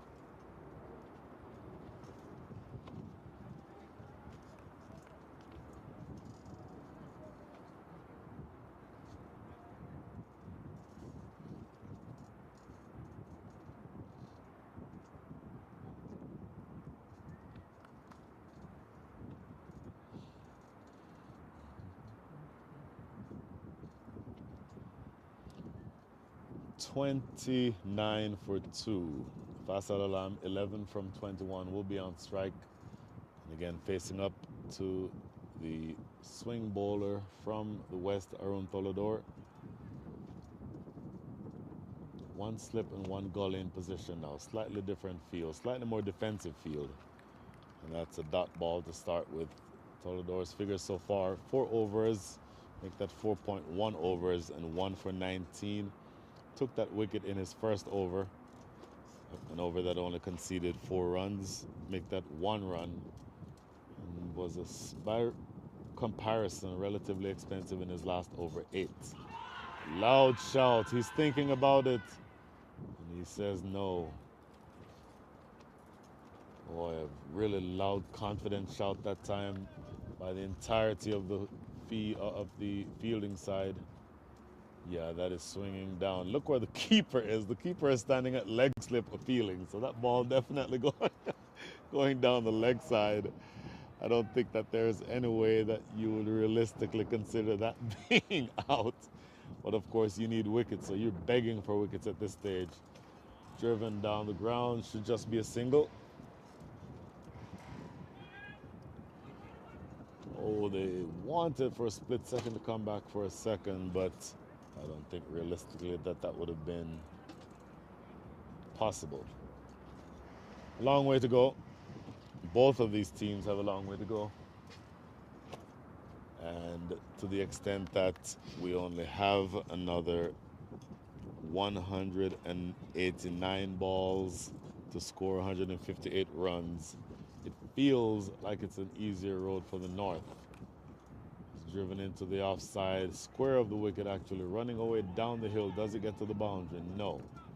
Just a couple of runs though. And every single that you can take here is an important one. And for those of us, or those of you who have joined us on chat, it has been really wonderful to be able to interact with you online. But in a few seconds, I think I'm going to be joined by somebody who can actually communicate with me face to face and help me describe what's going on in this match. So, good afternoon, sir. Say hello and say who you are. Good afternoon, everybody. Ravi Suri here, voice of Brian. attracts you to come and join him. I think I said this yesterday. I'm going to have to end up paying all of you for all of these comments. And by the way, I mentioned that we wanted to ask for comments online. I'll say this comment after this delivery. In the air, Jewel just landing short. That could have been disastrous. Nasir Islam has this one to stay in the air for much longer than he would have liked. But luckily for him, it falls short. And that is the end of over number 9. We'll get back to the comments online in just a second. That is the end of 9. The score is 32 for 2.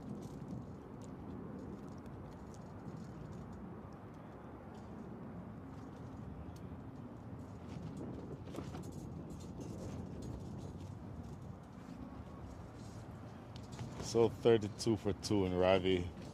I mentioned the comments online. I'm looking at the most recent comment that was sent about a minute ago. Okay. Miss Sincere Welch is viewing from the Caribbean. Wow. That is so nice. I am going to say that I know exactly who Sincere Welch is. When the over 50s went to Barbados last year, Right. first of all, they have very good umpires there. But Yep. the one umpire I'm thinking of, this is swept away in the air around the corner. In fact, doesn't get a good amount of bat on it. It's rolling toward the boundary. It will not get there, so they'll stop at 2. But back to what I was saying. Among the umpires who were in operation in Barbados last year while the over 50s were there is an umpire, female umpire by the name of Sheena Welch. Okay. And she was and is as good an umpire as you will see anywhere, not just in the Caribbean, but just in cricket at all. She's Awesome. a wonderful umpire. That's who Sincere Welch is, and she's taken time away from umpiring cricket matches in Barbados to watch this match. Absolutely awesome to hear that. And talking of Barbados, I was there with the over 60s team just the beginning of this year. Uh-huh. And our manager on tour was one Mr. Spencer. Uh-huh. And he is a gentleman of the highest order. A lovely shot. Lobbed down That the was ground, but catchable. Oh my goodness, he put it down. uh, Did he just drop the match? That was Fasal Alam. You don't ever want to drop anybody, but certainly not the biggest hitter in the entire side. And you that could can be see a very costly error. it would be, because looking at the replay, you saw he wasn't exactly judging it to perfection, and then ended up trying to take the catch from his knees. He will not be happy with that. That is Sonny Singh himself, actually, who is a really good He took it fielder. outside. No, I would give him the benefit of doubt with the wind. When the shot left the bat, it appeared it's sailing beyond the boundary. There's a heavy wind right now, and Fazal hit that against the wind. And you could make out the ball was dipping as it reached the fielder. I really thought this was going to clear the fence by a few yards. But I think the heavy wind held the ball back, and the fielder couldn't judge it. That is actually a good observation, because the wind has picked up a little bit, coming in from the north. Yes. So it's He was in hitting fact, no, I'm into sorry, the it's wind. coming from the south. Yeah, he was hitting So into the it's wind. hitting it into the wind, hitting from the northern end of the ground into the wind. And so that's exactly what would have held it up. Yes. So going back to Barbados, and another gentleman whom I met there was our manager Spencer. He was such a wonderful person, helped the team in every small way. He was into nitty-gritty, looking after the team's needs and interests, an absolute brilliant human being. And he himself is a cricketer who played in the Boston region, a medium pacer. And peculiarly what happened on the tour was towards the mid or end of the tour, we started having some injury concerns. A few of our players got injured. And then we almost played the manager because he was the quickest bowler of the lot. Any Caribbean, you can count on that. He'd be quicker than anybody else in the team. And we almost played the manager on that tour with the injuries that we had. And Who that was the man, manager? Spencer. Spencer. He Okay. was the so same one you're quick. talking about. Yes, He was so quick in the nets. We just want to check him out. And he was pretty much unplayable. Well, he's from Barbados. Barbados, yeah. I can tell you, for one, for my money, and I'm not just saying this because I'm from the Caribbean. Yeah. Best fast bowler who's ever played cricket, for me, is Malcolm Marshall. Yes, sir. I would have accept that. Yes. There will be people who have higher number of wickets. Yep. There's maybe one or two with a lower average. Yes. For me, the best all-around fast bowler ever was Malcolm Marshall. Yes. And of course, Absolutely. you're also talking about the island that produced Joel Garner. Oh yeah, legends. So many legends from there. Yeah. Short That's and a pulled away brilliant for shot. four. That's not going to... When you talk about Caribbean flavor, that's the shot you want to see. Exactly. A Now- pull to square leg is a beauty. Now, if you are Arun Tolador and you have the pace that that you have, Yep. you're not express, but you're swinging it around corners and Yeah. you're swinging it into the right-handers. Yep. You have to be bowling full. Yes, You can't bowl that length that the batter can go back on the back foot and pull you away. Arun has been actually bowling a tight spell so far. This is one of those loose balls that he gave, and Fazal in this form would pounce on anything loose. And Arun has been depending. Yeah, there you That's go. the length I was talking about. Yes. Full Yes. and in the block hole. He plays all around it. Absolutely. And the happiest person on the field right now is who? That was the captain's and Arun. No. The happiest person on the field is Sunny Singh. Oh yeah, he dropped the catch. He That's dropped a good the one. catch, but Faisal Alam would does agree with not that. make that count.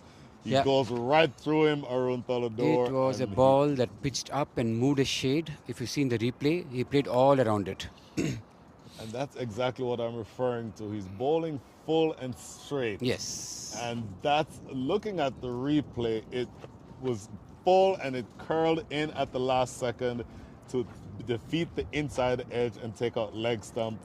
That's why there should be nothing that is pitching shorter than, say, 3 or 4 yards. If you have the ability to swing the ball that much, that's how you need to be bowling. This match has now come to a very interesting phase. Yes, it has. 39 for 3. And obviously all credit to Sanjeeva for playing an outstanding captain's knock. Yes. To pull the team from 9 for 3 to 181 or 2, whatever the score is. Exactly. And they were 186. at various stages. It was 187, 9 for 3, 50 for 6, and I think 88 for 8. And then the last 2 wickets added 100 runs, close to 100 runs. And Sanjeeva edged out a brilliant 100 that showed his class, temperament, and patience and game awareness. I think all of those came into play when Sanjeeva batted. And now it's interesting to see, Brian, how North would cope up with this situation. They've never been put at a score of 39 or 40 for 3. The earlier games that they played, they got very good starts. They were easily maybe 100 for 1 or 80 for 1 or 2.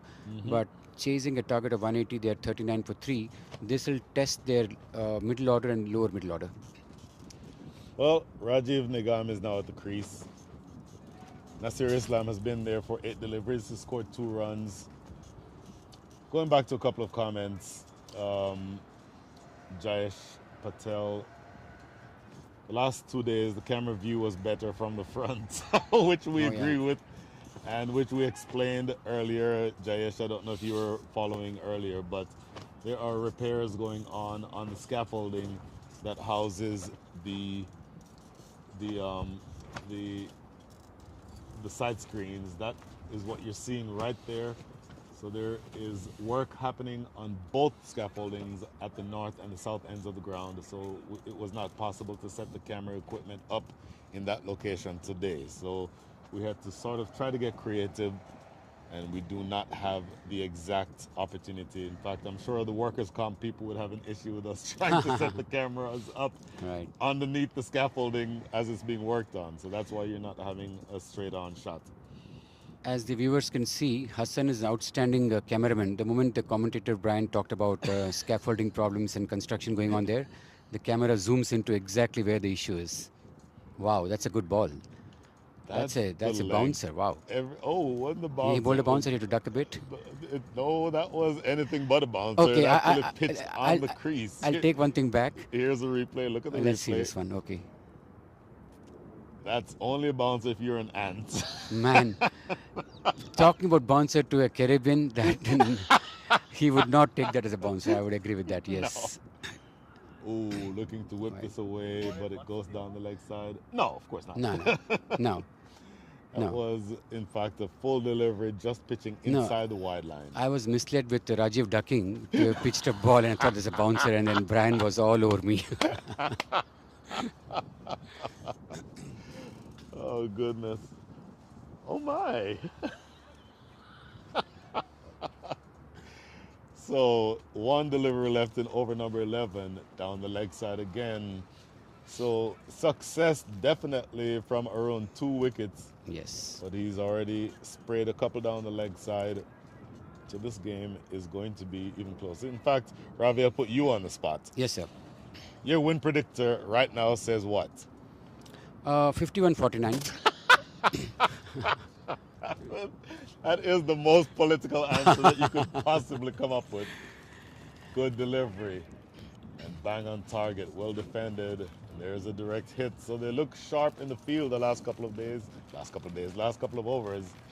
And that is the end of over number 11. The score is 41-3. I'm a big believer in momentum in a game of cricket. I think the way Sanjeeva played towards the later half of the innings and the support he got from Arun. And then you also know that some cricketers just have that day belong to them.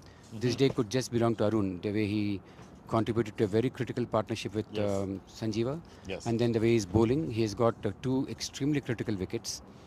And I can think of just 1 or 2 bad balls in the entire spell till now. That short ball to Fazal, but he compensated by bowling a beauty to him after Yep. that. Completely agree with all of that. So, staying with the hot hand, this is going to be Sajid Fernando to continue. He's bowled 5 overs so far, 1 for 13. Floating this one up there and driven down the ground for a single. This is a game again which is tuning up to showcasing the experience. Experience is a huge factor in cricket. Yep. Nazir Islam played for the country way back in 2005 or 4. In fact, he was a member of the team that participated in the World Cup in England. And Nazir played for USA team at that time. His experience, I think, hopefully will come to the show as far as the North team is concerned. As a neutral, it doesn't make any one way or the other. I'm looking for a good game. And if Nazir can bring a calm head, he may help the team wade through. These are troubled waters at this time. Now, having said all of that, and everything you just said is accurate. If you are the North, you tell yourself, we just lost 3 quick wickets. The other side has their tail up, but we still only need 5.07 runs and over. A run a ball from here wins this match. Yes. So just tell yourself, we do not need to lose wickets.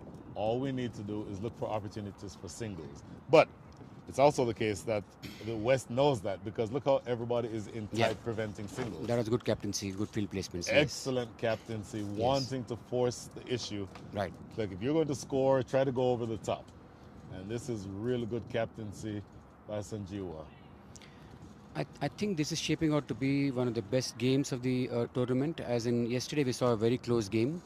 But Central East sort of fought back towards the later half or the end of the innings. In the beginning, they were looking out of the game.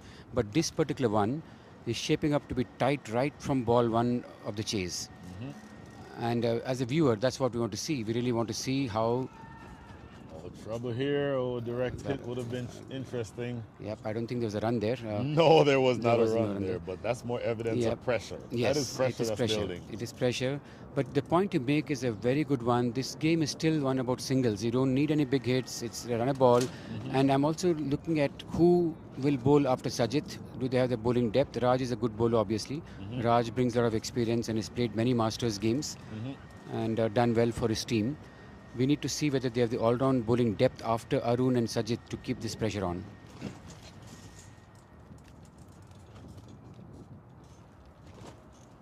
Well, so 2 balls remaining here in over number 12. And Miss Welch says, a good wicket, well bowled. The tide is shifting like the seas. Wow, nice phrase. I could not agree with that one. more.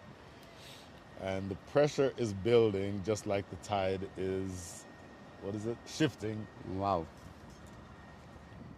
And another dot ball here could really mean more pressure, and that's exactly what you've got. 1 run comes from the over.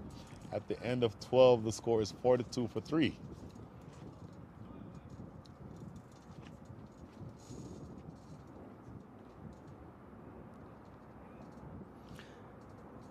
I'm sure all those who are viewing this game and giving their comments on the chat will agree. The game is getting even better thanks to the voice of Brian and thanks to his comments. Oh my goodness. Again, I'm starting to be embarrassed with all the compliments. I do it because I love it. It really is that simple. I have followed one principle, particularly at the game of cricket. You see something, or you hear something good, or you see something good, acknowledge that, talk about it, write about it. I've been a cricket writer for almost 20, 25 years. And anything good I see on the field or I hear on commentary or commentating or comments, immediately it's heartfelt and it's genuine. Thank you, sir. I really appreciate you saying that. So, where we are now, Nasir Islam becomes, I think, very important. 4 from 10 hasn't been there for very long. And Rajiv Nigam has scored none from 8. So the pressure continues to build as everyone comes inside the circle. Literally, every fielder is inside the circle. They are determined to not let any singles be scored here. He goes for the big swipe. Wow, that's interesting. Now, that's not actually a bad option because he's hitting from the southern end of the ground. And the wind, as we mentioned, has picked up and it is coming from the south. So if he elevates the ball in the air, it will be helped by the wind. And with mid-on and mid-off inside the circle, again, everyone on the field is inside the circle. Essentially, it can be a risk-free shot. But of course, that requires for you to actually play it. So, interestingly, clipped away around the corner for 4. Just a touch too straight. Once again, Arun Tolador swings the ball into the right-handers. So in order for him to have this ball do what it needs it to do, he needs to start it outside off. This is just a full toss on the pads, swinging down legs. So all of that adds up to 4 runs. And so looking at where you are now, you need another 147 if you're the North. 7 wickets in hand. And again, you've lost 3 quick wickets. That will bother you. But it's also the case that you only need another 141 in 165 balls.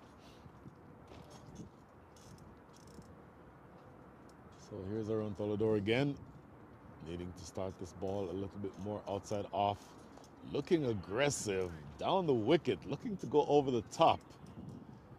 I would suspect that you might see a field change sometime soon because it appears as though Rajiv Nigam is determined to hit himself out of trouble. Because certainly he's been tied down for the last several deliveries. He has 1 scoring shot, that was a boundary. But this now is good captaincy because he's kept the long on, mid-on and mid-off still inside the circle. Square leg is back on the boundary with that ball swinging down the leg side. That's probably why he's put that man in that position. And so 1 ball remaining now in over number 13 in a match that all of a sudden is becoming very interesting. Arun Tolador into his 7th over. He bowled yesterday, 8 overs on the trot. Of course, 8 is the maximum amount that you can bowl. Short of a length, goes by the outside edge, collected by the keeper. That is a dot ball that ends things here in over number 13. It scores 47 for 3.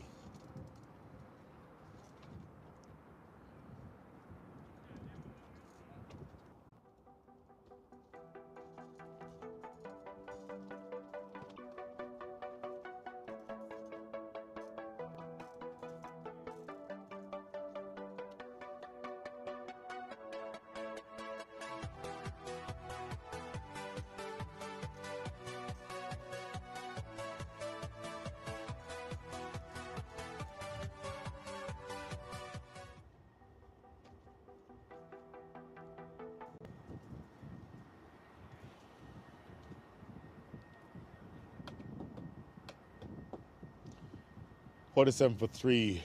Both opening bowlers appear to be bowling their full spells. And why not? You have nothing to hold back for. You want wickets, and the ones who appear to be most likely to take wickets are your opening bowlers. One fast bowler and one spinner. Sajid Fernando in the air. Oh, he put it down. It was not an easy catch, but I think he'll tell you that he should have held that. It was to his right, so to his strong side. And he almost pulled off a spectacular catch, but again, he's played first-class cricket for a really long time. Even at 50-plus years old, he will tell you that he probably should have taken that one.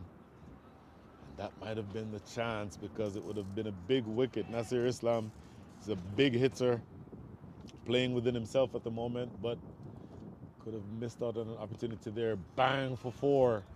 So insult to injury. Gets this one a little too straight going down the leg side, and he helps himself to 4 runs, and that brings up to 50. So 51 for 3 on the board. Another 137 needed for victory. Nasir Islam now 8 from 12. He's been there for a while. Could have been dismissed the previous delivery. He was not dismissed. And all of a sudden, he cashes in on a ball that's too straight from Sajid Fernando down the leg side and put away for 4. So let's see what he does in response. In the field, you have a mid-on or long on and long off. Those are the 2 outside the circle. In the air, 4 more. A full toss this time, and easy pickings for Nasir Islam, who is a big hitter. I've said that a few times. You don't need to help him by bowling those types of deliveries. There's evidence, good camera work again by Hassan, who shows you exactly where that ball went. Dead straight to mid-wicket. It was full, it was on the pads, and it was expertly put away for 4. So 2 big pressure release types of shots. 1, 2 straight and the other 2 full, both played away in similar areas of the ground.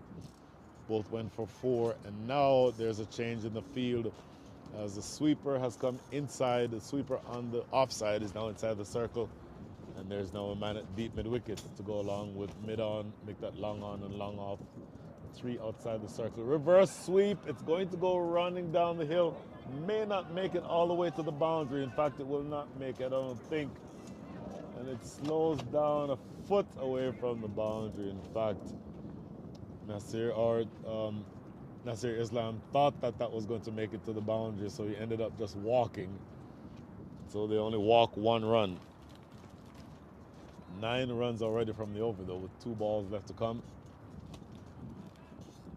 And I will tell you that this match has changed in momentum in the last 4 deliveries, because Nasir Islam essentially was dropped. It was a difficult chance, but it certainly was a chance. And now 2 slip fielders in position again, and everyone inside the circle again, as they're really trying to put the pressure on Rajiv Nigam. Well played, defended in front of the stumps for no run.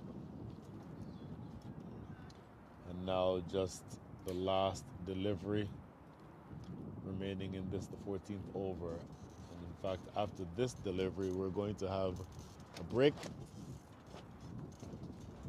This is played in the backward point area for no run. That is the end of over number 14. That is the end of the power play.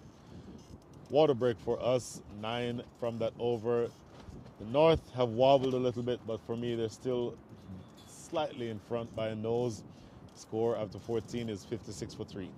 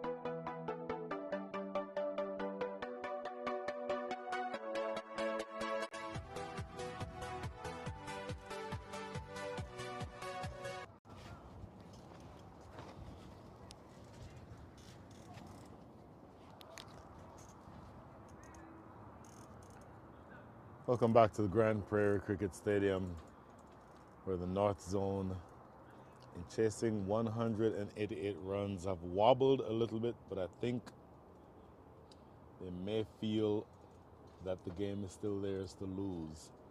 Nasir Islam 13 from 14, Rajiv Nigam 4 from 15 are your batters.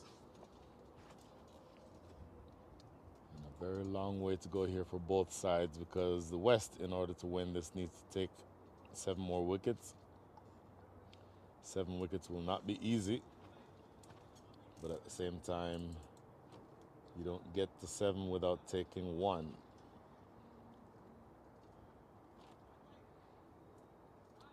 here's what we look like right now overall. Here's what the batting card looks like. Munapotaya was a little aggressive, maybe overly aggressive. 13 from 22. Sandeep Karwa dismissed.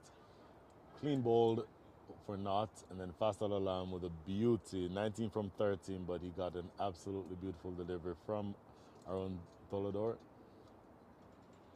Then Nasir Islam and Rajiv Nigam, as I mentioned, are the 2 at the crease, and that's where we stand right now, as the bowling will be taken up again. And this is in fact going to be the last over bowled by Arun Tolador, because it does not make any sense to hold him back. And to the extent that your best bowler is going to have to be the one to help you take wickets, that's what you need from him. But he gets this one too straight, and it's drifted down the leg side. They only take 1 though. That is interesting. I thought that would have gone far enough for them to take a second, but they settle for 1. In fact, let's make sure that I saw what I think I saw. In fact, yeah, they really did only take 1 run. So, interestingly, maybe they thought that was going to go for 4. And generally, that's not a good thing for you to do if you're a batter, unless you absolutely middle it. You don't ever assume that that ball is going to the boundary. But that does mean that Rajiv Nigam is back on strike. 4 from 15. And Arun Tolador is searching for the wicket ball.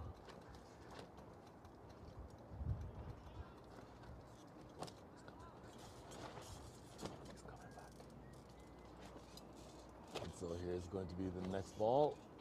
Ball from Arun Tolador. Waiting for a while. Now he's ready.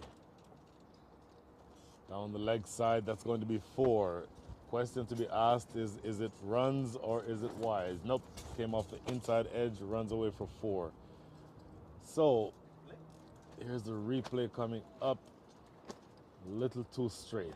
Yeah, definitely off the inside edge of the bat, whipped away for 4.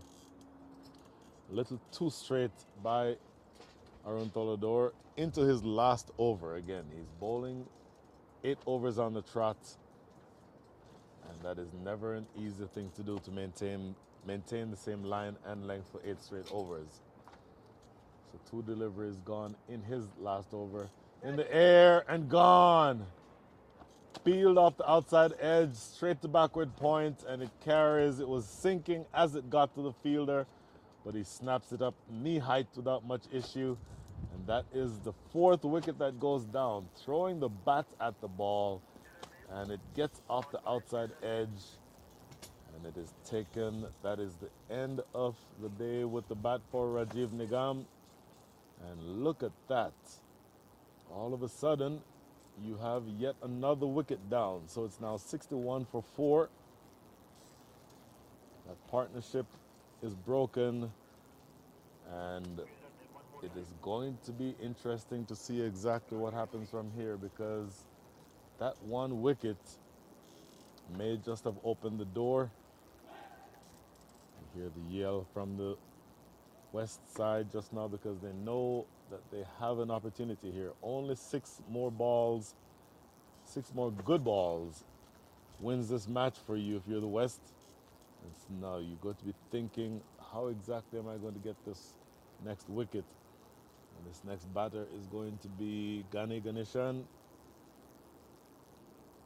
I'll tell you what, a lot of wickets have been lost so far. Gani Ganeshan coming to the wicket to make sure that he is able to steady the ship. But while the run rate is not a concern, you only need to score at this stage less than 4 runs and less than 5 runs and over, 4.98. But wickets are starting to become a concern, because what that means is that with 4 wickets down, you still need 127 runs. You're actually closer to victory if you're the West than if you're the North at this stage. And I still think, again, it may just be the North's game to lose. But if the West keeps taking wickets, then that's the entire ball game. Tolador, full and straight, maybe just a touch too full. It ends up being a low full toss, played into the offside for a single. So 2 more deliveries in his spell for Aaron Tolador, and absolutely he's going to give everything that he can to bowl the best 2 balls of the tournament right here. That now brings Nasir Islam back on strike. Conversely, I would think Nasir Islam is going to want to see off these next 2 deliveries without much fuss, because you're going to want to make sure that you're still there at the end of this over where their best bowler cannot bowl anymore. In the air, just over the top of extra cover. He'll get 2 if he wants it. Yep, come back for second. 8 runs coming from the over so far with 1 to come, but this is a really risky type of shot. It was in the air and not very far away from extra cover. So pay attention to what happens on this last delivery. Once again, this is the last ball to be bowled in the match for Aaron Tolador. In the air, catchable? No, it's going to land safely. A couple of bounces, and in fact, they only settle for 1 because it means that Nasir Islam will be on strike to start the next over, when he will be facing up to the best bowler, I would think, the second best bowler. That would be Sajid Fernando. Those 2 are the only 2 who bowled in this match, in this inning so far. That is the end of the spell, a brilliant spell for Aaron Tolador. 8 overs, 3 for 42. Brilliant figures from him. And at the end of over number 15, the score is 65 for 4. In fact, we'll take a look now at your bowlers. Just 2 people have bowled so far in this innings. Aaron Tolador, 8 overs, no maidens, 3 for 42. Sajid Fernando, even more miserly, 7 overs, 1 for 23. And he, in fact, is going to be bowling his last over. So, again, no reason to hold them back. Manapa Otaya, 13 from 22. Fazal Alam, 19 from 30. And Nasir Islam, for me, who is the key as of right now, he's going to be asked to stay at the wicket and face up, I would think, to this entire over. Even a maiden here does not hurt you. So you just have to be aware of what the situation is and play accordingly, because to the extent that you have the opportunity to see off their best 2 bowlers without much damage, this is sort of what you have to think about. Looking to sweep this away and not out. And an angry reaction from both bowler and keeper. I've already spoken about that, because here's the replay. Can't see anything from that angle. It is always the chance. The right-hander bowling over the wicket to the right-hander is always a chance that that ball could potentially have been making impact outside the line of off stump. That's what I would think would be the issue there. So a dot ball, 2 consecutive dot balls to start this over. So if you're Nasir Islam, now you're thinking 4 more balls. All I have to do is survive for 4 more balls, and then in theory the bowling gets easier. 3 more balls to continue that same thought, as 3 dot balls have started this, the 3rd or the 16th over. Fernando again to continue that same thought. Just 2 more good balls, that's all you have to face. And conversely, Sajid Fernando is going to be looking for his best 2 balls Oh, went for the big drive. He did not put aside the memo that time. Wanted to go for glory. Really, there's a man out at deep extra cover, so I don't know necessarily that that shot is one that would make much sense at this stage. But luckily for him, there you see on the replay, he was not able to make contact. So here's the last ball of the spell for Fernando, and it is played into the offside for no run. So a moral victory there for the North. Two excellent spells bowled by the opening two bowlers. They are both done at this stage. In fact, we'll look real quickly at what the bowling looks like for both of them. They've been the only ones who bowled so far in the innings. Arun Tolador, 3 for 42 from his 8 overs, economy rate of 5.25. And Sajid Fernando, his 8 overs only costing 23, including that one maiden that you just saw. 2.88 is what his economy rate is. But it's no longer about economy rate. It has to be about wickets at this stage. And so the question becomes, where do you find wickets? And it's going to be a new bowler now. Bowling from the racecourse end, it's going to be Ajay Gariali. Gariali is going to be bowling to Ganeshan.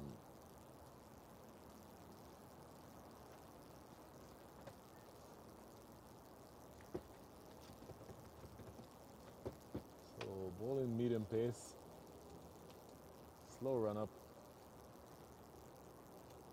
floats this one up there, but a little bit too wide for the liking of umpire Jatin Carvier.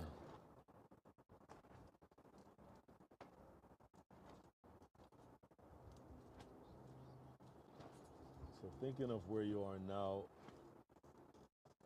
once again, if you are the North, you will feel buoyed by the fact that you just seen off the two best bowlers. But flip side of that coin is that sometimes you can let your guard down and think sort of you relax, thinking that you've seen off the best bowlers, not knowing that the others can also bowl.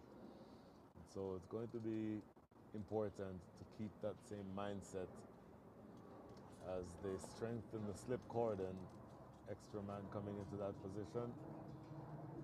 Lets this one go by outside off stump though. So a couple of wayward deliveries to start this over number 17.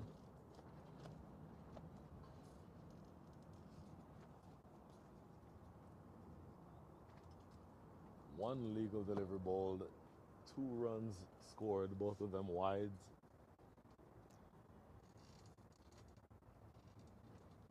Make that 3 runs have scored that are wide, so you certainly don't want to do that. Do not want to be giving away free runs. So far in the innings, 10 extras, so about 15% of your runs coming in extras. That's going to be one of the worst things that you can do if you're a bowling side that's trying to defend a low total. Cannot afford any of these extras. Next delivery. Turn into the leg side. No run there.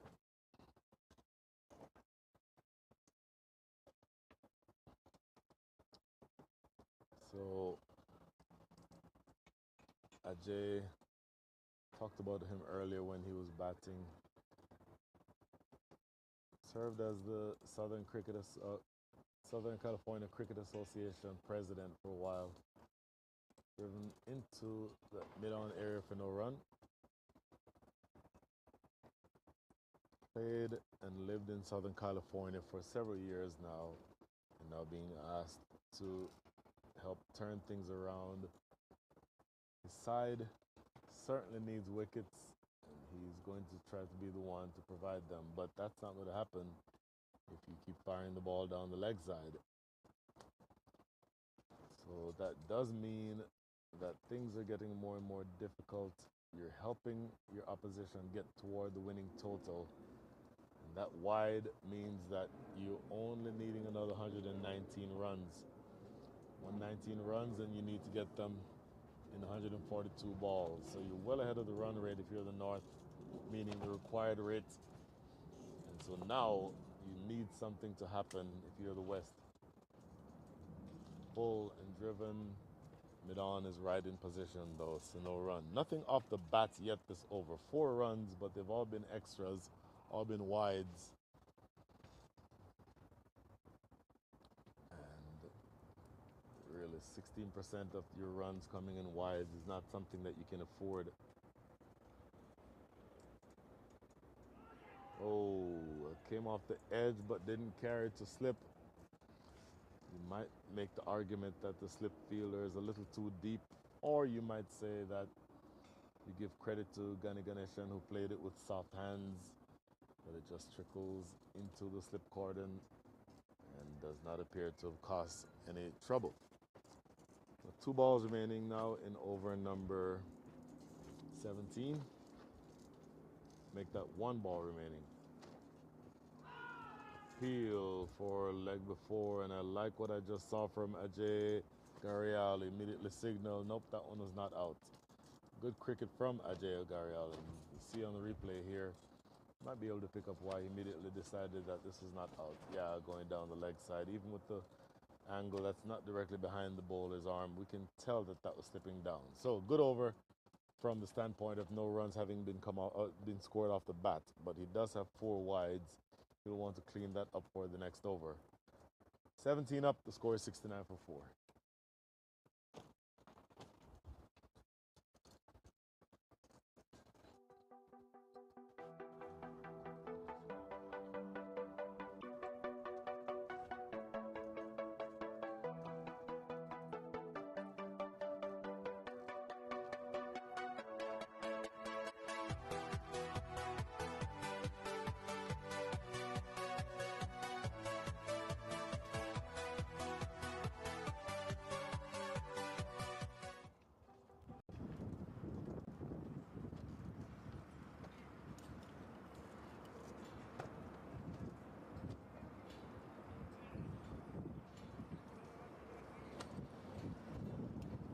New bowler Mohamed Hamza taking up the attack from the river end. That's driven into the short extra cover area, well fielded there. Good piece of fielding by Cedric Fernando himself. So for no run. So now you certainly need wickets and you need them in a bunch. How can you manufacture a wicket? It would help to have a very defensive or to have an attacking field. Should be 1 run. Yep, they get there quickly, and that's the only one that they'll get. Good piece of running. Good athletic pickup in the deep also. So, good piece of cricket overall. But you've just taken another step toward victory if you are the North. And again, these are very small steps. But it's so important that if you pick up your 1s and your 2s, that's how you get toward something resembling victory.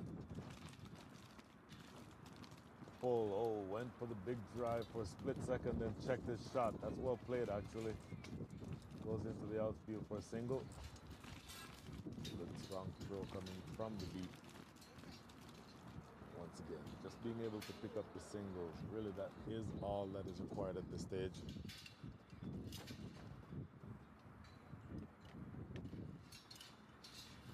So now, with 117 runs remaining to get in 135 balls. Oh, 2 straight, and he picks up that shot beautifully. That is the first 6 of the innings, and it is struck with some power. Just a little too straight, and it is picked up beautifully by Nasir Islam. Just whipping it away behind square for, again, the first 6 of the innings. Beautifully struck, and that absolutely pulls some of the pressure off of the North.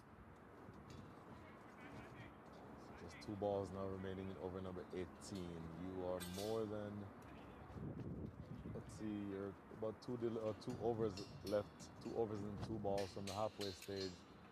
But that 1 shot would have made you think that you have a chance here. And just in response to that shot, there's a fielder now positioned at deep backward square leg. Slower, beat him.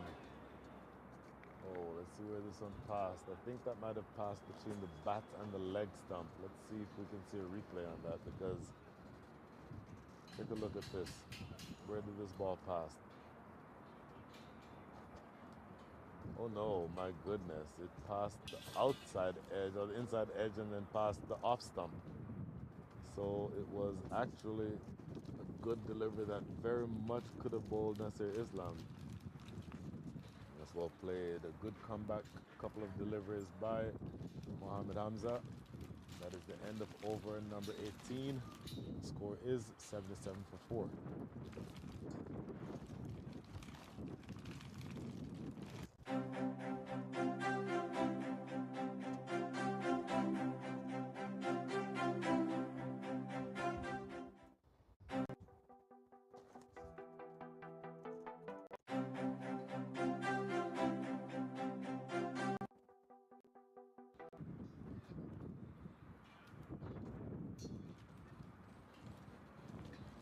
77 for 4, 18 overs bowled. This is going to be Ajay Garyali to continue from the racecourse end.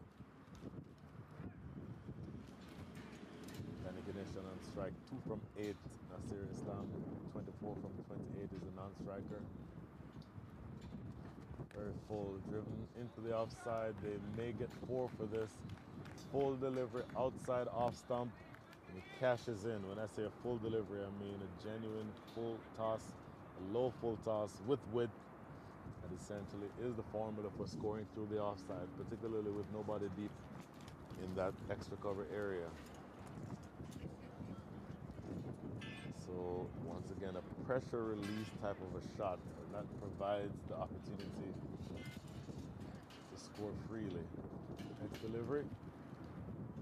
Down the leg side, appeal for a catch. It's a big shout for a catch, but signaled wide by umpire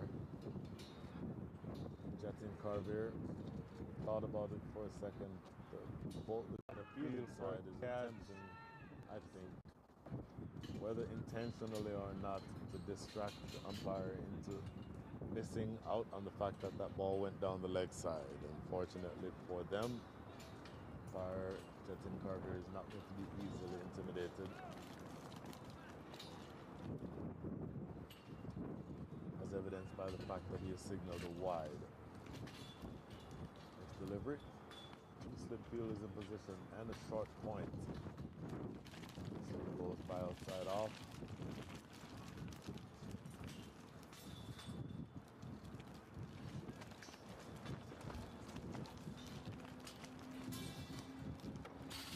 So we're 2 deliveries now into over number 19.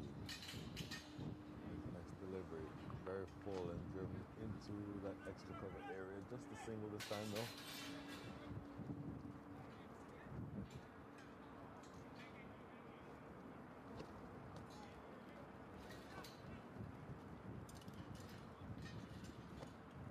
Now you get the sense that this game is just starting to meander just a little bit, because the energy levels of the fielders in the outfield has gone down just a little bit.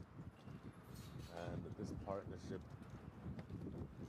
pair came together when the score was 61. So they've now contributed to a partnership of 22. 22 runs may not sound like a whole lot in the context of this game, however, it makes a big difference, because 22 runs closer to a relatively below par total, something that certainly can't be overlooked. Played back to the bowler for no run. You need wickets and you need them fast. Where do you manufacture wickets? Now, to the extent that you're going to want to hear, by the way, you probably hear that noise in the background. That is the wind picking up. Very strong wind all of a sudden coming from the south. Here's the next delivery. In the air toward deep mid wicket. Should just be 2. No, they in fact don't even want 2. They just take that 1. So 1 ball remaining now. Last 5 overs have gone for 28 runs, including the over where we currently are. Gone for 28. So you're About to finish over number 19. The required rate is hovering right around 5. It's been around 5 for the last several overs. Exactly right now, 4.91. And defended in front of the stumps for no run. That is the end of over number 19. Required rate now 4.95 with that dot ball. Scoring at the rate of 4.42 as the North. Scores 84 for 4.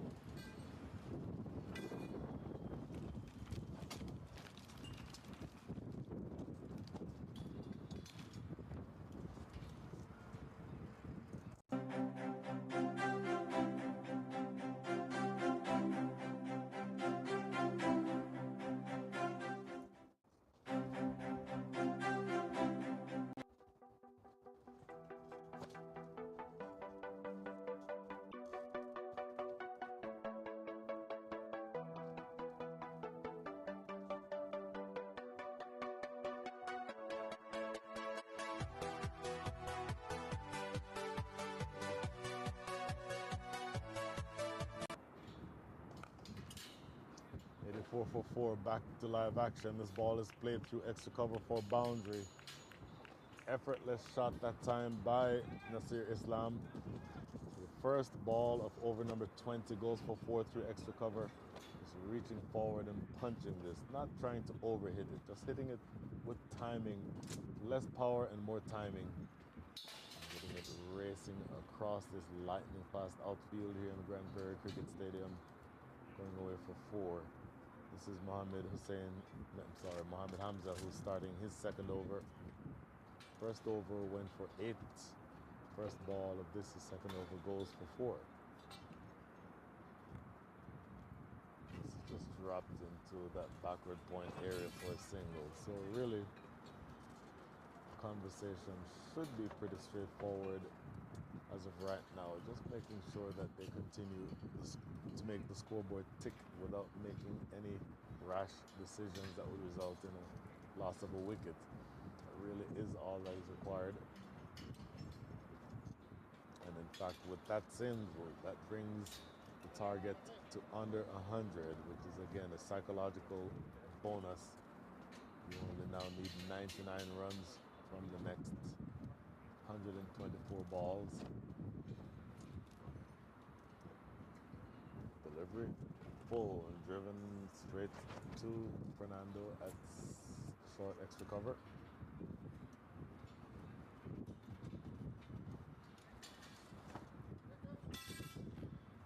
Once again, for those of you who are joining us late, this is the Masters USA Over-50s Zonal Tournament. Penultimate match of the tournament. And the tournament ends with the matchup tonight with the South playing against the Northeast. Currently, the North is leading the pack. By the way, I said the Northeast, I'm sorry. The South playing against the East Central. The North is currently leading the tournament in terms of the table. They're the table toppers. If they win this match, they win the tournament. Squeezed off the back foot and it gets an edge. Boy, that is going to be considered a dismissal. So the ball, bat and ground came together all at the same time, supposedly, or it appeared that way. But then the umpire, Jatin Carver, believes that that ball came off the bat after it hit the ground. So I think that's a fair decision. Traveled at catchable height, but taken at point. It's been that short point, has been in that position for a while now.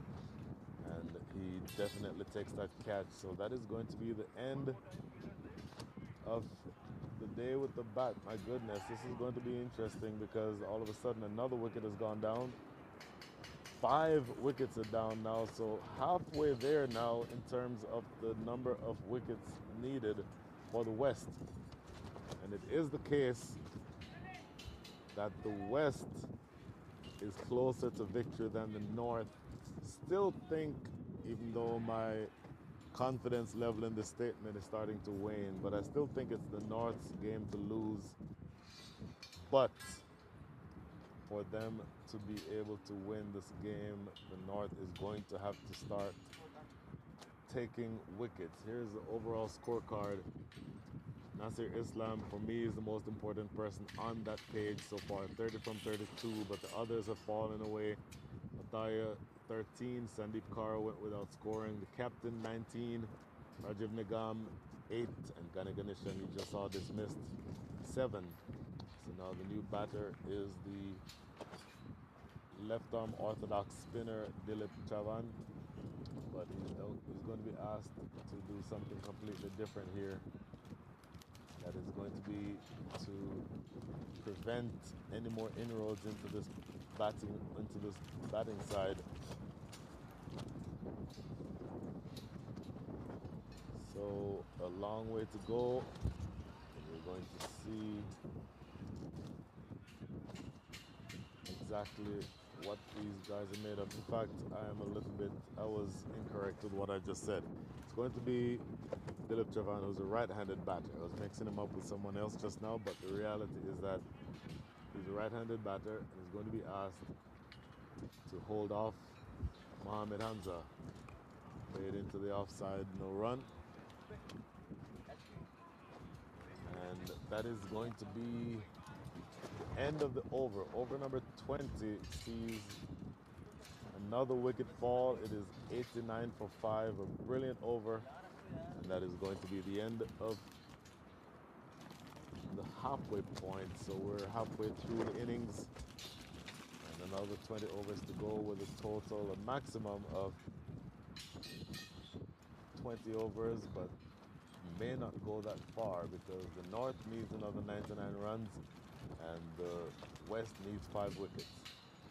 We'll be right back.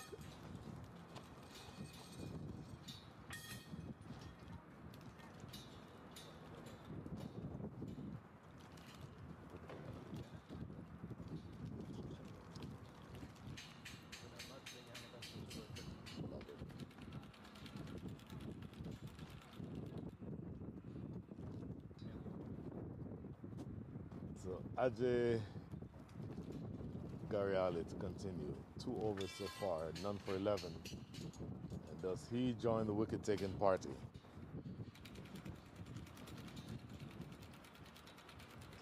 This game is having the feeling of one that's coming down to the wire. Down the leg side, it's going to be a wide. Once again, we're defending a low total. Cannot afford any extras.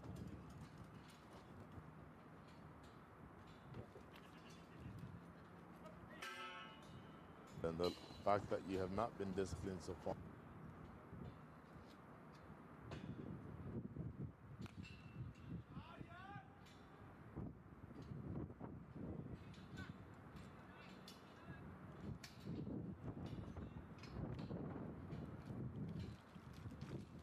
Up, at least for the last several overs. Over number 15 went for 9, but since then, over 16 was a maiden. Over 17 went for 4. Over 18, relatively expensive, 8. And 19 went for 7. But then over 20 went for 5. And only 1 run. My goodness, by the way, this wind is really picking up. And we almost lost our tent here just for a second. Over 21 is in progress now, and it has gone for only 2 runs so far, one of which was wide. In fact, make that, there was another wide, so 92 to your total so far.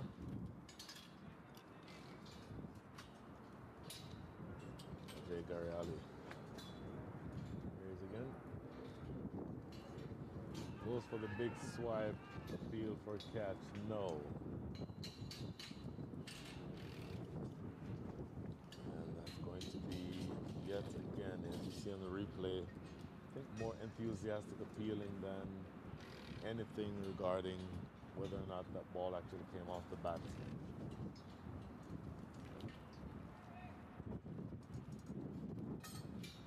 Really, 2.2 overs, none for 14. Thought for a split second about going for the big drive, then decides against it.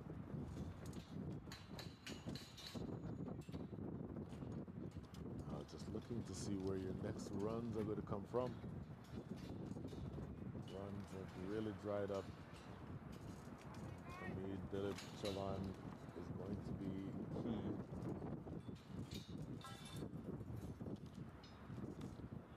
Defended this into the offside for no run. He's going to be key because his role from this stage may just be to work the ball into the gaps to get singles. But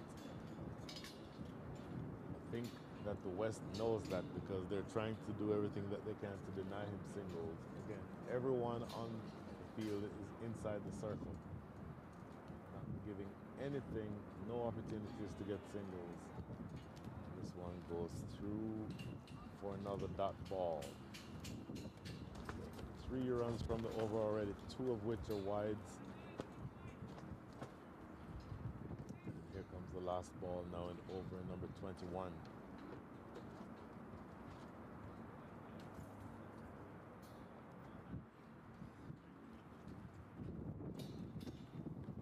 Oh, looks to run this down behind third. They'll get at least 2. And in fact, it's pulled back right before it gets to the boundary. So 2 runs to the total.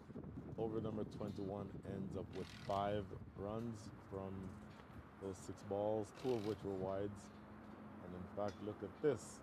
We're exactly in terms of both teams because the North has exactly 94 and they need another 94.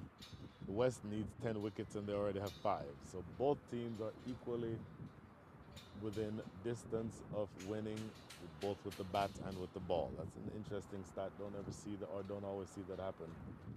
We'll see what happens from here. That's the end of over number 21, 94 for 5.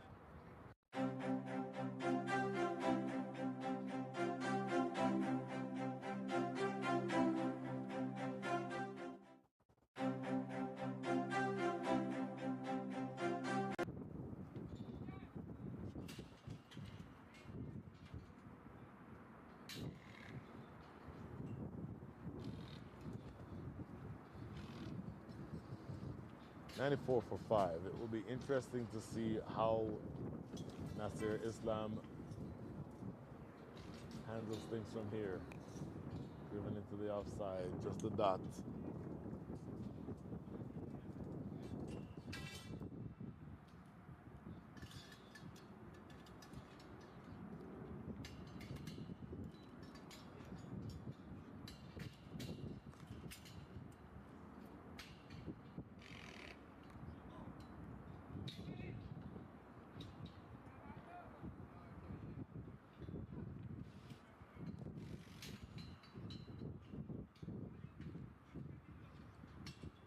At 5.04. And to the extent that he's able to continue pushing along toward a total that would be a winning total, you get the sense that he's going to have to sort of stay at the crease. Whipped away in the air. Whoa! Almost a stunning one-handed catch, but he was not able to hold on to it. You see him kick the turf in disgust. That was almost an absolutely stunning catch. Very straight and whipped away behind square. Went for it with one hand. It stuck in his palm for just a split second and then fell to the floor. My goodness, that is going to be something that haunts him in his dreams if his team goes on to lose. Because that would have been a big wicket. Get 1 run for it, but my goodness, almost got the wicket of the highest scorer in the inning so far.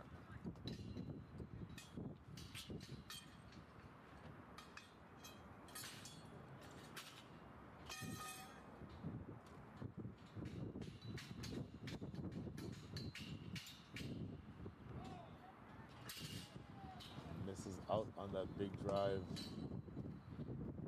All of a sudden, things are starting to get a little bit jittery.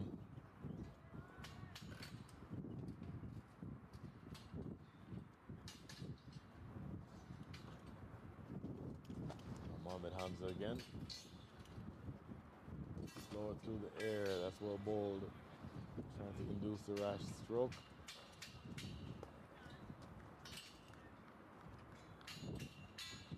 So doing a good job to continue mixing things up here.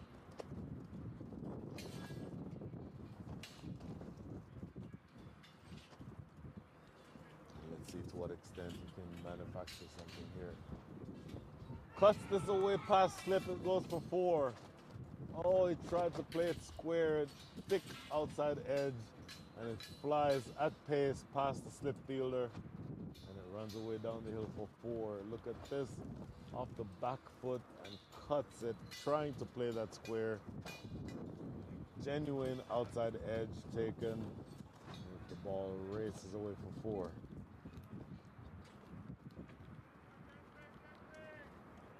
Let's see. In fact, that is the end of the over. So at the end of over number 22, score is 99 for 5.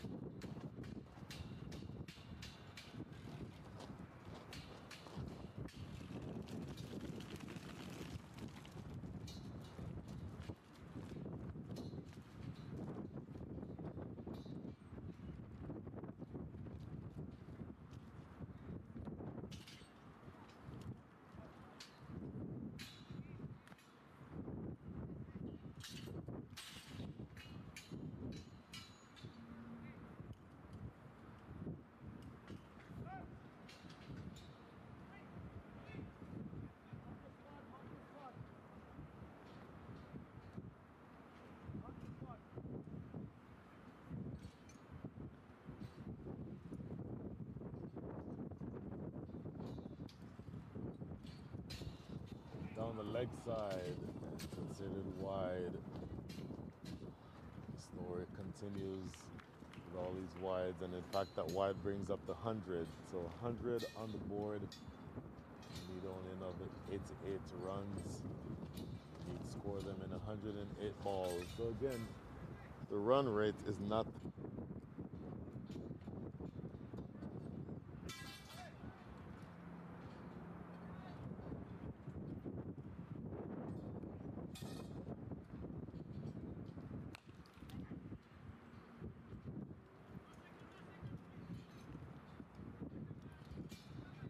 So what you'd want to do is get to the point where you're going to the last 10, needing somewhere around 50, 55 runs, because then that puts you in the position of being much more enterprising if you need to be, particularly if you have wickets in hand. But at this stage, what is called for is just a calm head and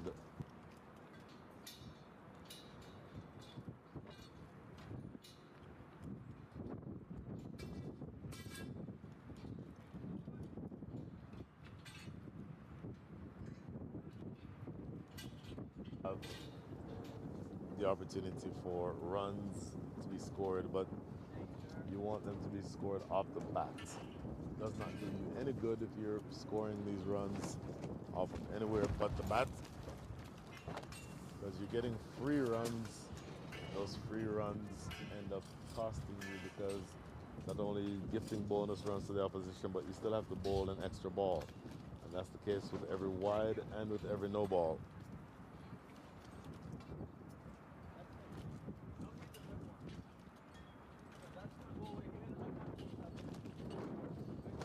Next delivery. In the air and gone. Oh my goodness, what a big wicket that is. That is wicket number 6. Dilip Chavan, I don't know necessarily that that was his role. His role, I would think, would be to give the strike to Nasir Islam. But he chose to attempt to go over the top. Ends up spooning a pretty simple catch. And the cover is kind of a square cover, right at the point. And it is taken with glee. That is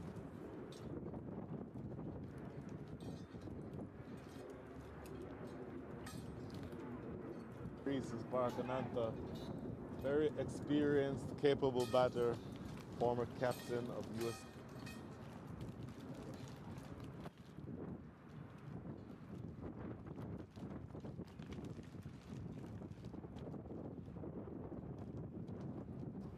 That the game would belong to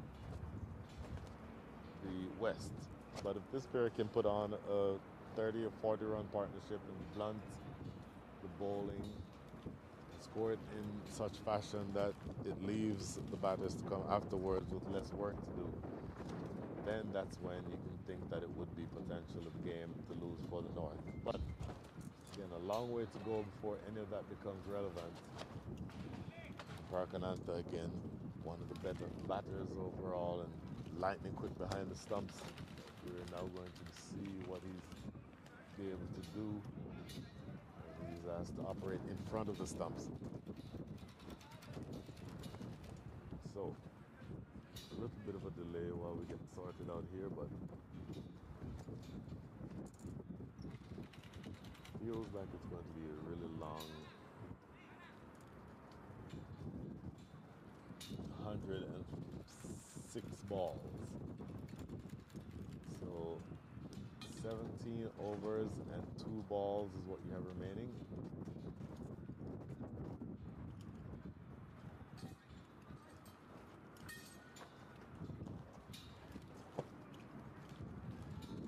Now,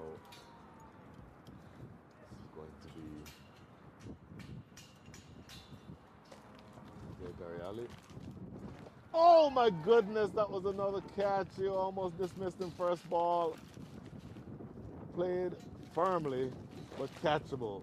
Traveling quickly. It's a captain in that position, right at short point, catching point. Played firmly and it went through into his hands and burst right through.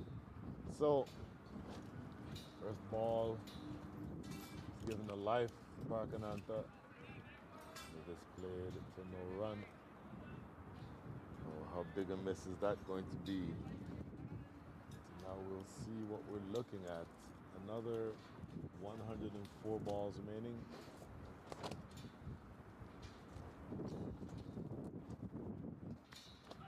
Goes on the back foot, tries to pull this but cannot beat mid on.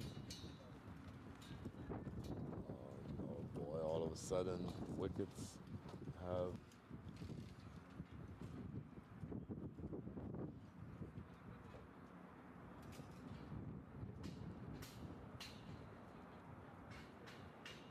at a premium. Played into the offside for no run. That is the end of over number 23. Brilliant over, bowled. It's going to be just 3 runs coming from the over and a wicket. So that is the end of over number 23. Score is 102 for 6.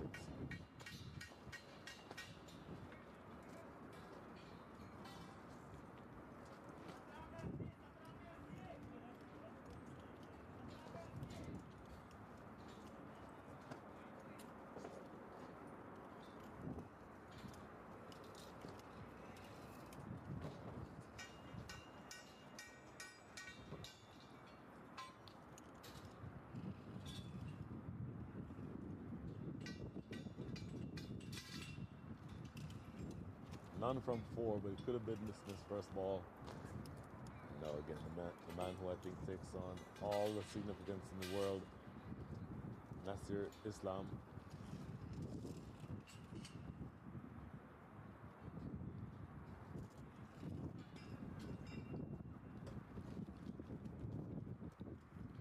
Been at the wicket now for 37 balls. He has 33 runs against his name. Mohamed Hamza again. Taking it very casually, and I don't mean that in a negative way. It appears to not be bothered by the situation. Again, this is somebody who's played very, very high level of cricket for a long time. Played for the US in the 1990s, originally from Karachi, Pakistan. Appears to be the kind of batter who will make you earn his wicket. Tries to sweep this away down the leg side. Umpire Justin Carver says not out. And now look at this again. Watch the keeper and watch where he ends up. Oh, well outside the line of off stump. I don't know necessarily that you could potentially try to argue that. I think, my goodness, that's going to be something that's paid attention to. But for me, that one is always going down.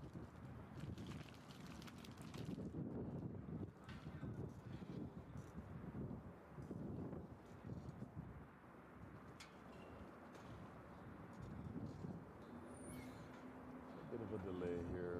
While we're looking at that delay, just look at the couple of figures that we're looking at. 16 overs, 16 extras, 16% of all the runs coming in extras. Scoring rate is 4.4. Required rate is 5.1. So it's, again, steadily inching up with the way into the deep. They should get 2.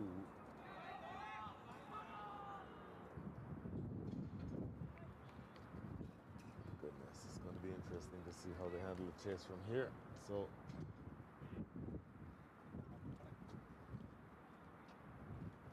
another couple means they only need another 84 runs. 84 runs needed in 100 balls. Once again, it's not going to be an easy chase, but that run rate is sneaking upward. It appears that it's going to be challenging.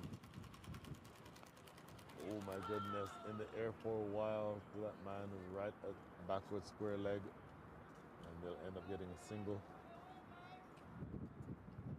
And if they keep getting these singles, then really that becomes the entirety of the game.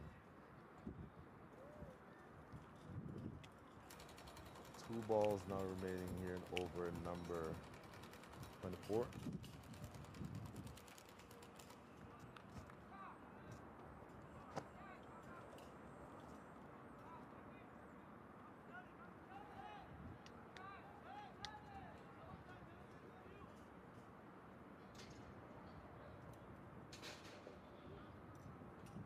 Bit of a delay in the outfield. Not exactly sure what that issue is, but looking to get a very aggressive field set now. Everyone inside the circle.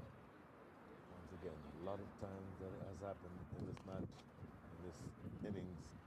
This is struck toward mid-wicket. They'll get a single.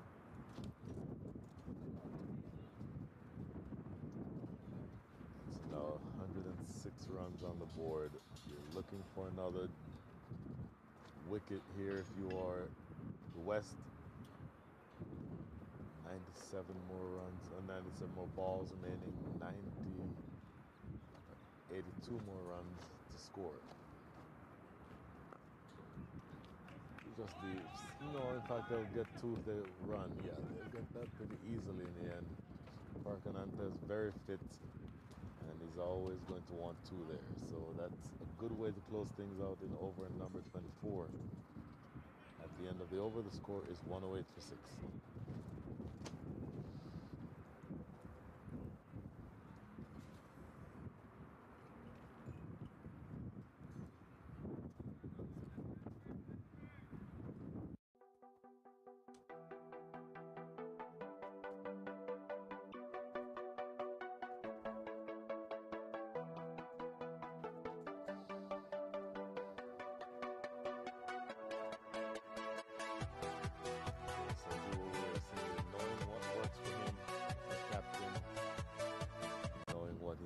Continue doing so. This brings up the opportunity to get into the lineup, or I should say to get further into the lineup. And this is Ajay Gariali again. Looks to cut this one away. Not successful, can't get any wood on it, but also not too wide to create an extra.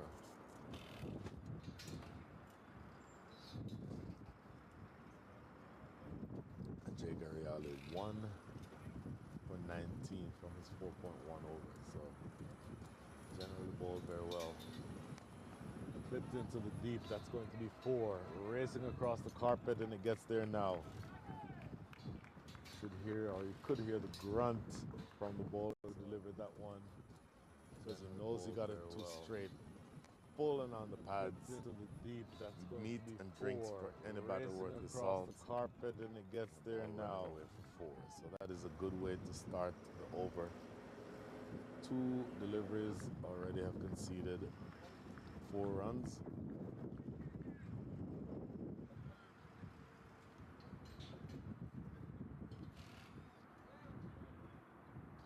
Be interesting to see what happens here, because that one sails through, and so they will see the signal umpire Jatin Carver.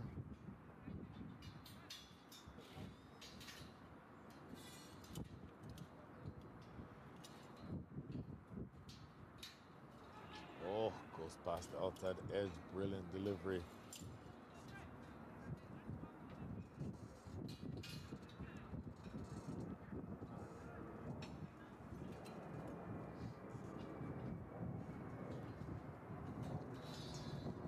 It's just about taking wickets at this stage now. You're in the north. You have to keep scoring, but if you're the west, you absolutely need wickets and you need them quickly. Don't know that that's necessarily something that they acknowledge, but you have to be able to score that quickly. If you're the north, and you certainly want to be more conservative. If you're the west, restrict the runs, get the odd ball to produce a wicket for you. That's a dot. Just one ball remaining now in over number 25. We're almost at the point where we're at the last 90 deliveries.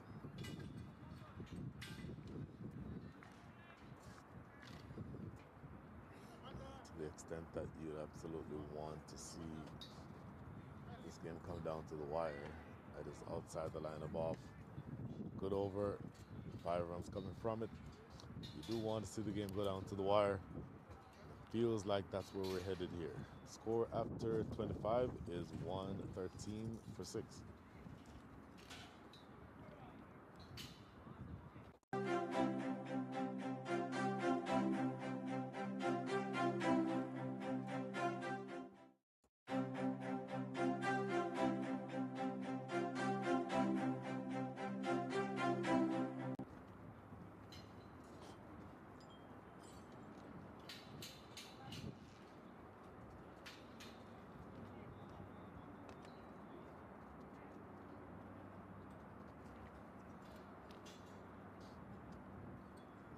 Only 4 bowlers used so far. Aaron Tolador and Sir Jit Fernando bowled out up front. And it appears as though Ajay Gariali and Mohamed Hamza may have a similar assignment. This is Hamza now bowling from River End. Stroke into the deep. Ball making a really nice sound coming off of the bat of Nasir Islam. Is now 39 from 43. And it doesn't sound like a lot, but he is the only one who's shown any mettle today. He's the only one so far that has been able to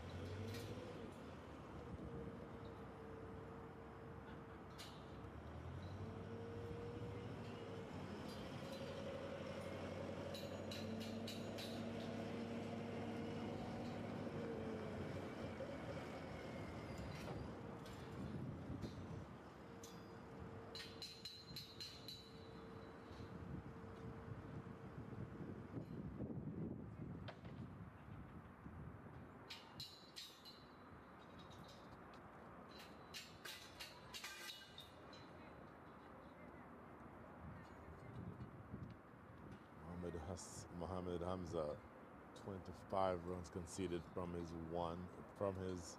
4 overs and 2 balls. 1 wicket taken. How he would love to break this partnership here. Wood stayed in the air for a while, but lands before it gets the short extra cover. That is Raj Badadre in that position. Boy, you're going to have to be very, very careful with those. Keep them on the ground. Parkananta, first ball he faced, cut to backward point. That was a little hard. That's a better looking stroke. Racing across the carpet. That may have the legs to get to the boundary. It does. Excellent looking shot by Prakananta. So, to the extent that you really want to start pushing toward victory, if you are the North, you look at the scoreboard, you only have another 7-1 runs to go. So it is now about conserving wickets picking up singles. And now, and a more aggressive field coming into play.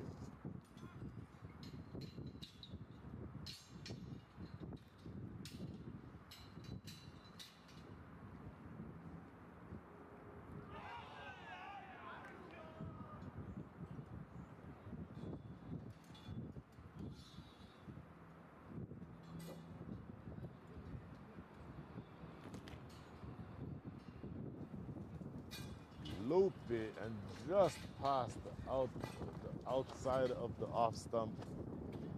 Boy, that would have been and could have been a big wicket had that been followed, or had that been a little bit straighter. Just another stumps width straighter. That would have been interesting.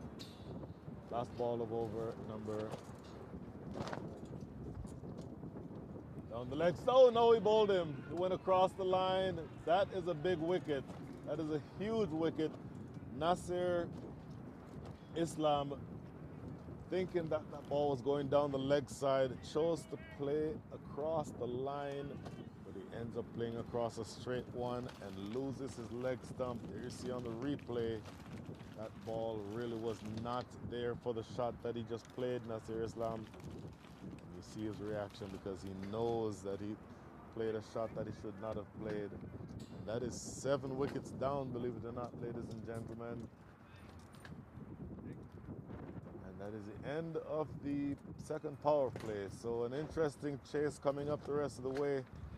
Short break for us here in the commentary area as the players have drinks. And we will see what happens in the next 14 overs. That is 119 for 7.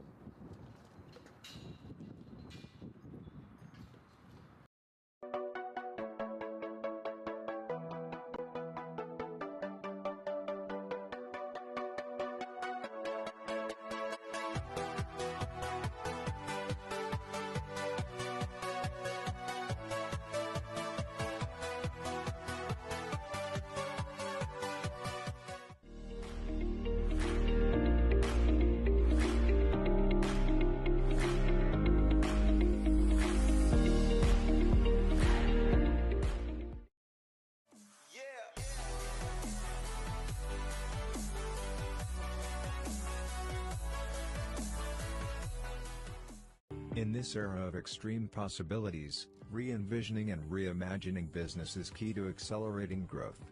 Partnering with someone who can deliver more is critical. Yash's customer-centric partnership approach helps customers address myriad challenges and drive business success. Come what may, we combine extensive experience, robust technology expertise, and flexible engagement models to help businesses navigate seamlessly into the era of everything digital. Being consultative, collaborative, and accountable, we deliver more transformative outcomes while hand-holding customer stakeholders. Harnessing our 50 centers of excellence and 3 digital innovation centers, we deliver specialized services to a wide range of industry verticals. Leading industry analysts and advisors recognize our technology strengths, agility, flexibility. Well, ladies and gentlemen, this has just become a game that has been broken wide open. And all along I've been saying it's the North's game to lose. Well, I think I'll have to change that now, because as of this stage, the West is all over the North. And this is going to be Chintan Patel, who's the new batter. Parakananta is the non-strike. In fact, Parakananta is on strike. 9 from 16. Chintan Patel is at the non-striker's end. Seems like for the North, winter is coming. Oh my goodness. And all of a sudden, okay, so I'm not a Game of Thrones guy. I'm not sure exactly what that means, but a couple of dot balls here. All of a sudden, the required rate is sort of sneaking upward, but that's much less of a consideration. The bigger consideration here is the fact that you only have 3 wickets in hand. Struck in the air, that just landed short of the short extra cover. That might have been a bump ball, though. I think it may have just been a bump ball. I want to see that again, but I think it was a bump ball. This will give us a good look here. Yeah, it's off the ground.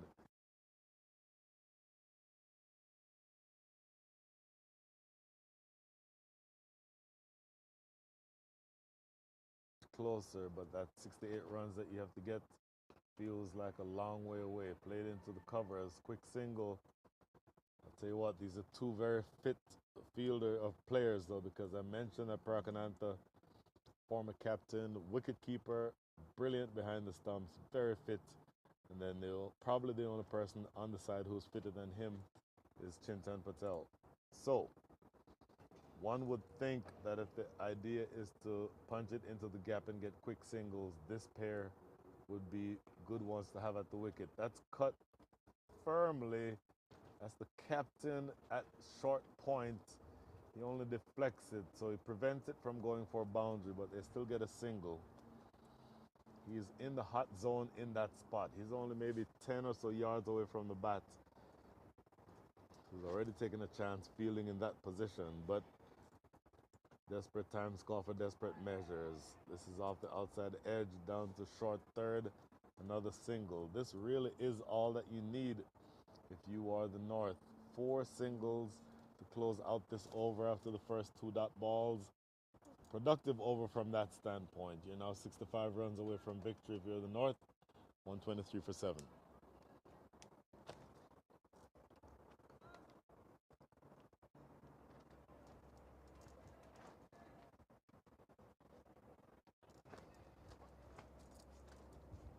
For those of you who are listening, let's have a conversation about who do you think is going to win this game. And in fact, tell me which team wins, in which over, and by what margin. So obviously if it's going to be the chasing side that wins, you're going to tell me which over and how many wickets they'll win by. If it's the fielding side that wins, tell me what over and by how many runs. So that is the assignment going forward. For those of you who want to join in, I would appreciate that kind of conversation. So this is going to be again Mohamed Hamza bowling his 6th straight over, driven into the mid-off area. It's just a single. So Mohamed Hamza now 5.1 overs, 2 for 29. Good for him to have taken 2 wickets already. And you're doing exactly what you need for him to do. At least for what your captain is asking from you.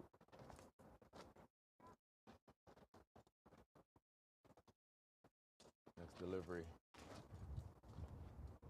should be a single and taken easily. So this really would be what the situation demands. Prakananta is a very smart player. So is Chintan Patel, and they know that there's no reason to go hell for leather here. It's just a matter of being able to pick up those singles. And the field at this point is spread enough that there are opportunities for singles. They've gone away with the slip. So much more defensive field. Wanting to cut this one away, can't beat short point.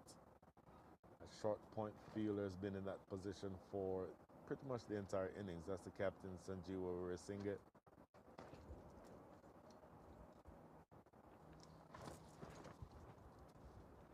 So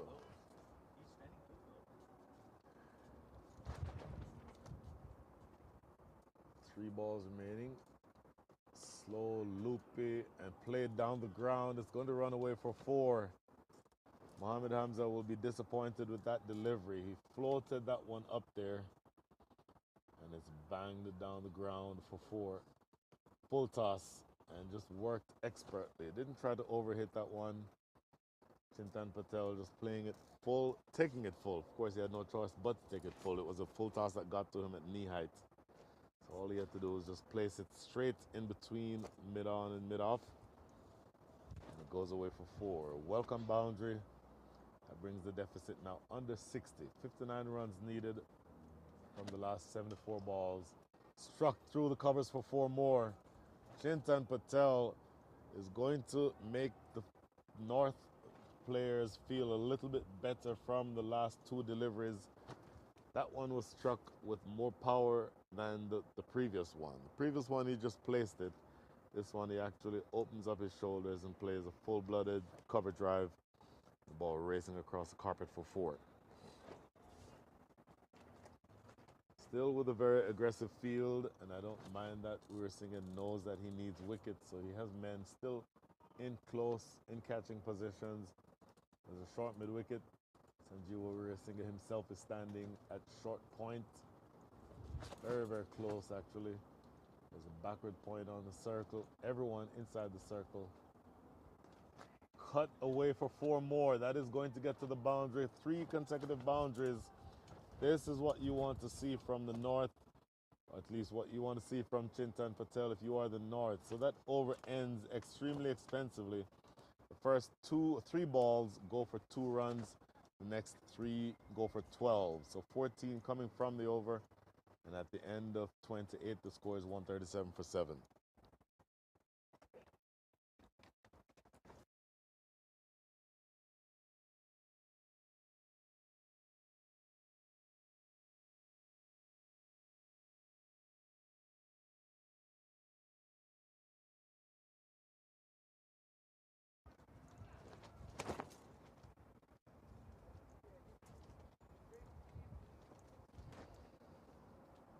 So if this were a boxing match, that last round definitely went to the north.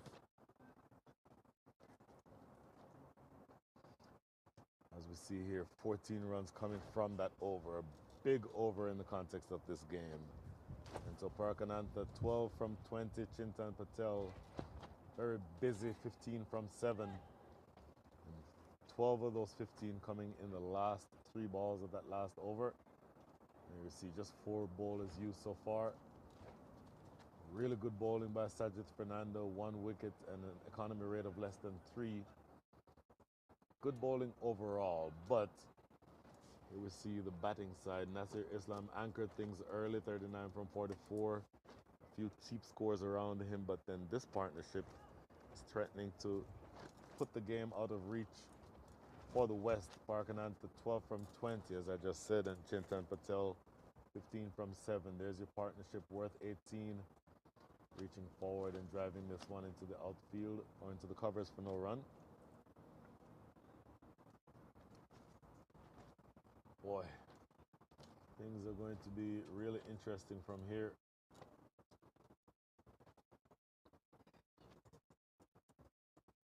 And this is going to be Ajay Gariali.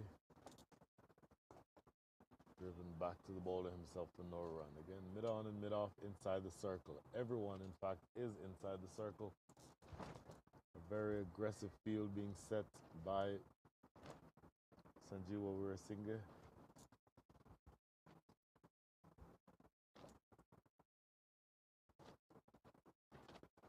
Cuts this away. That's going to run away for 4, I believe.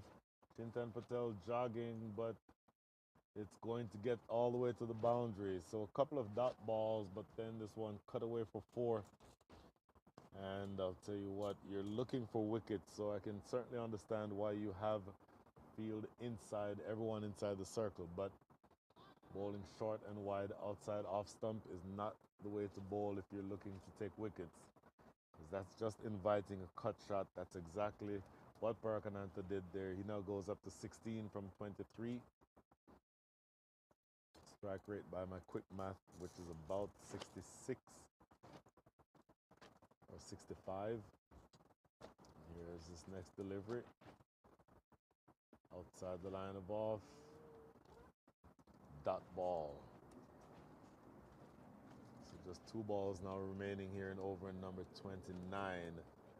You're down to the last 6 to 8 balls.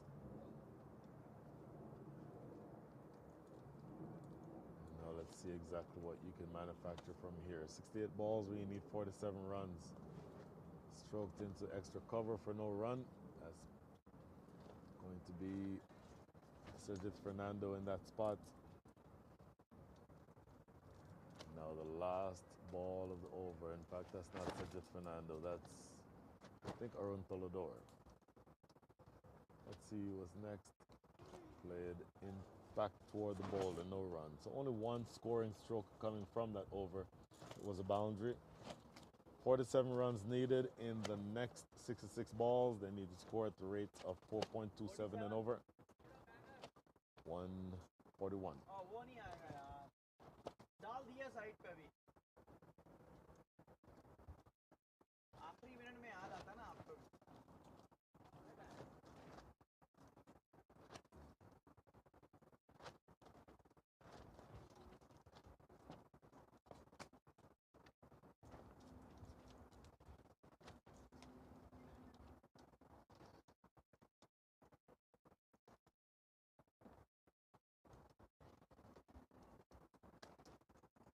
So we're down now to the last 11 overs.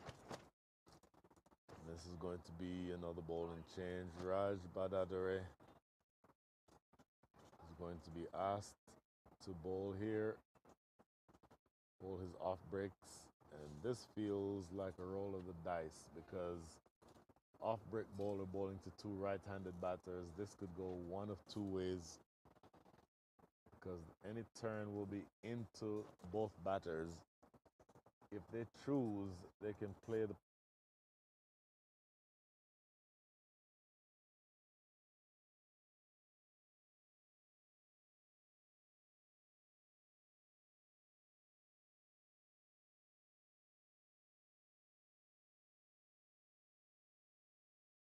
that could be exploited, but bearing in mind that the ball is coming from the south.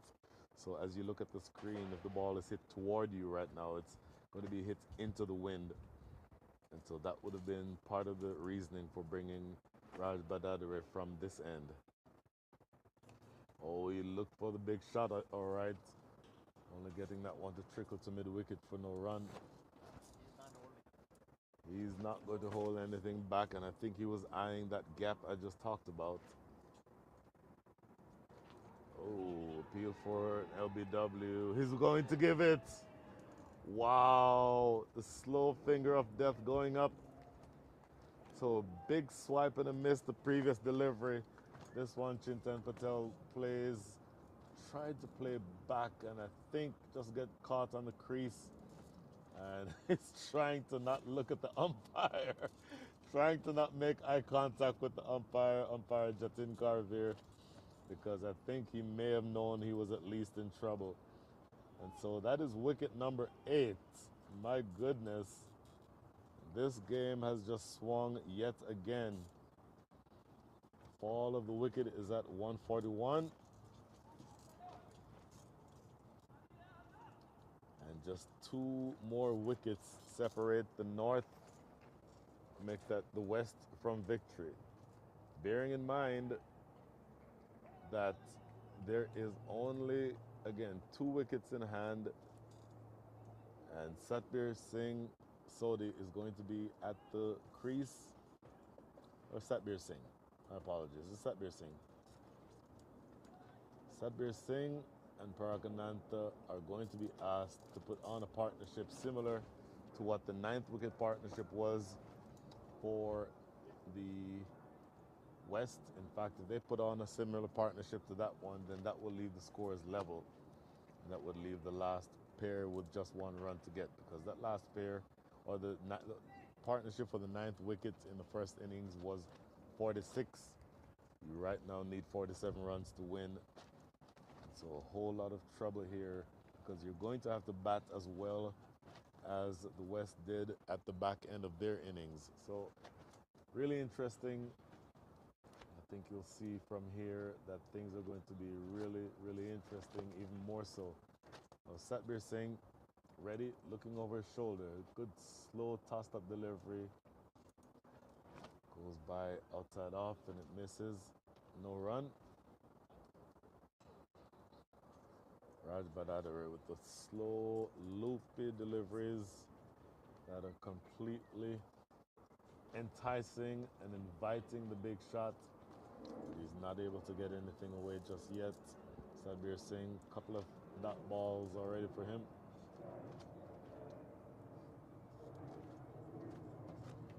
It's a good over in progress for Raj Badadare.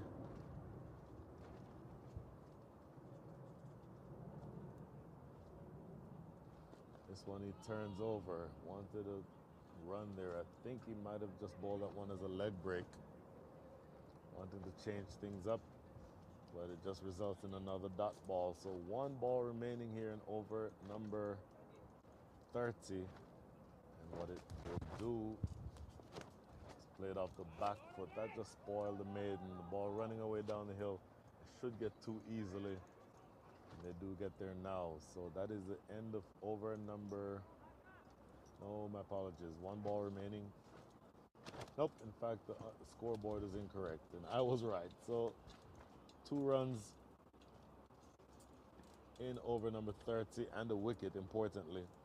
So that is the end of over number 30. The score is 143 for 8. 45, 10 45, 10 overs 45. How many down? 2 wickets. 8 down. I down. 10 45.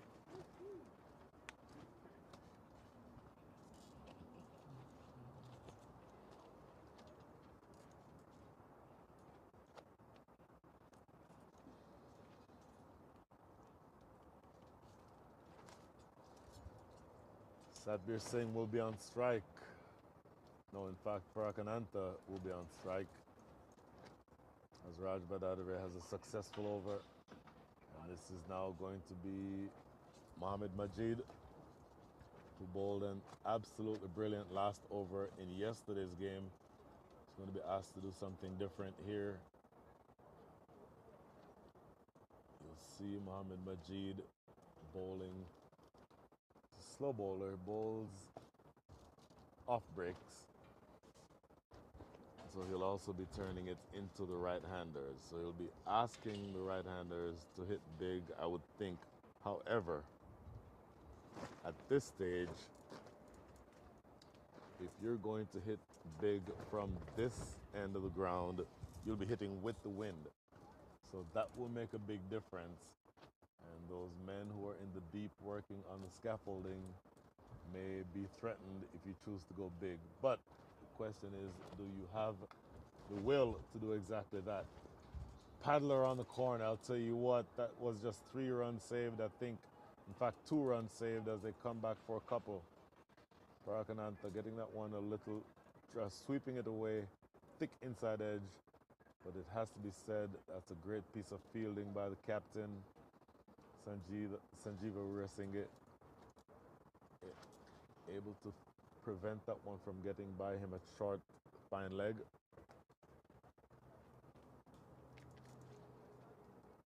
Full toss, using his feet, trying to get down to that one. I'll tell you what, had he stayed in his crease, he could have had a better option for a big shot there. Going down the leg side would have been one of the options that he would have had, because that full toss, he would have hit that anywhere. It's played into the offside for a single.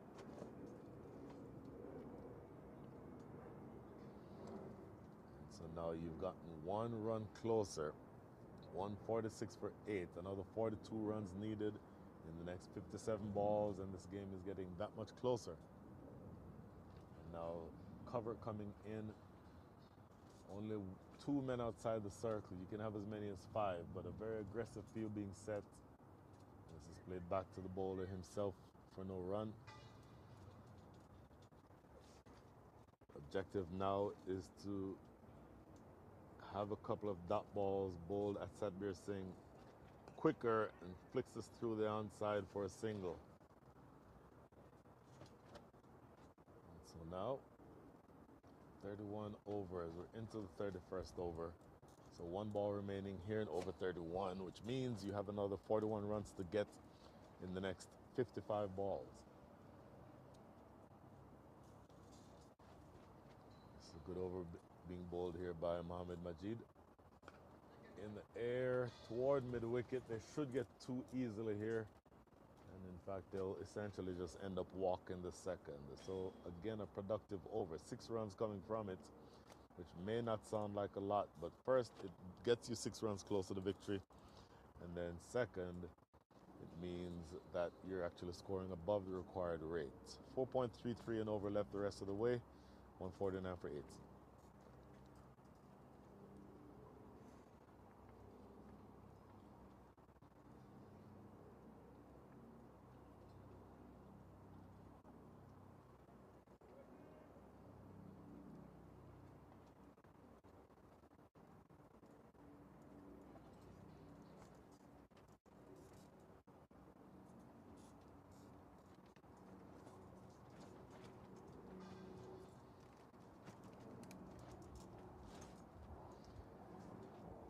here is another over to be bowled by Raj Badadare, who had immediate success with his first over. Took a wicket and only conceded 2 runs. He's now going to be bowling to the number 10 batter, Sadbir Singh. Looking for a single there, but it's not going to be possible.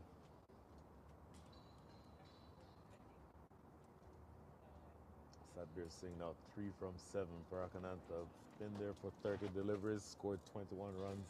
And similar to when the West was batting and Sanjeewa Weerasinghe was at the crease, I thought that the possibility for most runs were going to come from his bat. And I think that's exactly the situation here. They're coming in, everyone inside the circle again.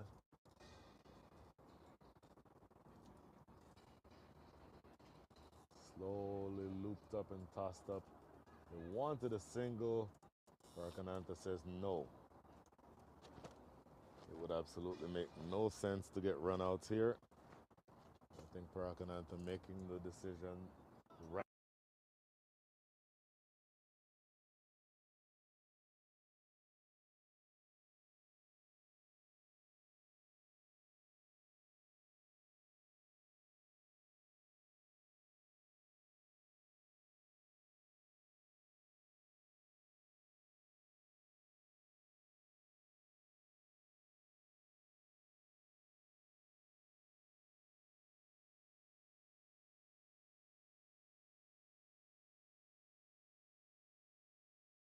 The maiden at this stage would simply mean that Parakanantha gets to be on strike to start the next over, which I think would be what you'd be looking for anyway if you are the North.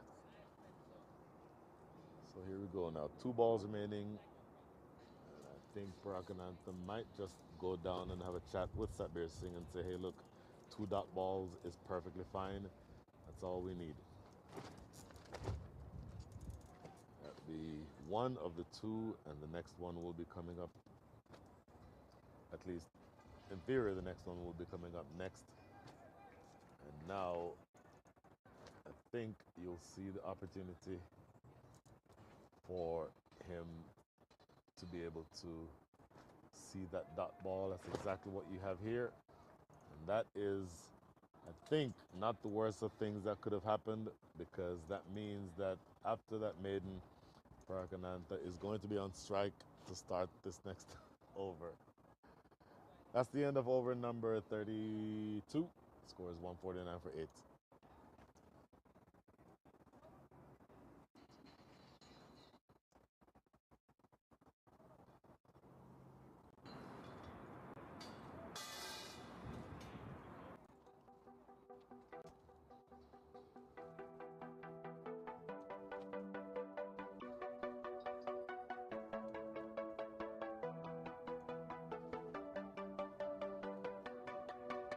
Mohammad Najid with the ball in hand again.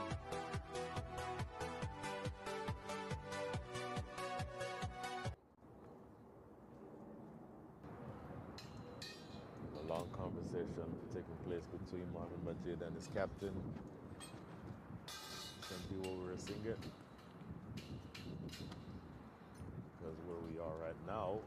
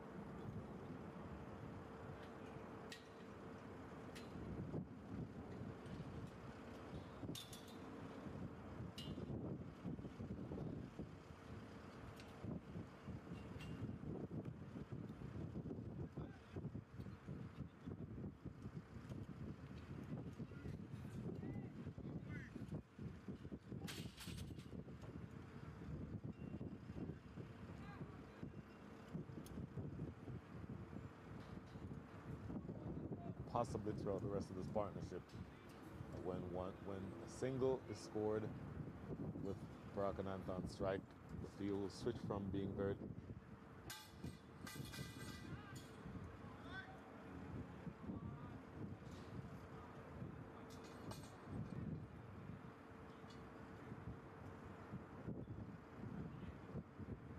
but they're now all inside to prevent the single. Goes for the big hit, and he gets it away towards the boundary, and it goes for 4. So everyone is inside the circle, so he's absolutely inviting the big shot, and he's only too happy to oblige Satbir Singh. Looking at that replay, down on one knee, and a pickup shot cleanly struck toward mid-wicket. Goes away for 4. What a big shot that is, because now that changes things. I would suspect that now you see the field change, and in fact, mid-on and mid-off are dropping back halfway, deep mid-wicket. It will remain to be seen whether or not he stays out there. Certainly a much more defensive field now, which takes a bit of the pressure off and allows for you to have opportunities to pick up singles. So deep mid-wicket is in position, also long on. Mid-off is inside the circle. Again, slightly more defensive field. Cut away for 4 more. My goodness, these are important runs at the back end of this innings. As Satbir Singh gets one wide and outside off stump. Looking at this replay, too wide, gave him too much width, and he pierced that gap, those 2 men behind point. Neither one is able to get to it, and it goes away for 4. So an important couple of boundaries here that very much changes the equation. And now 2 balls remaining here in over number 34. Still being very aggressive, close in. That's punched into the offside for no run. But those 9 runs have already scored from this over. Very important. And now you would think that all that they'd want to do in the north is to just make sure that this is a dot ball, or it's cut away for 4. So a dot ball would have had Parakananta be on strike to start the next over. The exact same thing is the case here, as Parakananta will be on strike, but this time he'll be on strike with 4 additional runs to the total. 13 coming from that over, only 2 runs from the 2 overs before that from Raj Badaduri. But this time he goes for an expensive 13, and that is the end of over number 34, 165 for 8, 23 runs needed from the last 36 balls.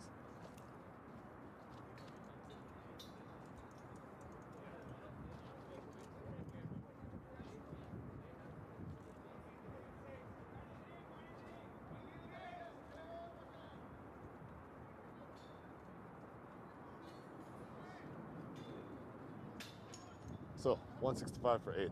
This game has changed. A couple of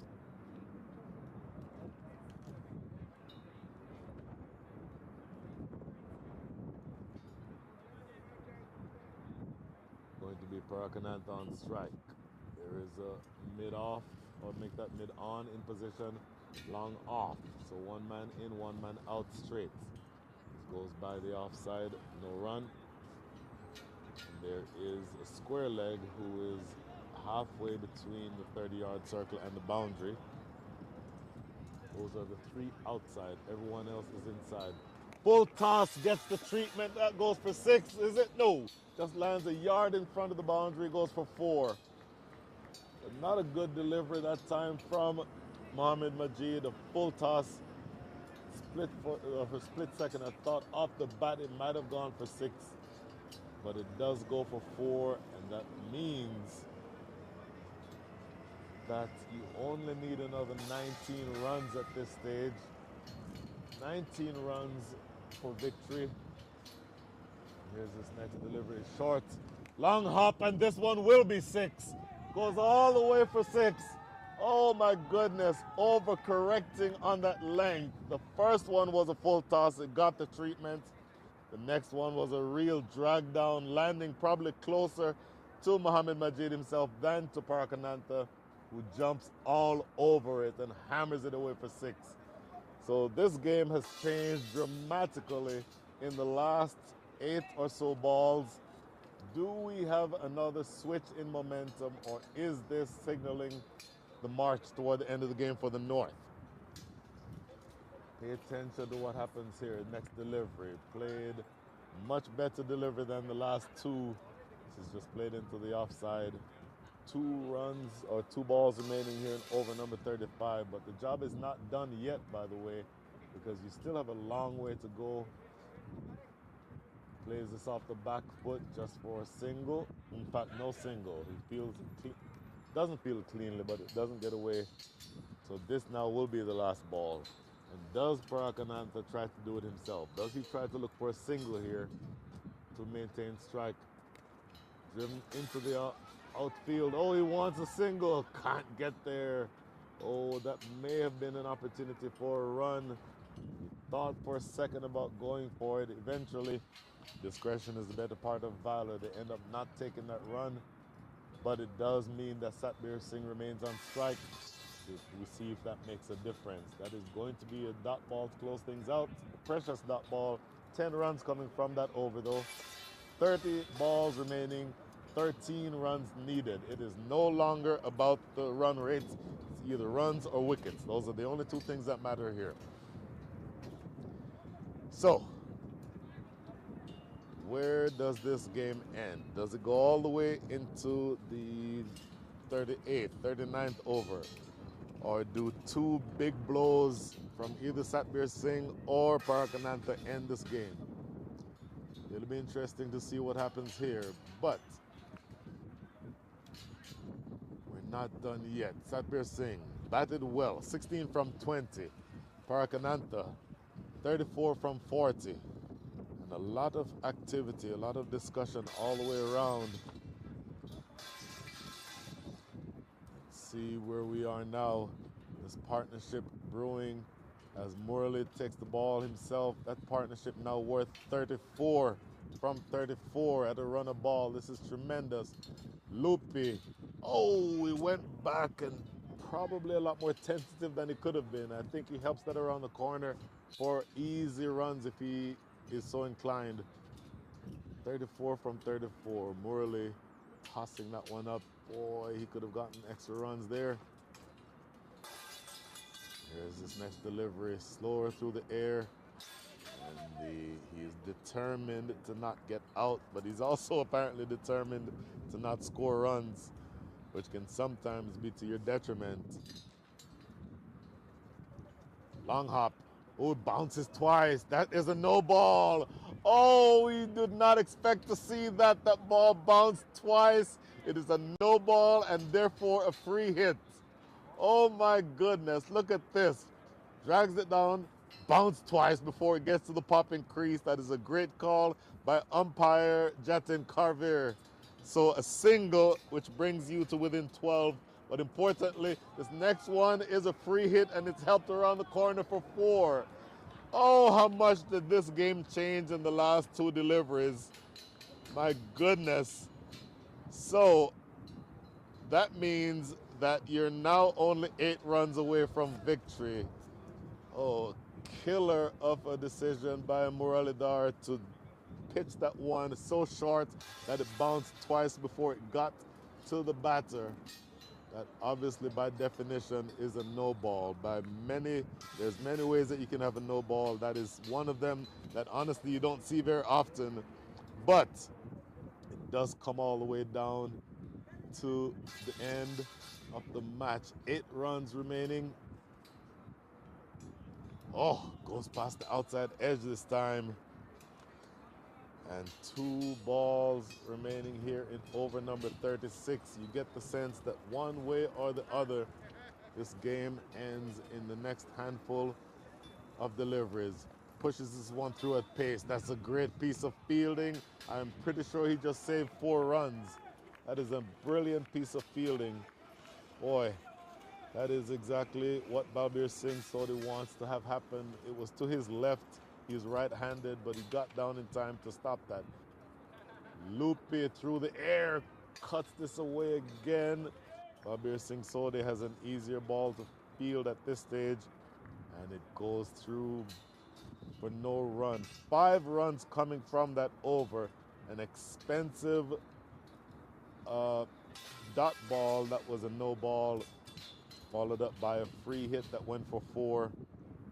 And that does mean that in order to get victory, Parakanantha, who is on 34 from 40, is going to have to score 8 runs. I don't think that he'll want the strike to go back to Satbir Singh, because I would think that he'd want to do it himself from here. 8 runs remaining, 4 overs left, and I don't think they'll need all 4 overs one way or the other. This game should be finished before then. Mohamed Majid with the ball in hand again. 3 overs, 19 runs, but he went for a 4 and a 6 in his last over. Appeal for an LBW, umpire Jatin Carver says no. Had a few decisions to make, LBW decisions to make today, umpire Carver, but this time he thinks that this one is missing. Tossed up. Oh, that was very close. We are not straight on.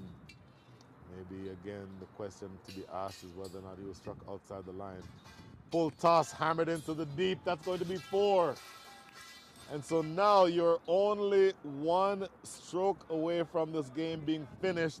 The North needs another 4 runs from the next 3.4 overs. One suspects that it will not take that many. And bearing in mind what is on the line, if the North wins this game, they are the champions of this tournament. They would be the table toppers. And here's another full toss, sliced away. My goodness, it could very well almost have been considered a full toss no ball, but it was not adjudged as such. Are standing at square leg, Rajesh Minikanti with a quizzical look, but I don't think that he thought it would have been that high. Next delivery, fired through at pace, driven into the offside for no run. So 4 and then a couple of dot balls. 2 balls remaining here in over number 37. Does Parakanantha try to do it himself? Fires through at pace. This is cut away into the deep, running toward the boundary. Is that the winning stroke? No, it's pulled back with 2 from about a couple of yards in front of the boundary. So 2 runs to win, 1 to tie, 2 to win. 1 delivery remaining in over number 37. And this is an absolutely brilliant game that has come down to the last several balls here. Tossed up. Oh, just for a split second he started to come down and then changed his mind and got that back foot back in the crease just in time. Now, that is the end of the over. Parakanantha remains at the non-striker's end now.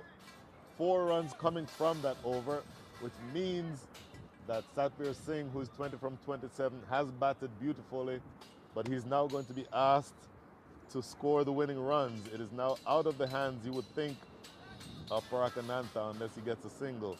This partnership has been an important one. Towards the back end of the innings, a partnership of 45. I mentioned if these two had put together a similar partnership as the West did for their 9th wicket, that would get them to within 1 run of victory. Well, this partnership is now worth 45 from 46, and it is indeed the case that they're 2 runs away from victory, and this partnership is only 1 short of the partnership that was put on by the captain, Weerasinghe, and it was Arun Tolador. Here's this next over. Slow, loopy, into the mid-wicket area. The throw is not going to be in time. The scores are level. The ball ricochets away into the deep. They could easily have run another run because this is still a live ball. But they choose not to. And Parakanantha, in fact, will have the honors of being able to strike the winning runs himself. Under no circumstances could this be a run out. It was not intentional. He was sliding his bat. Under no circumstances is that a run out. So, scores are level. 1 run of any flavor wins this match. A Slip fielders in position. Everyone is inside the circle. Parakananta has the chance for glory here. Here's the delivery. Oh, reaching forward and defending. All of the pressure is on, and all of a sudden, Parakananta with a wry smile on his face. Lutfi full toss. Oh, he's gone! Oh, can you believe that?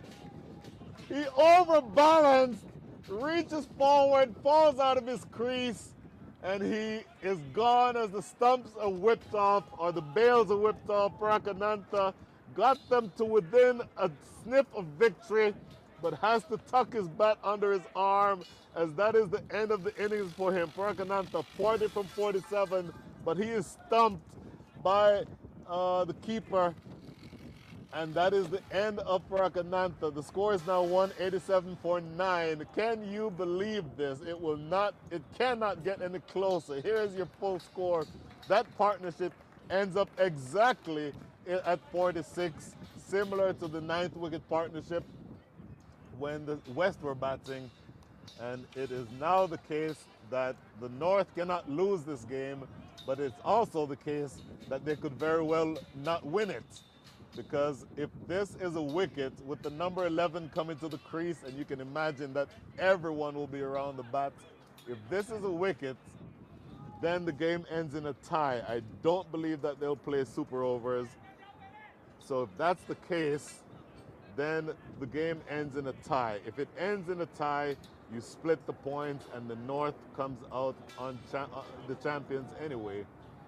But I think they would prefer to just have this be a punch down the ground for a single and have victory outright. Oh, they may call the coach and the manager to come inside the circle. This is the closest thing that you'll ever see to a test field right here.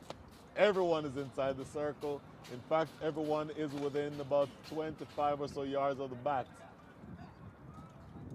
This is going to be Sanjay who comes in. At the end here is Sanjay Pandya. Here is the delivery. Loopy, and goes by the outside edge. Oh, what stress.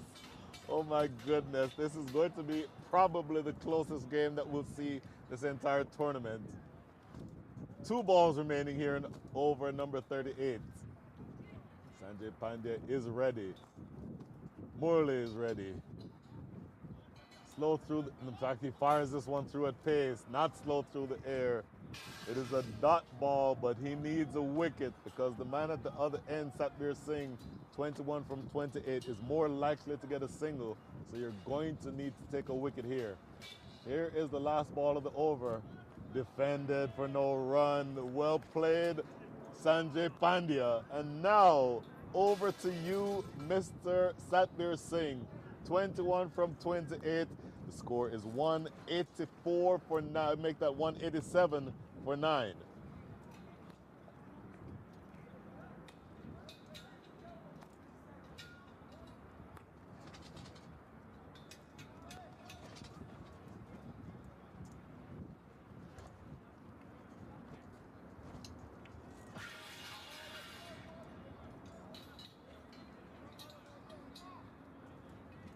So the last over, probably, one would think, of this game, going to be bowled by Mohammad Majid, bowling to Satbir Singh. Satbir Singh, 21 from 28. Sanjay Pandya is at the non-striker's end, one would think. In fact, there's no way for him to get strike again the rest of this match. Goes past the outside edge. Not sure what the appeal is for. He's appealing for a dot ball is apparently the case. In no circumstances is that an edge. The keeper himself did not appeal, so no way that the bowler would have, or the umpire would have given that. But again, Satbir Singh, 21 now from 29. No way that Sanjay Pandya will have to face the rest of this match, because anything that happens that would have put him on the other end would result in the end of this match. And in fact, if there's a wicket, then that's also the end of the match, and it would end in a tie. Next delivery. Oh, he tries to cut this away. It misses. the outside edge, 3 straight dot balls. What a finish to this match. Absolutely stunning finish. Here is the next delivery. Oh, not out. Another half-hearted appeal. But everybody is going to be ready for what happens here. Needless to say, everyone inside the circle, everyone watching. Here, there you see what the dugout looks like. And here's the next delivery. Drops it behind point and they run for the winning run. And they get home by 1 wicket. Can you believe it? Bat raised aloft by Satbir Singh because he has done the hard part. And the North not only win this match by 1 wicket, but win the championship for this tournament.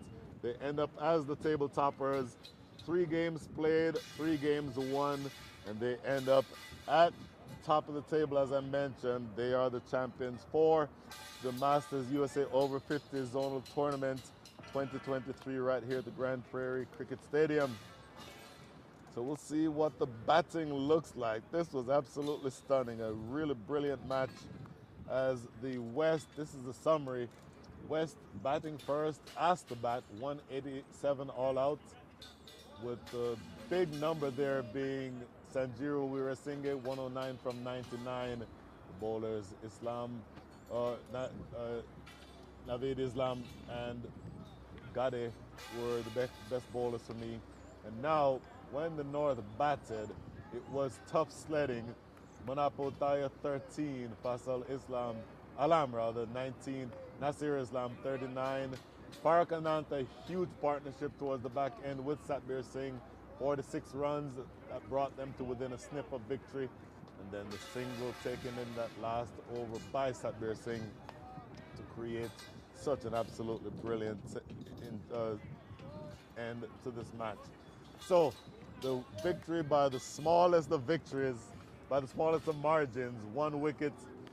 Bowlers, I think the best of the bowlers for me, Arun Tolador, 5.25 runs and over for his 3 wickets, and followed up also by Sajid Fernando, 1 wicket, economy rate of 2.88. The most expensive of the bowlers was Mohammad Hamza, but the bowlers all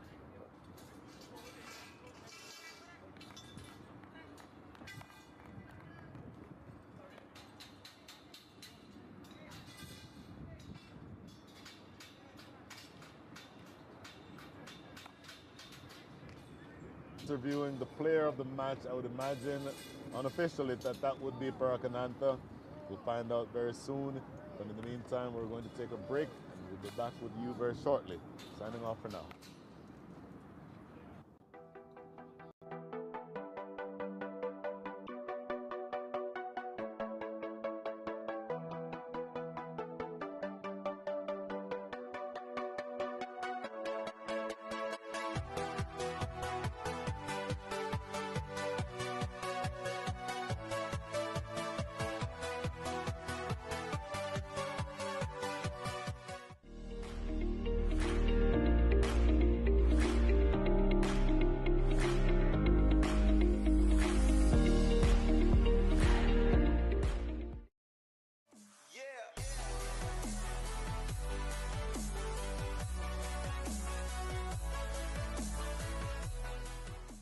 In this era of extreme possibilities, re-envisioning and reimagining business is key to accelerating growth. Partnering with someone who can deliver more is critical. Yash's customer-centric partnership approach helps customers address myriad challenges and drive business success. Come what may, we combine extensive experience, robust technology expertise, and flexible engagement models to help businesses navigate seamlessly into the era of everything digital. Being consultative, collaborative, and accountable, we deliver more transformative outcomes while hand-holding customer stakeholders. Harnessing our 50 centers of excellence and 3 digital innovation centers, we deliver specialized services to a wide range of industry verticals. Leading industry analysts and advisors recognize our technology strengths, agility, flexibility, and adaptability.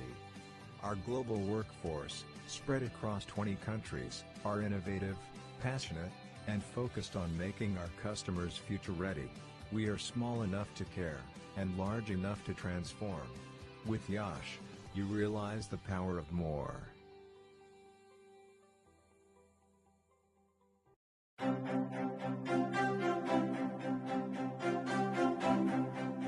Is your practice using a multidimensional EHR? If you're not on eClinicalWorks V12, the answer is no. Experience the power of search at the point of care and gain the deep clinical insights you need to achieve the goals of value-based care. Leverage real-time cloud intelligence to collate and compute patient data from all sources. eClinicalWorks features a floating toolbar for easy navigation, macros that speed workflows, speech-to-text technology to speed documentation, bots to automate routine tasks. See what a multidimensional EHR can do for you.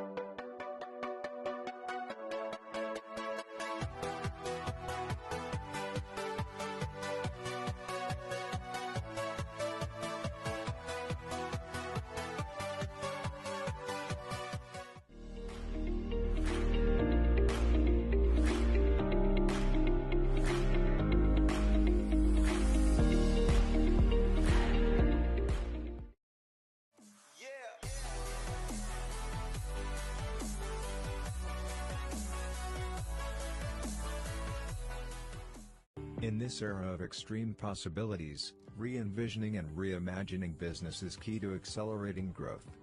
Partnering with someone who can deliver more is critical. Yash's customer-centric partnership approach helps customers address myriad challenges and drive business success. Come what may, we combine extensive experience, robust technology expertise,